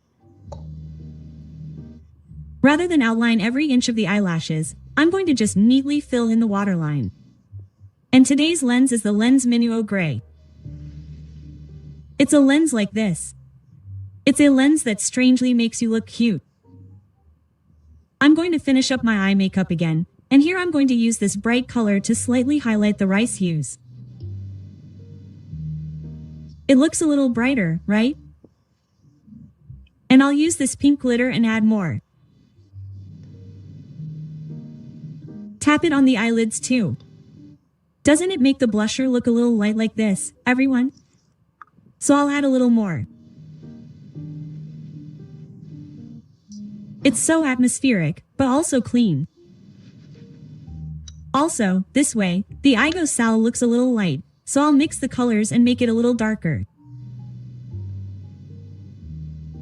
Next, shading. I'm going to use this to shade my nose. I'll use a ruler here, and then slightly break off the tip, the sides, and the bridge of my nose. Dot. Then, with a large brush, I'll press down on the shape of my face just a little bit today. After this, I'll apply powder. I brought a very thin powder. Renew Beru powder. Today, this glow is pretty, so I'm going to lightly powder the areas where I want to create glow. Like the bridge of my nose. Next, I'm going to use this highlighter. Etude Poying Eye Maker Doki Doki Change. Here, I'm going to use this pink color and put it on the tip of my nose like this. Pretty, right? Wow. Tap tap tap on the bridge of my nose too. I also put highlighter on my bangs like this. Pretty, right, everyone? And now for the long-awaited lips. First, I'm going to overlip with a lip pencil. Make this bigger. Extend my lips like this. For today's lip look, I'm going to apply Roman Gloss Gray Way. I also thought it would look pretty if I made it plump, so I'm going to apply it all over like this. Doesn't it look crazy? It's a gloss that goes up transparently, so the texture itself is blue, but today's makeup overall has that fresh vibe. It's somewhere blue, but somewhere atmospheric. It goes well together. It's so pretty. It's a color that shows my lips just the right amount, but also subtly mutes them, and it suits me so well. So today, I'm going to do a foundation-free blue makeup look with my hair done in waves. What do you think? Everyone, today's apple blue makeup look is quite long, and it lives up to its name. Today, I used 9-month Tone Up sunscreen to create a completely transparent blue skin look with a foundation-free look. On top of that, I put mauve tone blusher on my eyes to create a bold look while still maintaining the look, but since the blusher is liquid, it still has a bit of shine, giving it a blue feel. I also added false eyelashes, making it more glamorous, but with natural-looking eyelashes, so it doesn't lose the blue feel. My lips are also a transparent gloss, so they're slightly blue, but the color is slightly neutral. So, overall, this makeup look is complete. Isn't it pretty? The skin expression is especially pretty. It feels like I can't believe I used sunscreen at all. But today's makeup isn't difficult at all, but it looks so pretty and atmospheric, so I hope you all try it. Well, that's all for today, everyone. Bye.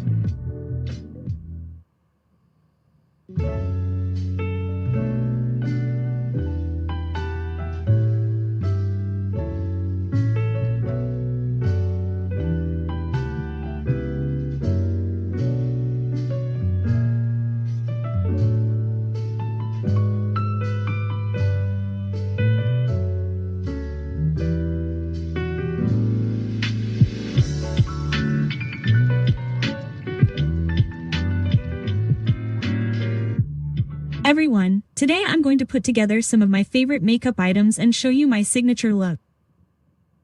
My current aesthetic is a bit of a peach vibe. Like the natural, flowing waves I had today, it goes really well with this kind of hair. This peachy, soft makeup look is perfect for that. Let's get started. First up is the Jung Samuel Moisturizer. This is my absolute must-have. I use a really light foundation and apply this over it before applying makeup. It doesn't cake and the base goes on really well. It presses down all the dead skin cells and leaves my skin feeling smooth and moisturized. Next up is Harrah's Black Cushion. I wasn't a huge fan of this cushion when it first came out. But now that it's so delicious, I love it. It's not the type of cushion that goes on quickly, which I like, but it has a really matte finish from the start. But it covers up fine hairs really nicely. And it lasts really well. For a slightly peachy makeup look like today, I need to keep my skin looking pretty, so I brought this long-lasting cushion. These days, on days when I'm going out for a bit, I think I'll use this cushion. I love it. I neatly laid down the cushion like this. Next, I'll draw my eyebrows with the Eyebrow S or the Brow Balance pencil. What's really amazing about this light taupe color is that if you watch YouTube videos, not only do people with black hair like me use it, but people with really bright blonde hair also use it. I think it's because it's easy to adjust the density, and the color is so natural and pretty. I like slightly thick eyebrows, so I drew them like this. And the eyeshadow is this Lily by Red Mood Keyboard 14 Multi Recording. I don't know why I like this color so much these days. It's really pretty for a soft, peachy makeup look.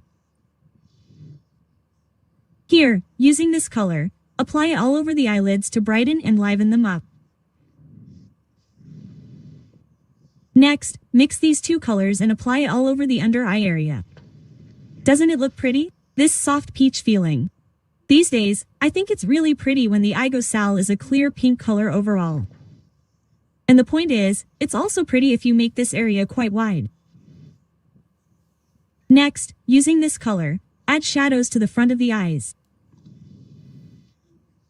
The point is to use vibrant colors rather than shading with a color that's too saturated. I'll add shadows to the Aigosal as well. The shadow color is like this, everyone. And using this slightly darker reddish-brown color, I'll add shadows to the front of the eyes. With the remaining amount on the brush, gently drag it back. And add the back crease as well. And with the remaining amount, make the Aigosal a little more distinct. Doesn't it make the under eye area look really open? These days, I think it's prettier to emphasize the under eye makeup without using too much color on the eyelids. Today, I'm going to try attaching 11mm blink lashes. There are so many easy and pretty eyelashes these days, but if you have the passion and time to diligently apply them, I think you'll definitely end up using blink lashes. I think nothing beats blink lashes for neat eyelashes. I put them on really carefully, spacing them out nicely like this. And I'm going to use Etude Curl Fix to neatly and quickly clump them together. If you put the effort in from the beginning, your lashes will clump together on their own with just mascara. But I'll use a curling iron to clump them together more neatly. And I'll set the curl as it is. I'll do this neatly. Aren't they really pretty, everyone? As expected. And now, I'm going to use Clio eyeliner in ash brown and draw an eyeliner on top. The reason I put on my lashes first is because they look neater when applied without an eyeliner. That's why I've been liking the line lashes first, then eyeliner technique lately.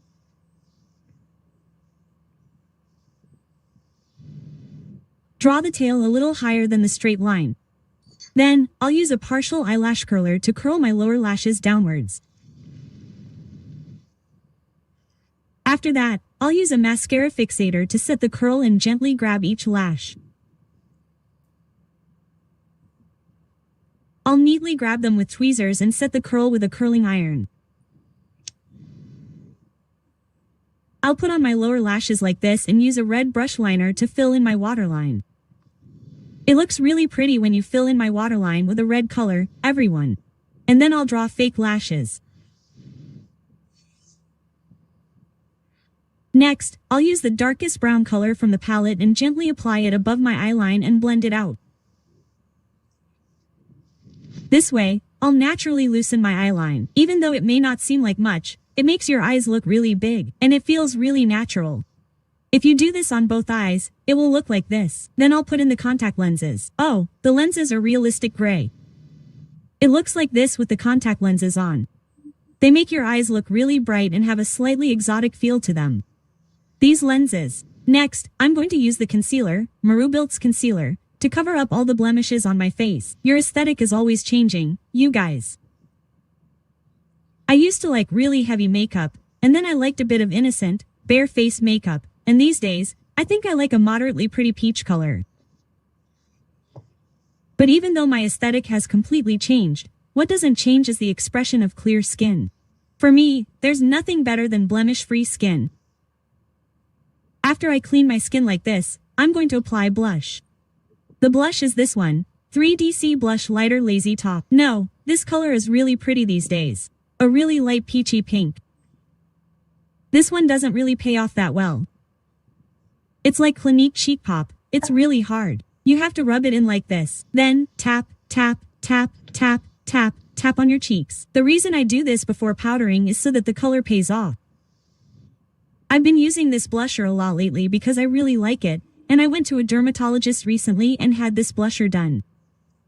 But the dermatologist said that the blusher was so pretty that you could only see the blusher, but it's that pretty. It's a really innocent peach color. Apply it all over like this, lifting it up under your eyes and continuing to the bridge of your nose. This is a blusher method that I like these days. It's okay if the color goes up quite a bit from light. My blusher method these days is set in stone. I apply it like this to the front cheek, then to the middle of my nose, and then to the tip of my nose, and then, focusing on the tip of the brush, I add color here and there, like this. This makes it look really natural and makes my entire face look a little peachy. But after doing this, the blusher ends up all over my eyelashes, so I have to apply mascara again. Then, I put this all over my forehead like this. I did it like this. Then, I'm going to do some shading and highlighting. For the shading, I'm using a shading specifically for Too Cool Nose. This one, like the blusher before, doesn't go on horizontally and the color doesn't apply well. So, it's really good for shading the nose as if it's smudged.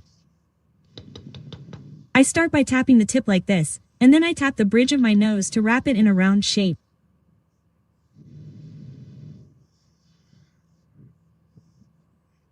And here, I'm going to add shading with a shading brush and slightly cut off the middle of the bridge of the nose.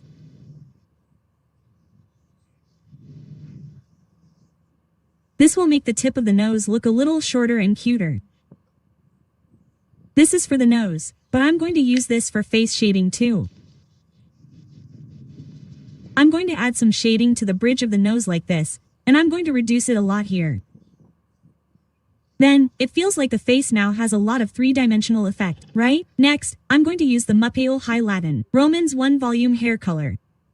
I'm going to use this with a plump brush and brighten the area between the eyebrows a little. This really makes the impression look fresh. It also has some coverage, so it feels like it hides some of the redness here. And also, what's really important is to brighten up the area under the eyes like this. Absolutely. This way, it becomes a lively and soft peach, not a dull peach.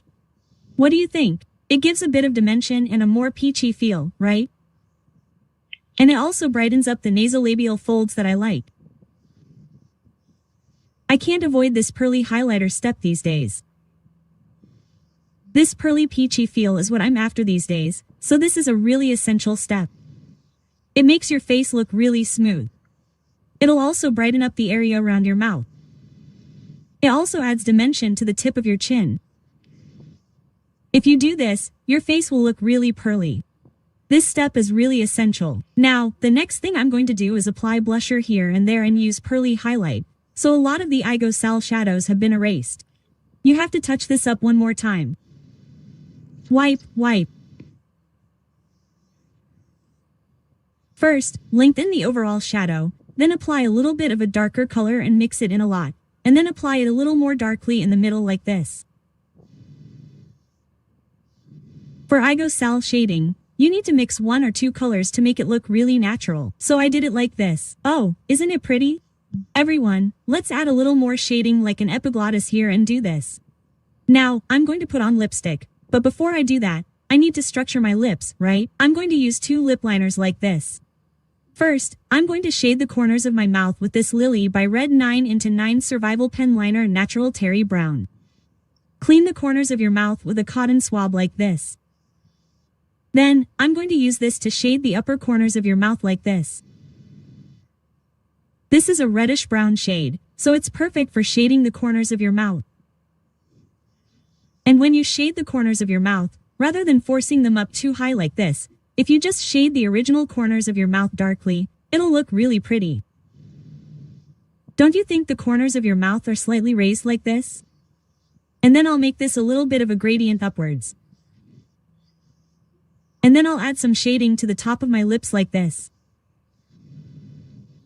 Blending. Then, doesn't the lip structure look really pretty? Pretty. And my lip liner is Lily by Red Smiley Lip Blending Stick No. 1. This is a really calming pink color. I like colors like this when I over-apply my lips. I'll over-apply with this. This color makes my over-apply lips look a little like real lips. Right? I've really shaped my lips like this. Pretty, right? These days, I think it's prettier when I don't make this area too dark and leave a little bit of color, like I'm putting it in. That's why I'm doing it this way. And the lip color I'm going to use today is the new Lily by Red Lip. It's the sugar wrapping tint gloss that I co-developed with Lily by Red. I often do spoilers on YouTube and Instagram, so many of you probably know that I participated in the development of a lip product. That's how this lip product was born, but I only showed you a glimpse of how I applied it and didn't really tell you when it would be released. Today, I'm finally introducing it officially. What do you think, everyone? Isn't the packaging so round and pretty? It feels like sweet candy. This sugar wrapping tint gloss is a tint gloss that gives off a bouncy, voluminous feeling as soon as you apply it. It's also called a smooth sugar glow tint. It has a crazy, shiny glow as if it were wrapped with a professional product, but the texture is so light and comfortable. The shine is like a gloss, but the feel is like a tint. It really feels like the best of a tint and a gloss combined. This tint is so comfortable and has such a good ride quality. So you have to try it. You have to try it to know. They say the ride is comfortable, you guys. This is a tint that you have to try on yourself to know the ride quality. Today, I'm going to show you a little taste of this tint, focusing on the colors I made, and in the next video, I'll show you Jaehyung in more detail.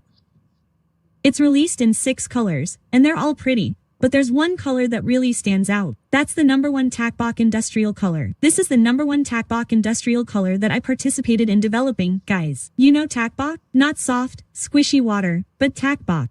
It's a lively color with a sense of saturation and a nice mix of white, making it look really lively. If you made that talk into an industrial color, I think this is what it would look like. I even named this color Takbok Insong, likely a pun intended to be a tepid, unpolished pink. What do you think? It's so pretty, right? When I was creating this color, my initial goal was to create a peachy pink that anyone could wear, regardless of their skin tone. It's so pretty, so I ended up with this lukewarm, TTAKGBOK pink that's neither warm nor cool. So, let's apply this all over my lips. It's really pretty, everyone.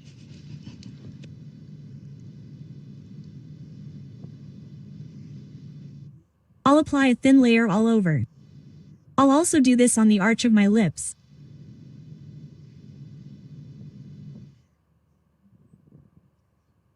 This isn't a gloss that disappears with a single swipe, so you can just blend it in. As soon as you apply it, it instantly adds a sheen and gives you a nice peach flush. The color is just so pretty. It's really so pretty. What should we do? It's pretty even with just one application, but my way of applying it prettily is to layer it thickly. Since this is a less sticky formula, it's really good for applying thickly.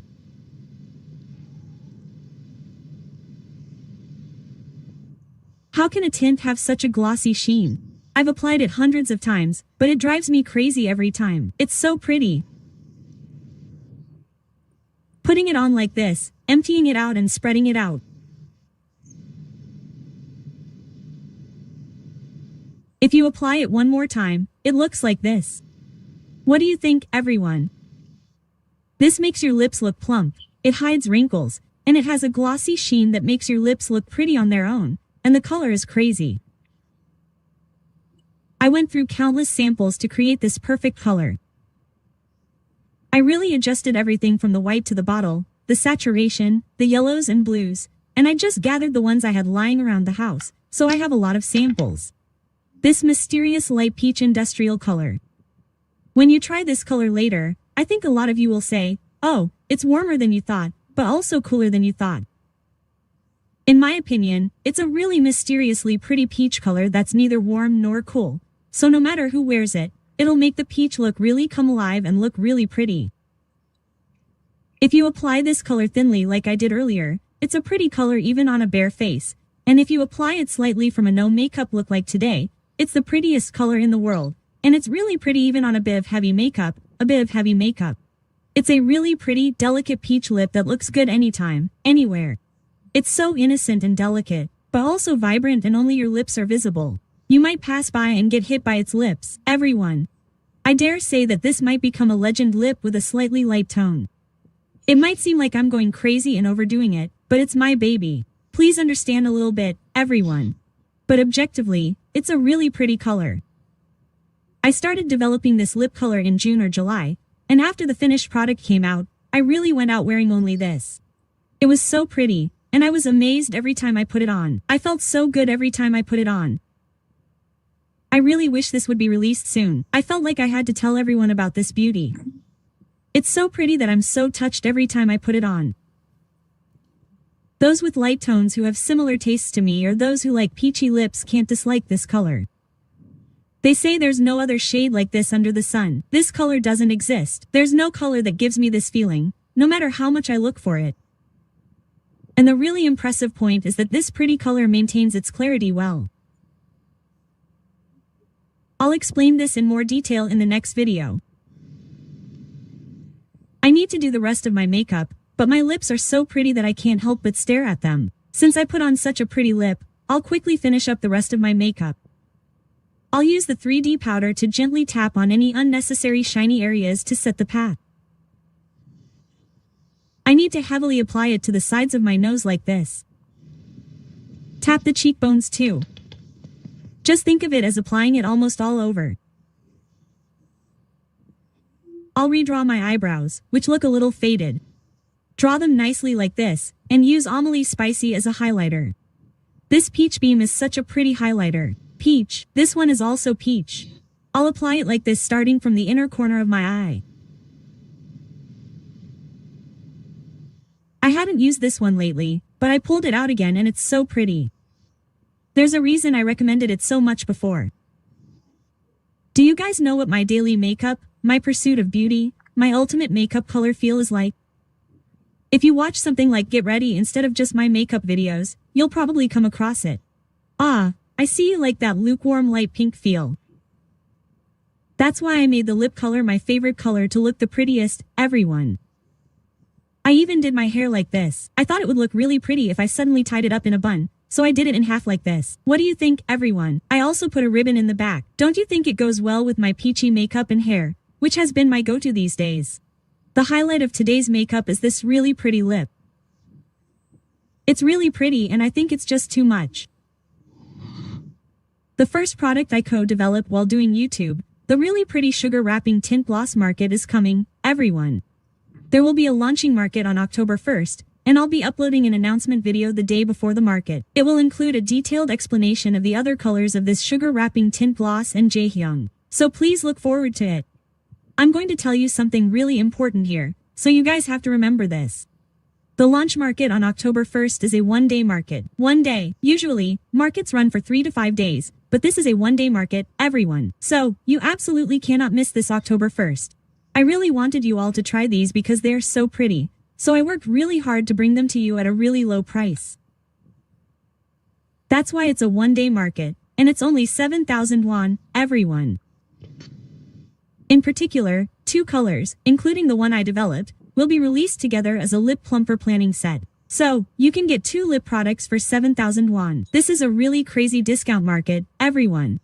You will probably not be able to find a discount like this outside of the launch market. So everyone, please remember October 1st, and I will upload an announcement video the day before the market. So please refer to that as well. Also, there is a pre-experience event for these pretty lips. I am so nervous about what your reactions will be, so if you want to try them first, please refer to the detailed information in the more section. Everyone, that's all for today's video, and I will come back with the announcement video next time. Bye.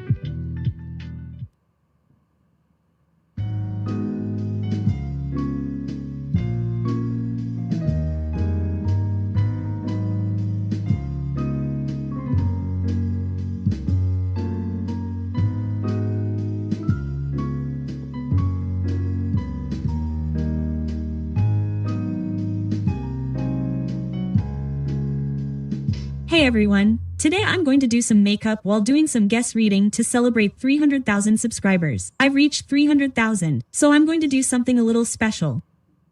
Now that I think about it, I wonder what this has to do with 300,000, but I'll get some guesses from Insta and give it a try. I'll use up all the Mullium light and just use the original. And since it's a bit hot, I'll do some tomato makeup that's perfect for keeping things fresh before summer ends. Those of you with spring brights will look really pretty if you follow along. I'll use Hera Black Cushion. Oh, and these bruises are because I used a device called a Home In Mode at home and got these bruises. I'll try to cover them up with concealer later. Anyway, my first guess would be a homebody. Totally a homebody. I really like homebody. But since I'm a homebody and I'm also constantly on YouTube, I ended up making this ranking even more perfect. There are different types of homebody types, you know? Some people just lie around at home, and others are incredibly busy. I'm definitely the latter. There's just too much to do at home. I'm not doing anything particularly productive, but there's just so much to do. Like cleaning, watching TV, putting on makeup, editing YouTube videos, I don't know. There's just so much to do. Why is that? Even though I'm always at home, I feel like I don't have enough time. But it's not that I hate going out. I really enjoy going out. I just prefer staying at home, and when I go out, I have a lot of fun, and when I come home early, I feel a little sad. But I can't go out every day. I think going out once a week is about right. And I definitely can't make plans for back-to-back dates. I get my energy from home. I'm a homebody who enjoys healing alone. The bruise here is a bit hidden, but I think I need to finish my makeup to cover it up a bit. If I try to cover it up now, it'll get thicker, and I'll have to erase it with my hand, lift it, and cover it up again, so I'll cover it up later. For my eyebrows, I'm using Wake Make Natural Hard Brow Pencil No. 5 Natural Gray.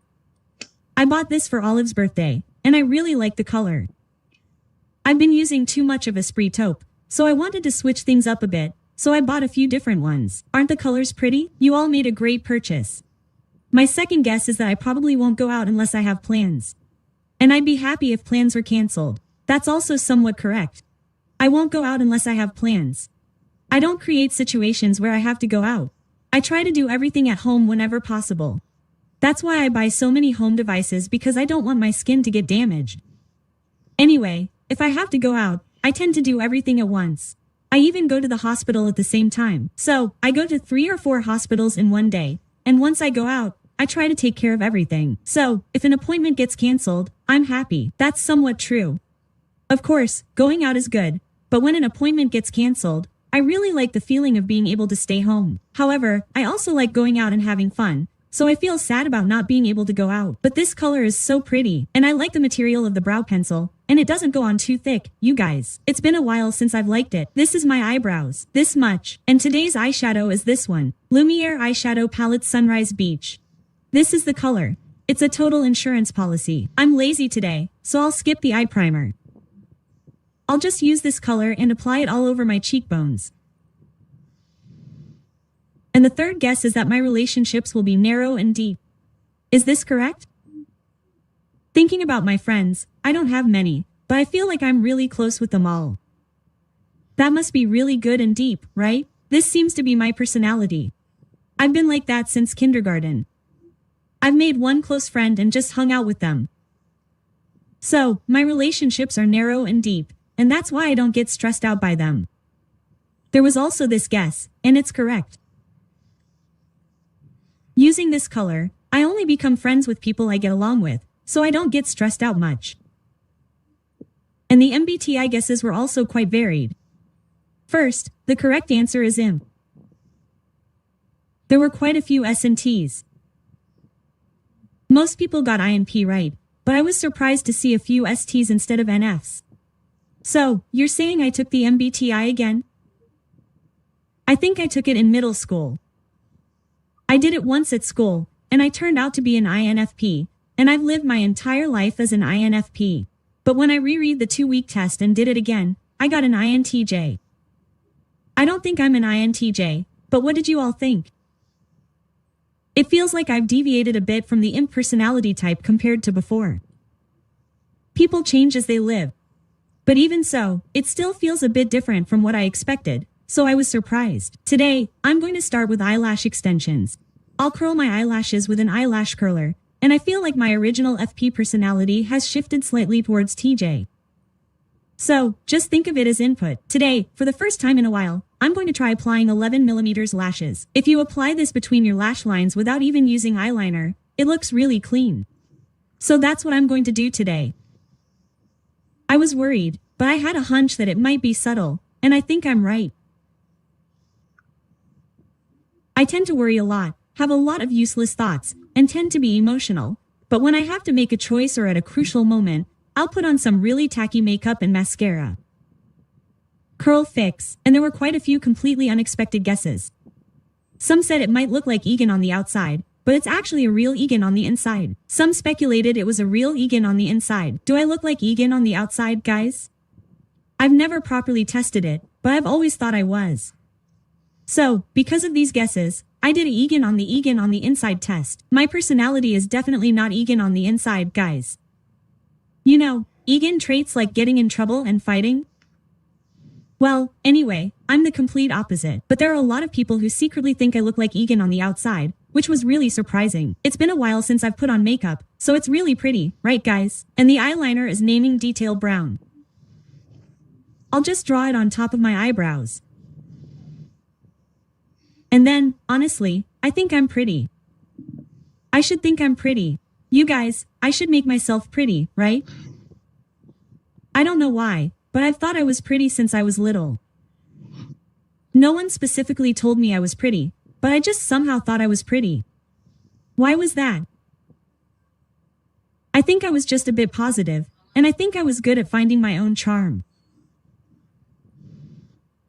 Whether it's my personality or something else, it's really good to think about your own strengths. It feels like your self-esteem goes up. I've finished drawing my eyeliner and I'll use a blusher liner to fill in the gaps. The next week, I got a dash from a celebrity. It seems like you guys think it's a little more special because I'm a YouTuber, but I'm no different from you all. We're the same. I'm just a potato who likes cosmetics. I don't know. Other influencers seem to get DMs from celebrities and stuff. But I don't have that. And I didn't know you guys flirt so much through DMs and stuff. No one does that to me. Of course I don't wear all my DMs like that, but in the DMs I've seen, there's absolutely no flirting, let alone celebrities. And I'll tame you with 2 cool team liner posh color. My next guess is that Jay came in to work at a shop. I kind of like this kind of clean makeup shop look and I post a lot, so you guys made this guess, but that's not true at all. You guys seem too cute. But that's not true, guys. No, I drank coffee today and my hands are shaking so much that I'm a bit of a Susan today. There was also a guest that said, I don't think I can drink coffee. Bingo. I drank coffee to cheer myself up for today's shoot, but my hands are shaking so much. I'm really nervous today. Can you see it, guys? My hand holding the mirror is shaking, and my hand applying makeup is shaking too, so it almost feels like I'm doing my makeup on a roller coaster. But Tame did a nice job. Back to this palette, this is the Shimmer Pearl. I'll apply this to my Igo Sal. My next guess is that if I don't like my makeup, I won't go. That's kind of right. It's not like I won't go, but I won't go well. It's like I'm holding onto the brush the whole time and clinging to it until the very end. I think I'm a bit of a lazy perfectionist. I think I have a tendency to want my makeup to be perfect. So if it's not perfect, I feel uncomfortable going out, so I spend the whole day wearing makeup and always have a bag full of things to touch up. My next guess is that if I meet someone, they'll fix my eyelashes or mascara if it's wrong. That's also kind of right. I really enjoy putting makeup on my own face, but I also really enjoy doing other people's faces. I'm not that good at looking at other people's faces, but I really like fixing their makeup because I can tell how they'd look prettier. That's why I usually invite my friends over to my house and say, I'll do your makeup. I like fixing things like their eyelashes. But then again, if you say something they like and then say, I'll fix it, it can be a little upsetting. That's why I tend to do it for friends who like it. Most of my friends seem to like it, but if you didn't, and I feel bad if you felt bad, I'm sorry, friends. And my next guess is that I had exceptional makeup skills from the time I was a child.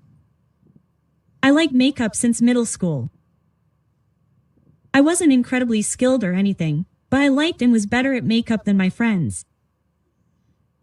Since then, I've had that obsessive tendency that I have now. So, when I did double eyelid makeup and didn't like it, I'd be late for school and keep doing it until I liked it. That's just how I was. And I had a ton of makeup, so I'd always do my friends' makeup during recess. So there's an episode that still stands out in my memory. I always carried around a huge pink pouch full of makeup. But then the girls would all like it, so there was a time when my friends would always flock to my seat during recess. A boy came up to me and said, "Why are there always so many girls gathered at your seat?" But then another friend picked up my pouch and said, "They're not flocking to Ji-sung, they're flocking to this pouch." I felt a little bit hurt. I thought, oh, my friends don't like me, they like my makeup. But it turned out to be true. Anyway, that's why I've loved cosmetics since I was a kid. When I was little, I used to sneak a lot of my mom's cosmetics. This one has really good coverage, right? I've been using this Maru Built's concealer a lot lately. And since today's tomato makeup, I'm going to use this red blusher, Oh Hey Oh Mousse Airy Velvet Blush No. 5 Savage Pop Color. This is a really brightening tomato color. I'm using yogurt on a small puff and adjusting the amount here. It's this color. I'm going to apply it generously. And next week, when I go out, I think I'll watch and observe girls' makeup. This isn't so much that I'm observing them, but if someone is late, doesn't their attention naturally go there? That's why I think things like that are a bit eye-catching. There are a lot of young people, so when I go, I talk like an old man about how they dress up. Anyway, I think it's really fun to look at and do things like that. This is a really tomato-like blusher. I used to like this color, but I don't think I've really worn it much lately. It looks so fresh and pretty since it's been so long since I wore it. And I'll just wear this on the flower-like blusher too. And my next guess is that you secretly have no interest in clothes or accessories. Oh, really? But seriously, you guys, I secretly have no interest in clothes or accessories. It feels like I'm forcing myself to buy things because I have to buy them. I often order things urgently through direct delivery to film YouTube videos, so I only have a lot of high-end items and almost no high-end items. So I always feel like I wish someone would buy my clothes for me. Buying cosmetics and things like that is really fun, but I don't know why buying clothes is so annoying. That's why you guys always ask me about clothes in my makeup videos, and I always put a link in the comments. But if you guys happen to buy them, yes. Please follow my lead carefully. Since I usually just order clothes and wear them, even if they look a little weird, I often just wear them because they come out like this. So, in fact, since I'm wearing tomato makeup today, I bought this red one, and this one is from Tempu, but they're short like this. So, I'll write about this for now, but please don't copy me. I'll give you the Devil Lovers Choco contact lenses. Oh, they're pretty. Oh, I like them. And I'll do some shading for you. And I'd get upset if my cosmetics reviews weren't that great. This was 5 stars, but it's changed now. I think I used to be a bit mentally weak. So, if I advertised something or recommended something, or if there were reviews like Olive's that were really bad, I'd get a little hurt and think, this should be good if you use it like this, and if I hear stories around me saying that cosmetics weren't that great, I feel sad. But that was such a low-level thought, and with my current mindset, if it doesn't work out, it might not matter. I tend to think, it just didn't work out for that person. Oh my, why are you being so cautious here? Actually, when I do things like market, I run a Jiseng market and sell things cheaply under my name, so of course there will be negative reviews, and if there are, it's because I whispered. But these days, I'm trying to let go of things like that, wondering if I've become a bit of a prude. I think everyone has different opinions, and I've been thinking that there might be products that don't work for them, and that there are different types of feedback. Haven't your mindsets improved a lot since I started thinking that? I'll use my nose shading and Romans 1 volume to highlight the parts one want to highlight. Here, like this. It feels like I'm gaslighting you by saying that I'm actually a prude. And the next guess is that you're in a long-term relationship. I think I'm just making wild assumptions. Everyone, I've been with my boyfriend for 4.5 years now.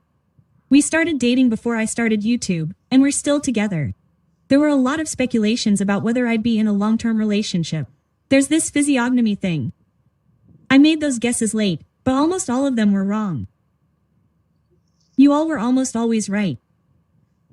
But the one that really didn't work out was that I thought he had tattoos. That was completely wrong, but almost everything else was right. Anyway, I'm in a long-term relationship, and isn't that similar to human relationships? I feel like I'll only have good, deep relationships. Honestly, I don't buy a lot. My lip pencil is the new Clio Velvet Lip Pencil in Mocha Rose. It's really pretty, you guys. And I think I'd like Arab faces. There was speculation about that, but according to Arab Tofu Science, I'd probably like Arab faces. Those two faces, guys. I was shocked. If I had to guess, I'd say, isn't that Arab face, or not? But it doesn't look like it's too soft and tofu-like or anything like that. But anyway, I don't know what kind of person I am, but I like Arab faces. I've been like that since a long time ago.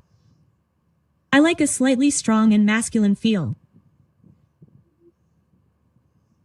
I think this might be a bit too much for him, but I really hate men in my personality. So, it's not just that I don't like dogs, but I hate guys as my boyfriend. And today's totally legendary Tomato Leah Last Velvet Tea is so vibrant. It's crazy. Guys, this is pigmented so it doesn't look like it'll come off, but I don't know. Wow, doesn't it feel like your eyesight is getting better? It's really clear, without any cloudiness, a completely fluorescent tomato color. The point of this tomato, like today's blush, shouldn't be pink-red, but slightly orange-red. This one is also slightly orange-red, so I'm going to put this on. I used to think I was a bombshell and really liked colors like this, so I used to wear them all the time. But my tastes have changed a bit, and after being diagnosed with spring light, I threw away those colors. But when I put them on again, they're so pretty. Before I take pictures of your makeup, I try to do my makeup once, even if it's just a little rough. And then if the color is pretty, I show you guys. It's been a while since I put on makeup, and the pictures came out really well. Aren't they pretty? Why do I look so young? And I felt really young. Maybe because it's my old makeup, the color is a little more vivid at the corners of my mouth. It would be good to do it with a brush, but it's a bit of a hassle. And another guess is that I'll probably wash the brush often. The highlighter is the Espresso Strobing Highlighter in Clover, which has been popular lately. This green color. Hey, it doesn't show up well on the screen. It's a bit of a lime green. Green Beam Highlighter. It's a tomato, so tomatoes are red, but the top is green. So I'm going to use this as a point. Do you see the green beam on the tip of my nose, everyone?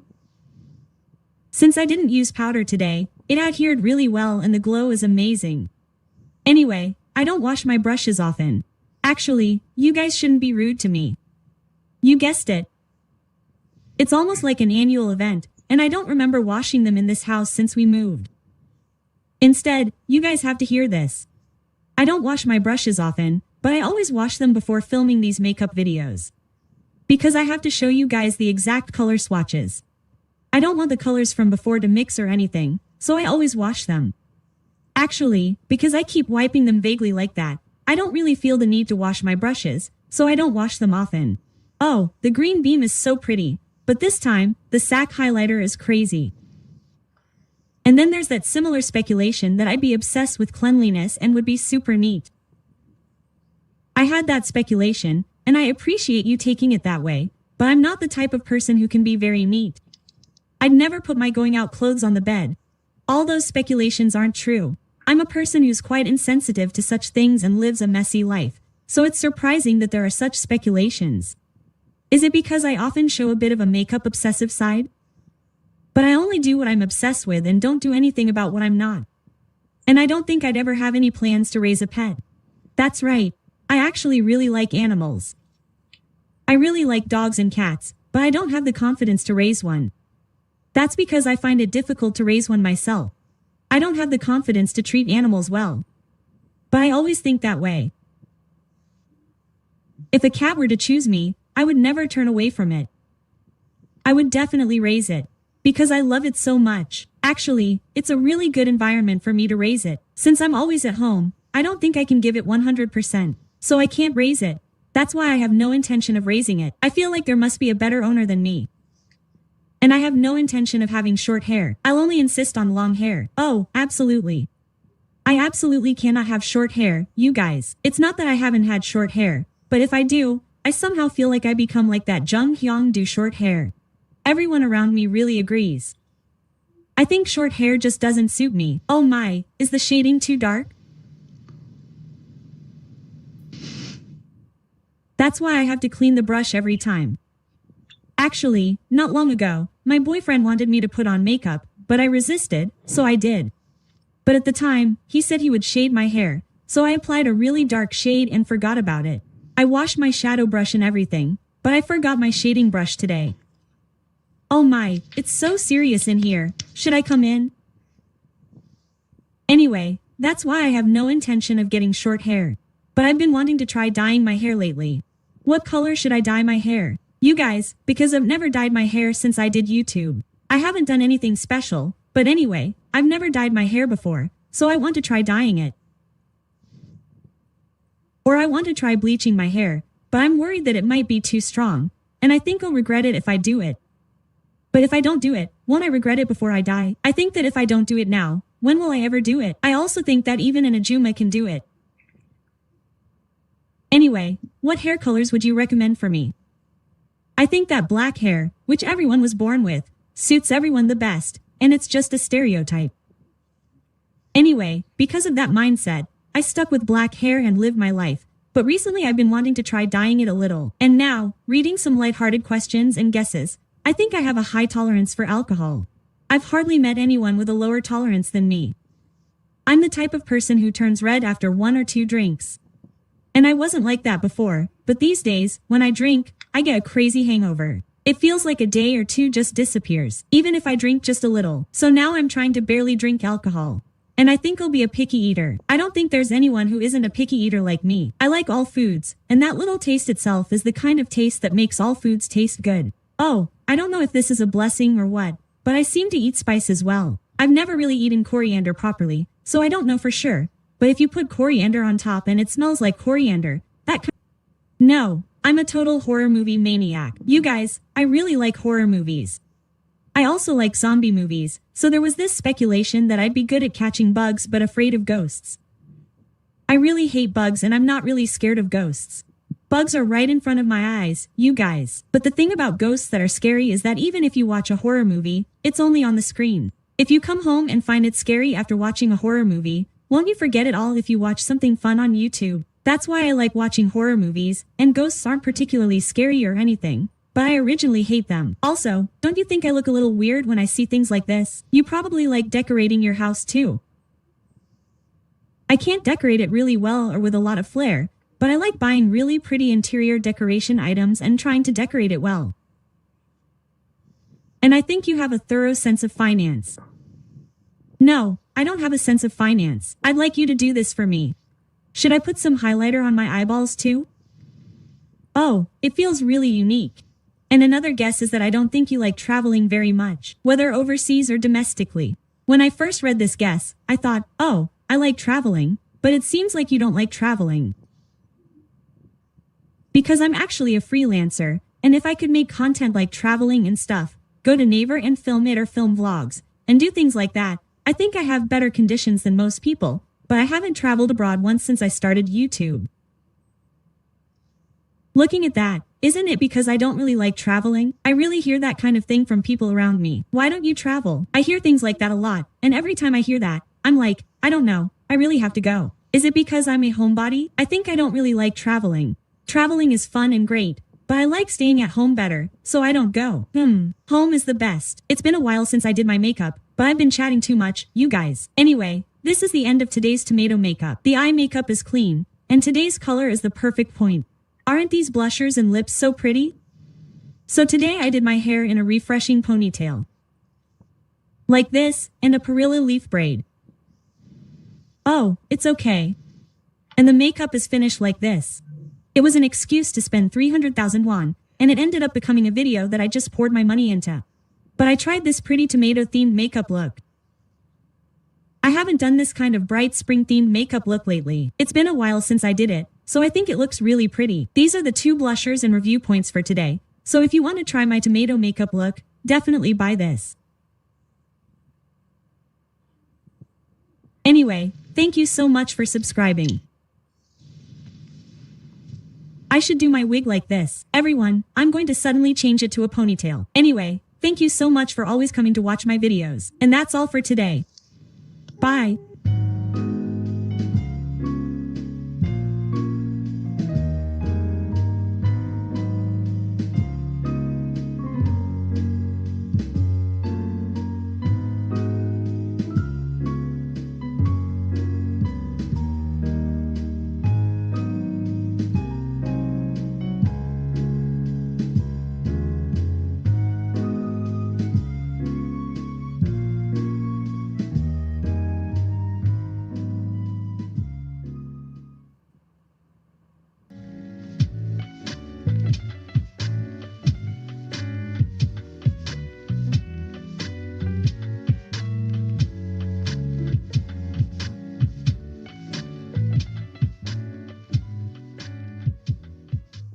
Hey guys, today was just a fun little teaser for that much requested makeup vlog, but there were so many requests.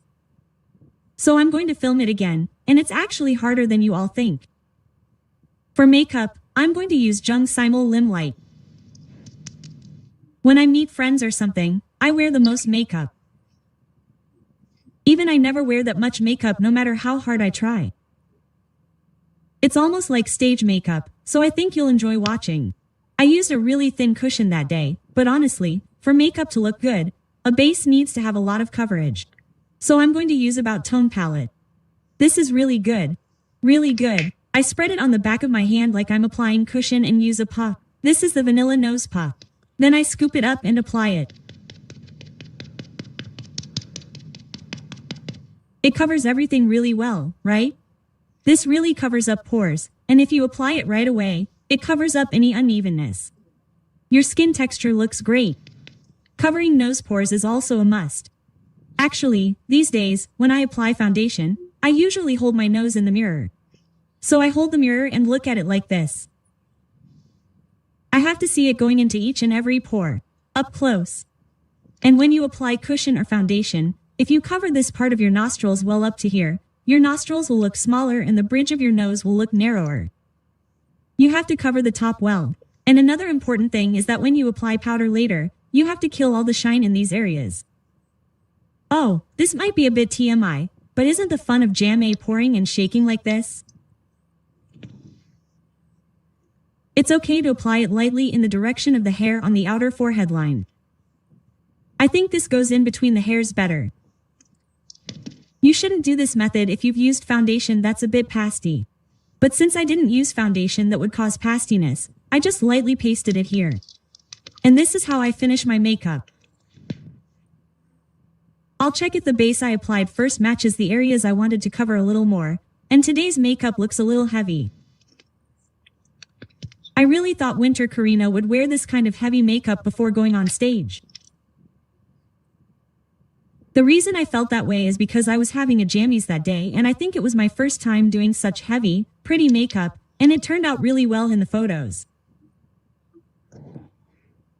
So, this might not be what idol model makeup looks like. It's probably just my imagination.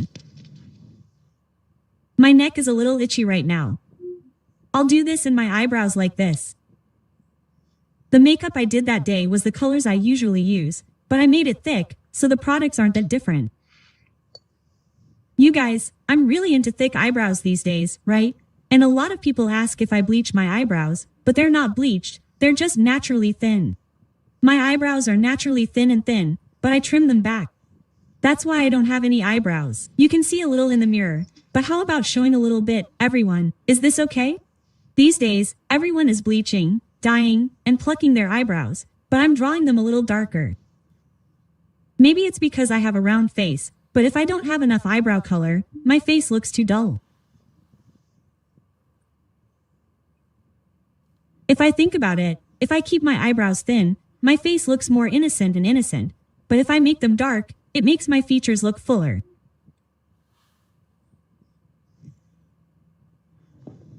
My face looks more defined, and there's a synergy effect with dark objects, right? Dark eyebrows make my eyes look bigger. Anyway, there are pros and cons. It really depends on the individual's face. Anyway, for now, my eyebrows are like this. I'll definitely make them a little darker later. For now, I'll do them like this. Next, eye primer. Urban Decay Eye Primer. Eye primer is essential when doing heavy makeup. Apply it like this and the blusher makes it last longer, but it also makes the eyeshadow go on really cleanly. The color is really good, and it feels like a really clean sheet of paper. It looks really clean like this. Next, for the eyeshadow, I used Roman's Dusty Fog Like Yogurt.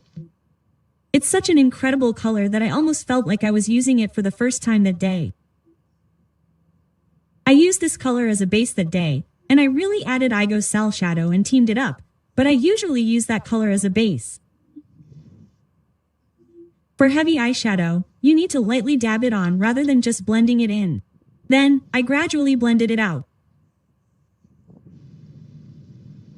Now that I think about it, my makeup this time was a little dry. All the things I don't normally use were Roman's. Roman's Incredible Palette and the Roman Cream shade were sold out a while ago, and I don't know what's going on now. So, I originally wasn't going to film this makeup if it was completely discontinued. But there's a rumor going around that it's coming back, and it could be Yuan Beer, so I'm filming it. I wonder what's going on by the time I upload the video. But honestly, shouldn't you give away such a popular product? I really like makeup products that aren't daily wear. It's so much fun. It's also fun to see new categories of products coming out. I laid down my base shadow like this, and using the color, I added my favorite shading to my inner corners of my eyes. This really makes people with wide-set eyebrows look bigger. And it really suits me. And I was pretending to put it in like this, but then I suddenly ended up drawing double eyelids like this in a fit. Here's how I put on double eyelids. Even the Igo Sal shadow.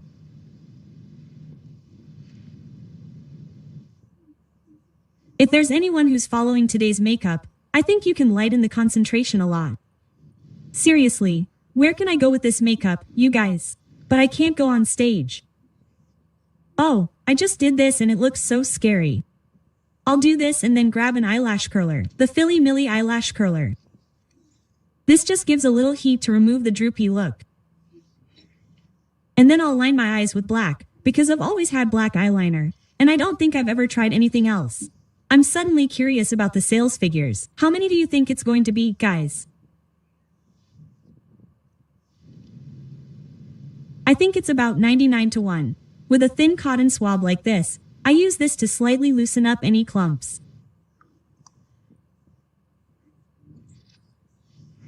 And then I'll put on my eyelashes. I've been putting on a lot of Philly Millie eyelashes lately. My preference is a clear daily look. I think the clear one looks prettier than the pure daily one. It's a little more clear. But this isn't the 11mm ongoing. I only have a few. So I'm using them sparingly, but I couldn't use the Jamé Tortual Illy 11mm.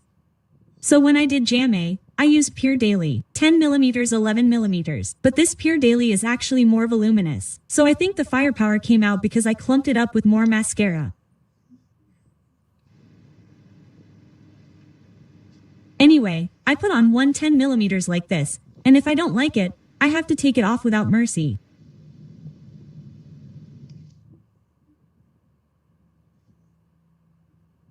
That's because makeup is a bit irritating to the eyes, so I put on 3 like this. With Tortual Illy, if you take it off, your teeth won't fall out, but with Fior Daily, your teeth will grow out too much, so I put them on tightly like this.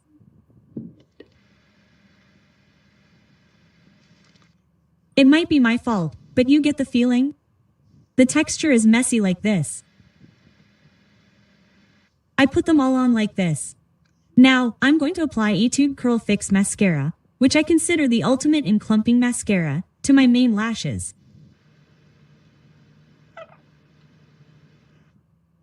Pure Daily is a really natural looking, patchy mascara, and I'm going to make all these strands like this. Just apply it like this, and since these are a little bit separated, I'm going to clump them up here. Just gently pry off the excess in front here. But be careful, if you keep doing this and look to the side, sometimes the lashes will look really thick. You have to be careful with this.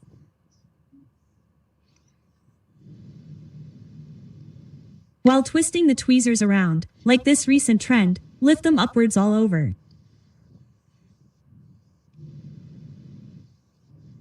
Then, you'll have these gorgeous, voluminous lashes. They're really long, right? This gives you a general idea of where to apply mascara. These are the ones you need to apply now, but they're a little separated, so it's better to apply them there first. The ones that are already trying to stick together will stick again even if they fall apart a little, but if I stick the ones that are already apart like this first, wouldn't I be crossing a river of no return? So I stick these ones together first so they are close together and then I stick these ones. Is it too difficult, you guys? But those of you who have applied eyelashes will know what I mean. I applied all the eyelashes like this and drew the eyeliner in black here and there with a black brush pen, so I should have used black brush pen too. I should have used black glue today. Guys, I've been using that duo. I don't know if it's real Dio, but that salty brown glue these days, it's really good. The adhesion is crazy and it cleanses well, so I used that today too, but it looks a little brown. This thin mascara is really hardened now, but today I need to clump it up, so I purposely used the hardened one. No, I should have bought it without this, but I keep forgetting. As expected, Longley, you're the best. This is awesome, right? My under lashes aren't this long. This is what makes them this long. It's going to itch. My eyelashes keep going here, you guys. And now, this is Team Liner 2 Cool's Posh color, and this color has its own presence. I used this back then, but it wasn't that noticeable. But I'll give it a try. I just applied it all here. After doing it like this, now here, the eyeliner feels a little short, so I lightly applied this with a small brush and lengthened it like this.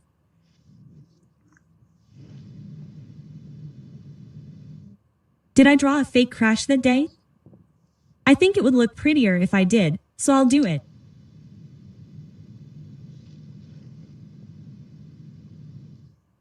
I drew a fake crash like this, and at that time, I drew my eyeliner completely forward.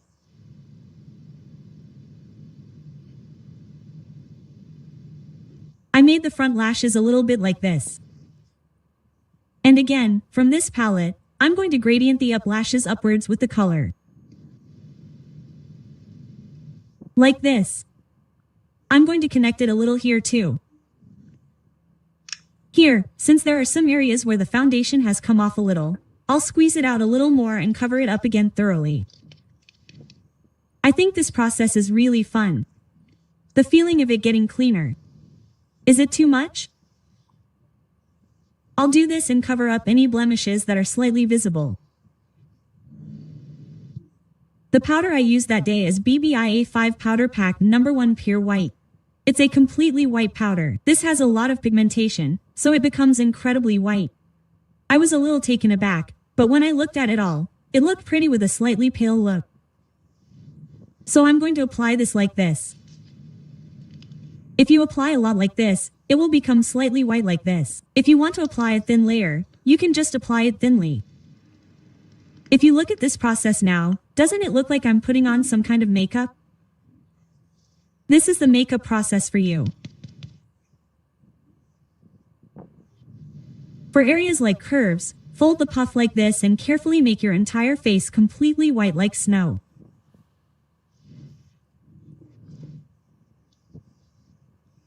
And I'll do the nostrils like I mentioned earlier, and then I'll do some shading.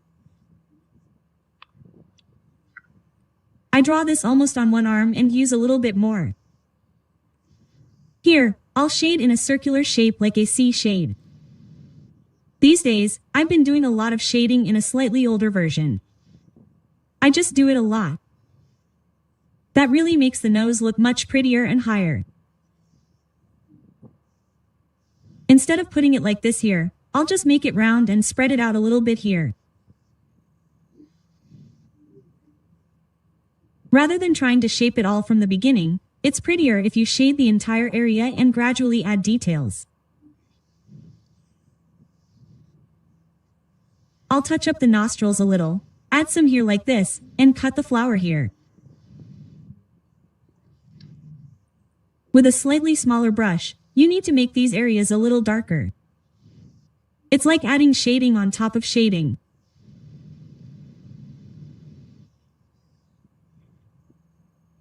If you break it up a little here like this and use a smaller brush to make a point like this, the nose will come alive like this. Don't you think it's pretty if I break off the bridge of the nose here? And I'm going to do some face shading. This is a Daiso tab brush, but the end is broken. But it's easier to use it folded like this. So I'm intentionally not attaching it. I just mix everything here and, not the inside, just apply it really darkly here at the bottom. I'll sweep it along the line like this, and now I'm going to move a lot in. The powder I applied earlier was really light, so I'm neutralizing it a bit with this. I'm going to apply it a lot in the face. I'm going to apply it to the cheekbones and move it in. It looks really flawless, right, everyone? This is the power of shading. I'm going to put in some contact lenses like this. Now, since the under eye area is too dark, I'm going to emphasize the Igos Sal. At the time, I emphasized the Igos Sal with a concealer pencil and applied something else on top, but I thought I could make it prettier, so I brought this. Heart% Dot on Mode Gel Eyeliner Pass Pencil number 11 Mild Salmon. This one's dark enough here, so I think it'll brighten up with this color too, but I wanted to give it a try. I think I need to blend it right away, so I put the brush on standby, drew this like this, blended it like this, and applied Oprah's highlighter Daydream. I think it'll look prettier if you apply it before it dries a little. The color will come out more, so it ended up being too coral. Should I have just kept doing it? Oh, it's pretty. Isn't it pretty? Everyone, I think it's prettier than that day. Just put Oprah's Daydream on. Isn't it pretty? Everyone, this is it. It's crazy. It's so pretty. It's really crazy. To make it look more like a Taoist, I use this So Natural white powder to brighten it up like this. If you brighten the inside of this shading, it'll be really dramatic. Right? So, after brightening the inside like this with white, apply highlighter next.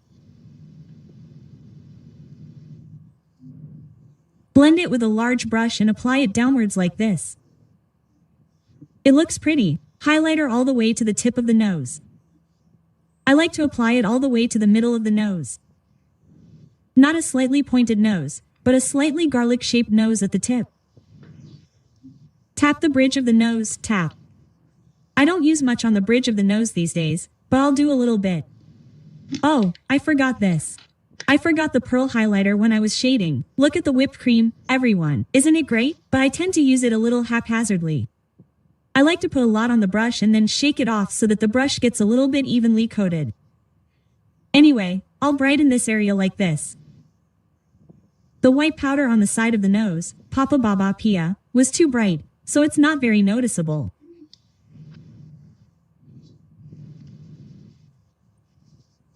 Here's what I did to the chin, and here I'm tapping tap tap tap tap tap tap tap. I'm almost recreating my face.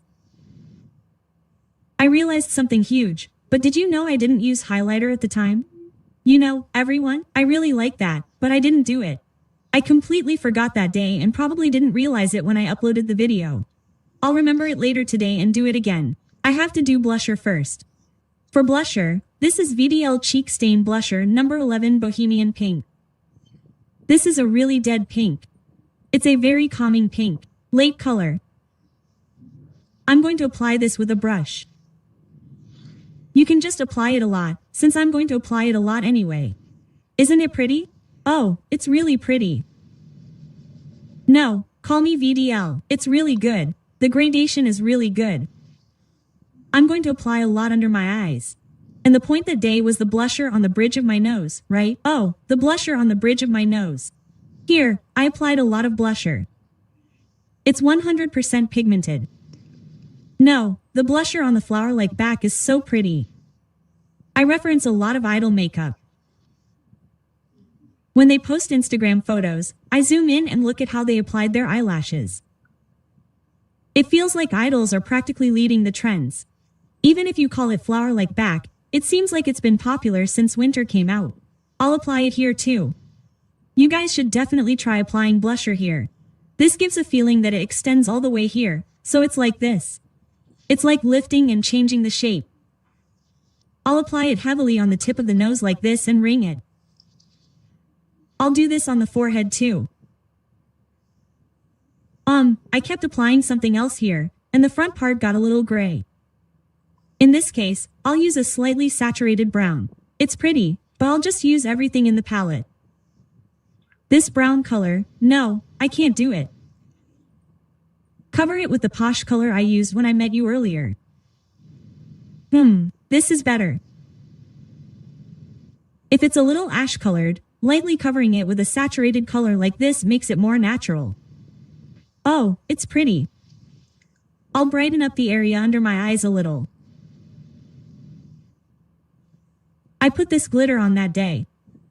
This is the glitter that they used to give me when I bought a palette a while ago, but I don't think they're available anymore. This was really pretty, but it has this feel. But no matter how hard I look, I can't find anything similar. I'll just use the famous Urban Decay Space Cowboy. It's like a real Milky Way bee. But I don't think it'll make much of a difference when I actually apply it, so I'll try Urban Decay. Today, I feel like applying it with a brush. If I do it with my hands, the color might come out a little higher, so I'll just tap on these pearls like this and apply it all over like this. Oh, this has mascara too. I'm going to wipe off the makeup on my underlips and lips. The reason I'm wiping this off like this is because I want to use the new Texture Lip Shaper. I need to wipe it off like this for the pigmentation to go on well. So, I'm going to do this. It's like a tinted lip liner, tinted lip tint. I really exaggerated my over lip that day. I'm going to do the same thing.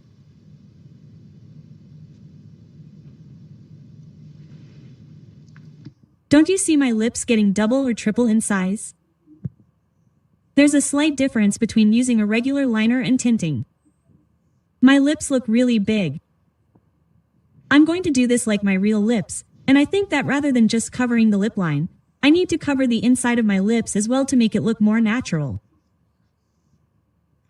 This is the Non-Ori pencil in Cashmere Rose.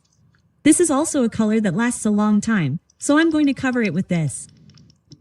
Then, this over lip will look almost like a tattoo and will never come off. I applied the lip shaper a bit too thick earlier, but let's go over it and create a gradient. Was it too thick? I made my lips really thick like this and applied cream shade on top of it, but I applied it like this and it was a disaster. It's not so much a disaster as a little bewilderment. That's because this cream shade is much whiter than you'd think. You can't tell from the swatch on the back of your hand, but when you actually apply it on your lips, it's a color with a lot of white. It feels slightly opaque.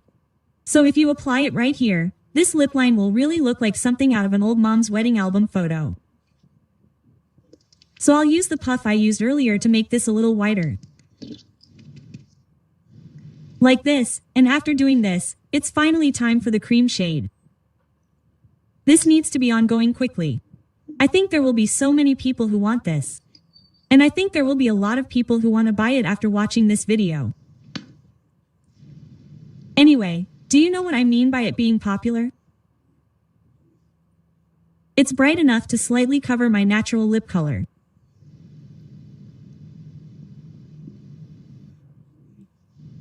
It's also really pretty on the lip line. It looks like this with one application. But since this color has a lot of whitishness, if you look closely, you might feel like this. I think they couldn't not make this color like this. It just looks natural. But this is so pretty from afar. Ah, doesn't it feel like today's makeup makes sense just by applying this lip color? It feels like it collects all the bait from the makeup up until now.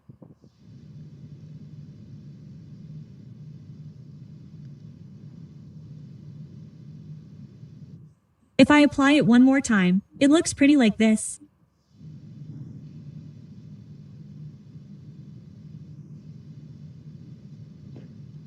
Now, I'm going to draw in the eyebrows a little darker. Since I was using powder and stuff, my eyebrows were flying away a little. Draw them a little darker. Now, the big problem here is that I got a wavy perm that day. But I don't think it'll ever look the same. About 80% of the time, I was worried about the curling iron while filming this video. Makeup can be done beautifully, but the curling iron was a bit of a barrier to entry for this makeup shoot. Should I try a different hairstyle? Doesn't the hair have to be exactly the same? But people are creatures of adaptation. When I did my makeup, I looked in the mirror and thought, will I ever be able to wear this? But today, I did it again and looked at a lot of photos from that day. Isn't it because I don't think it's makeup I can wear all that often? But if I go out like this, anyone can tell it's flashy. It's flashy, yes. But it's just plain. I also drew my eyebrows thicker.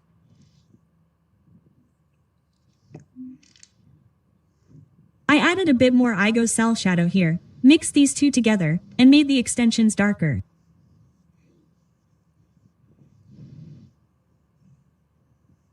Oh, it would definitely look boring without highlighter. I'll reapply the makeup, Faye Dream, here. If I had applied this then, the picture would have come out prettier. I think it looks pretty if the forehead is lengthened horizontally like this these days. I'll apply it lightly to the tip of the chin like this. This is how I'm done with my makeup. I don't want to ruin my hair by leaving it straight like this. I'll just leave it straight. This is the end of my makeup for today. I don't know if you'll follow along, but I hope you enjoyed it. Bye everyone.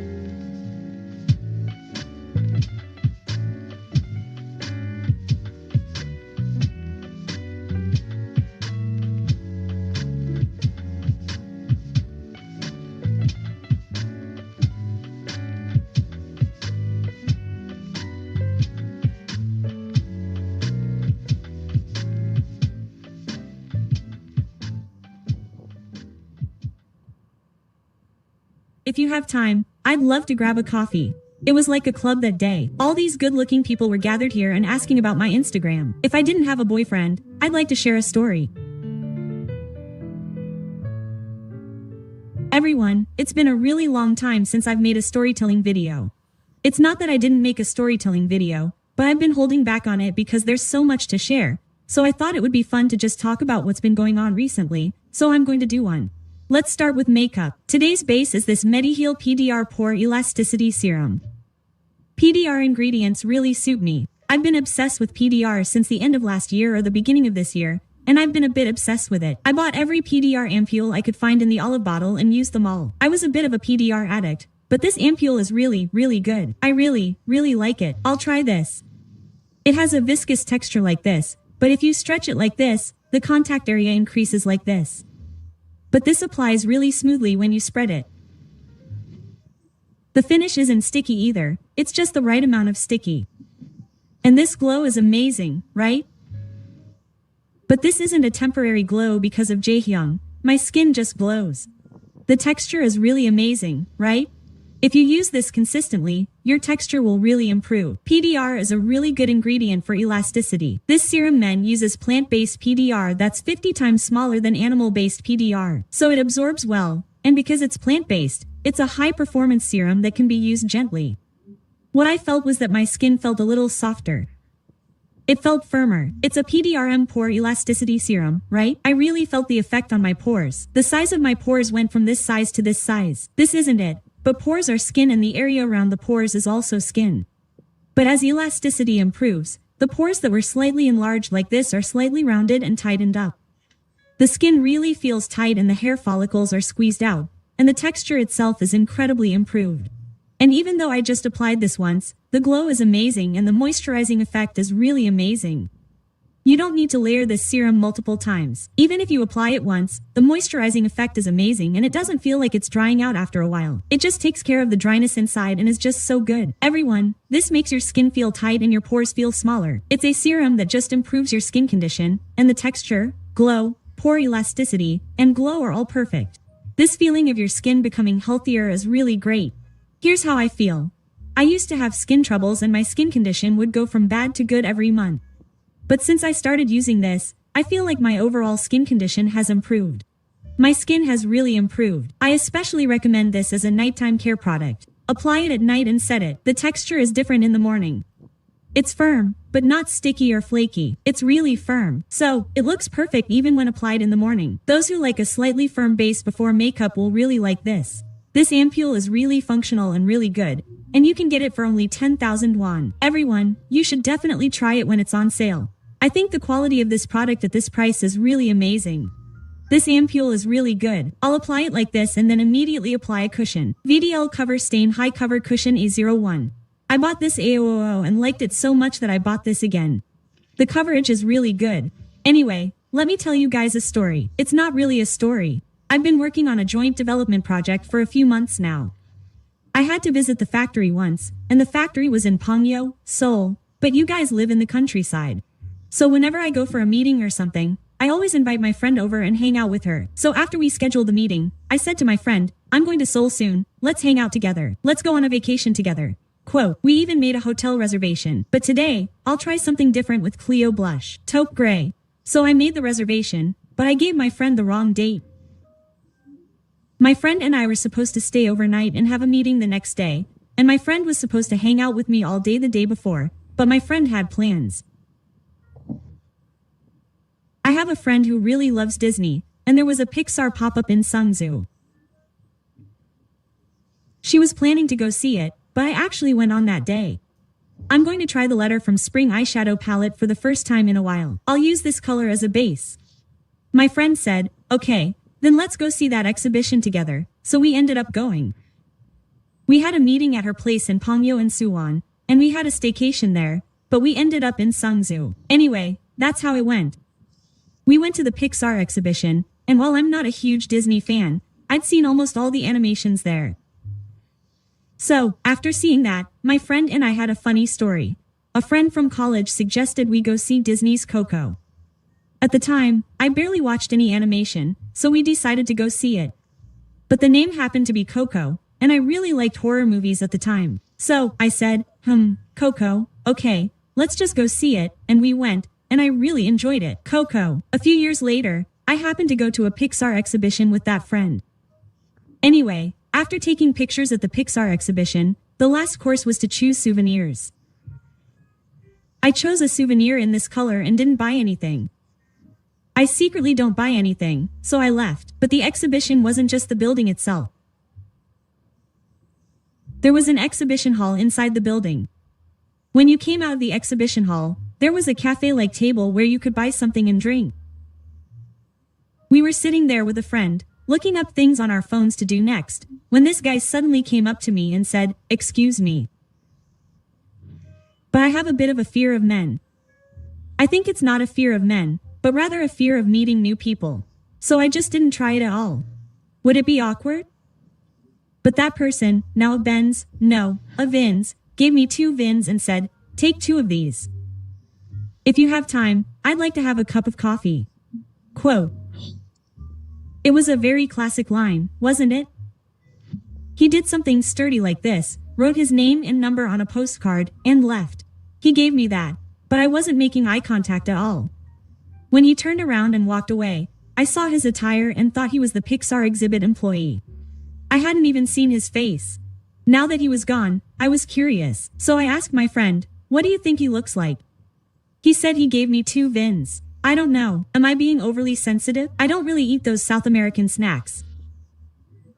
Especially if he's a kind person with good intentions. I'm sorry to be suspicious, but you never know what he might have put in it. That VINs, but my friend just opened it and started eating it like an old man, like, oh, that was so funny. And then I'll try putting on eyelashes, and Philly Millie, clear ones. There's one 10mm in the front, the rest are all 11mm. I had an uneasy feeling that the 11mm ones wouldn't go all the way. So I waited for them to go on sale and bought 5 more. If they don't go all the way, I plan on buying about 20. Anyway, I never got to see the person's face, and all I heard was that my friend said I looked like an old man. So I was going to go to Sungzoo to see another pop-up or something, and I was hailing a taxi, but I really couldn't catch a taxi, so I called Aventi. It was my first time riding Aventi. It was like experiencing being a celebrity. I think I'll just try putting the 10mm ones on the very end. Since I don't have much of an 11mm, I feel like I'm using it sparingly. So, I went to Sungzoo and wandered around a lot. I don't go there that often, so I didn't really know what was there, and I'm a huge noob, so I just followed my friend wherever he told me to go. There were a lot of really interesting shops there. I don't remember where it was, but there was a place that sold small accessories for really cheap. As I was looking around, a subscriber recognized me and said hello. I think I get a lot of secret greetings when I go there. The person who said hello left a comment.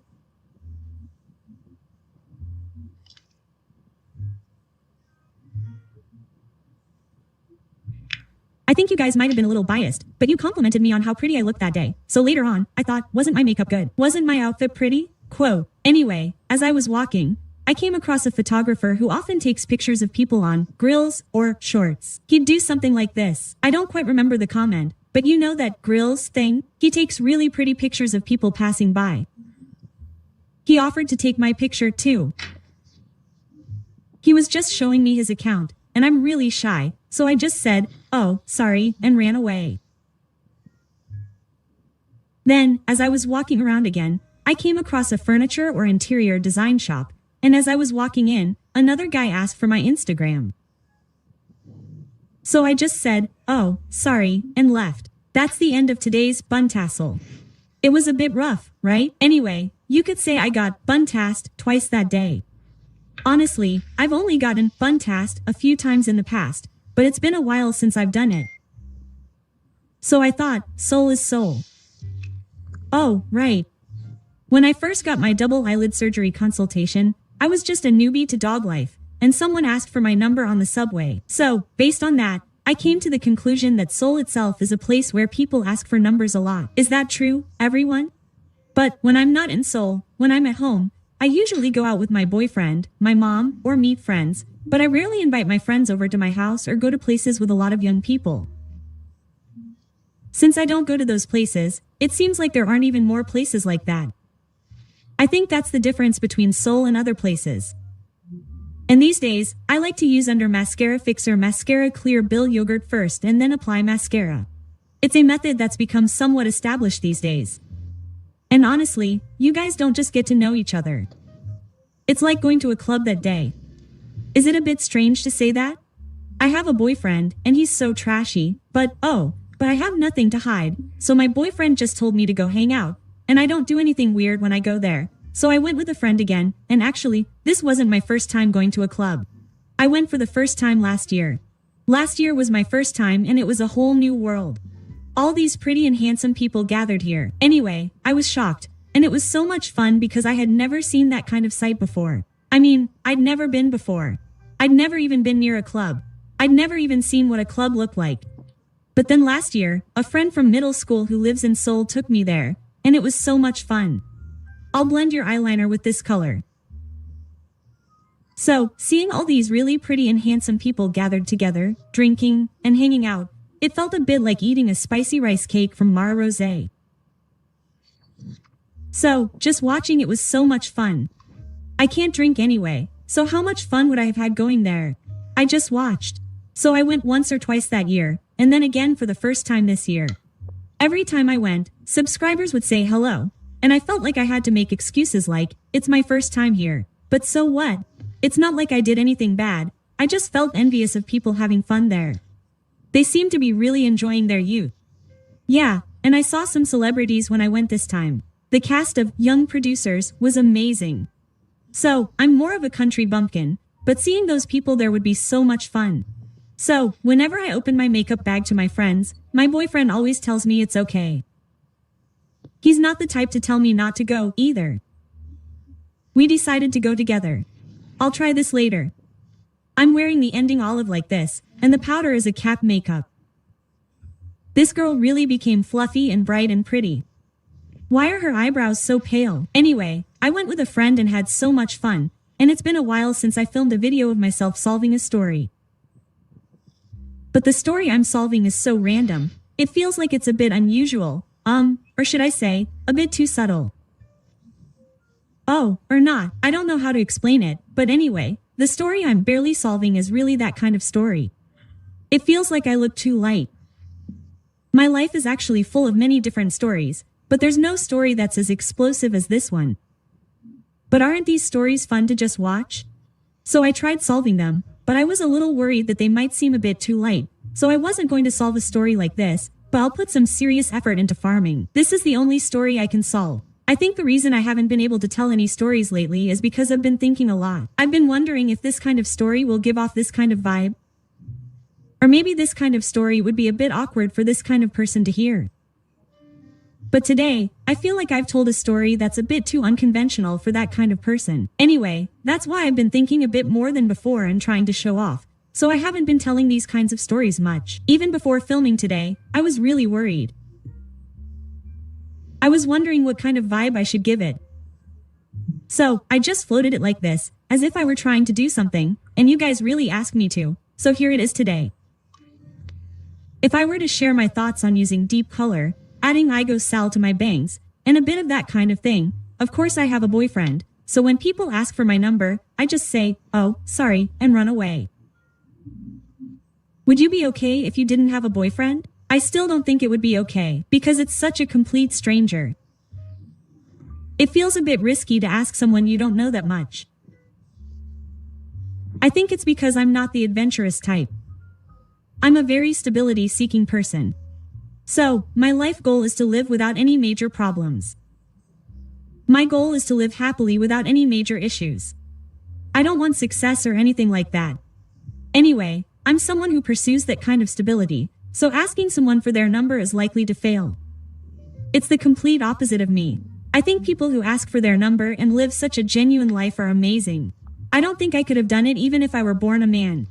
Oh, this brush is really good.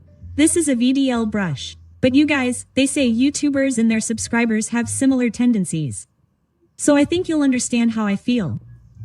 Do you guys just give out your number if someone asks for it? If you're someone like me who's had plastic surgery, you probably wouldn't. Otherwise, I don't think there's a single person like that. No one has ever asked for someone's number, you know? Even if you try to ask for someone's language, you have to really like them to do it, right?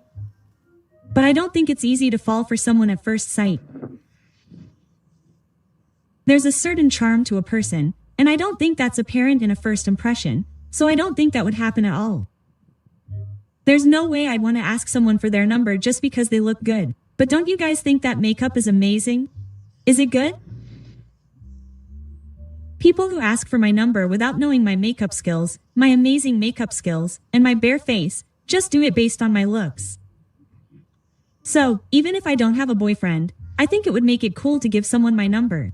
No matter how you meet someone, first impressions are all about looks, but I'm the kind of person who thinks there are many things more important than the overall picture. Suddenly, this look-oriented talk. Yes, I don't really like the look-oriented mindset. In fact, you guys, I was like that too. I lost a lot of weight and received a lot of help, so I don't want to talk about my strengths, but I have quite a few weaknesses. Oh, but blusher would be prettier, right guys? 2. This bubble heart. Here, tap tap tap in the middle. If I were to lump it all together like this, you wouldn't know what I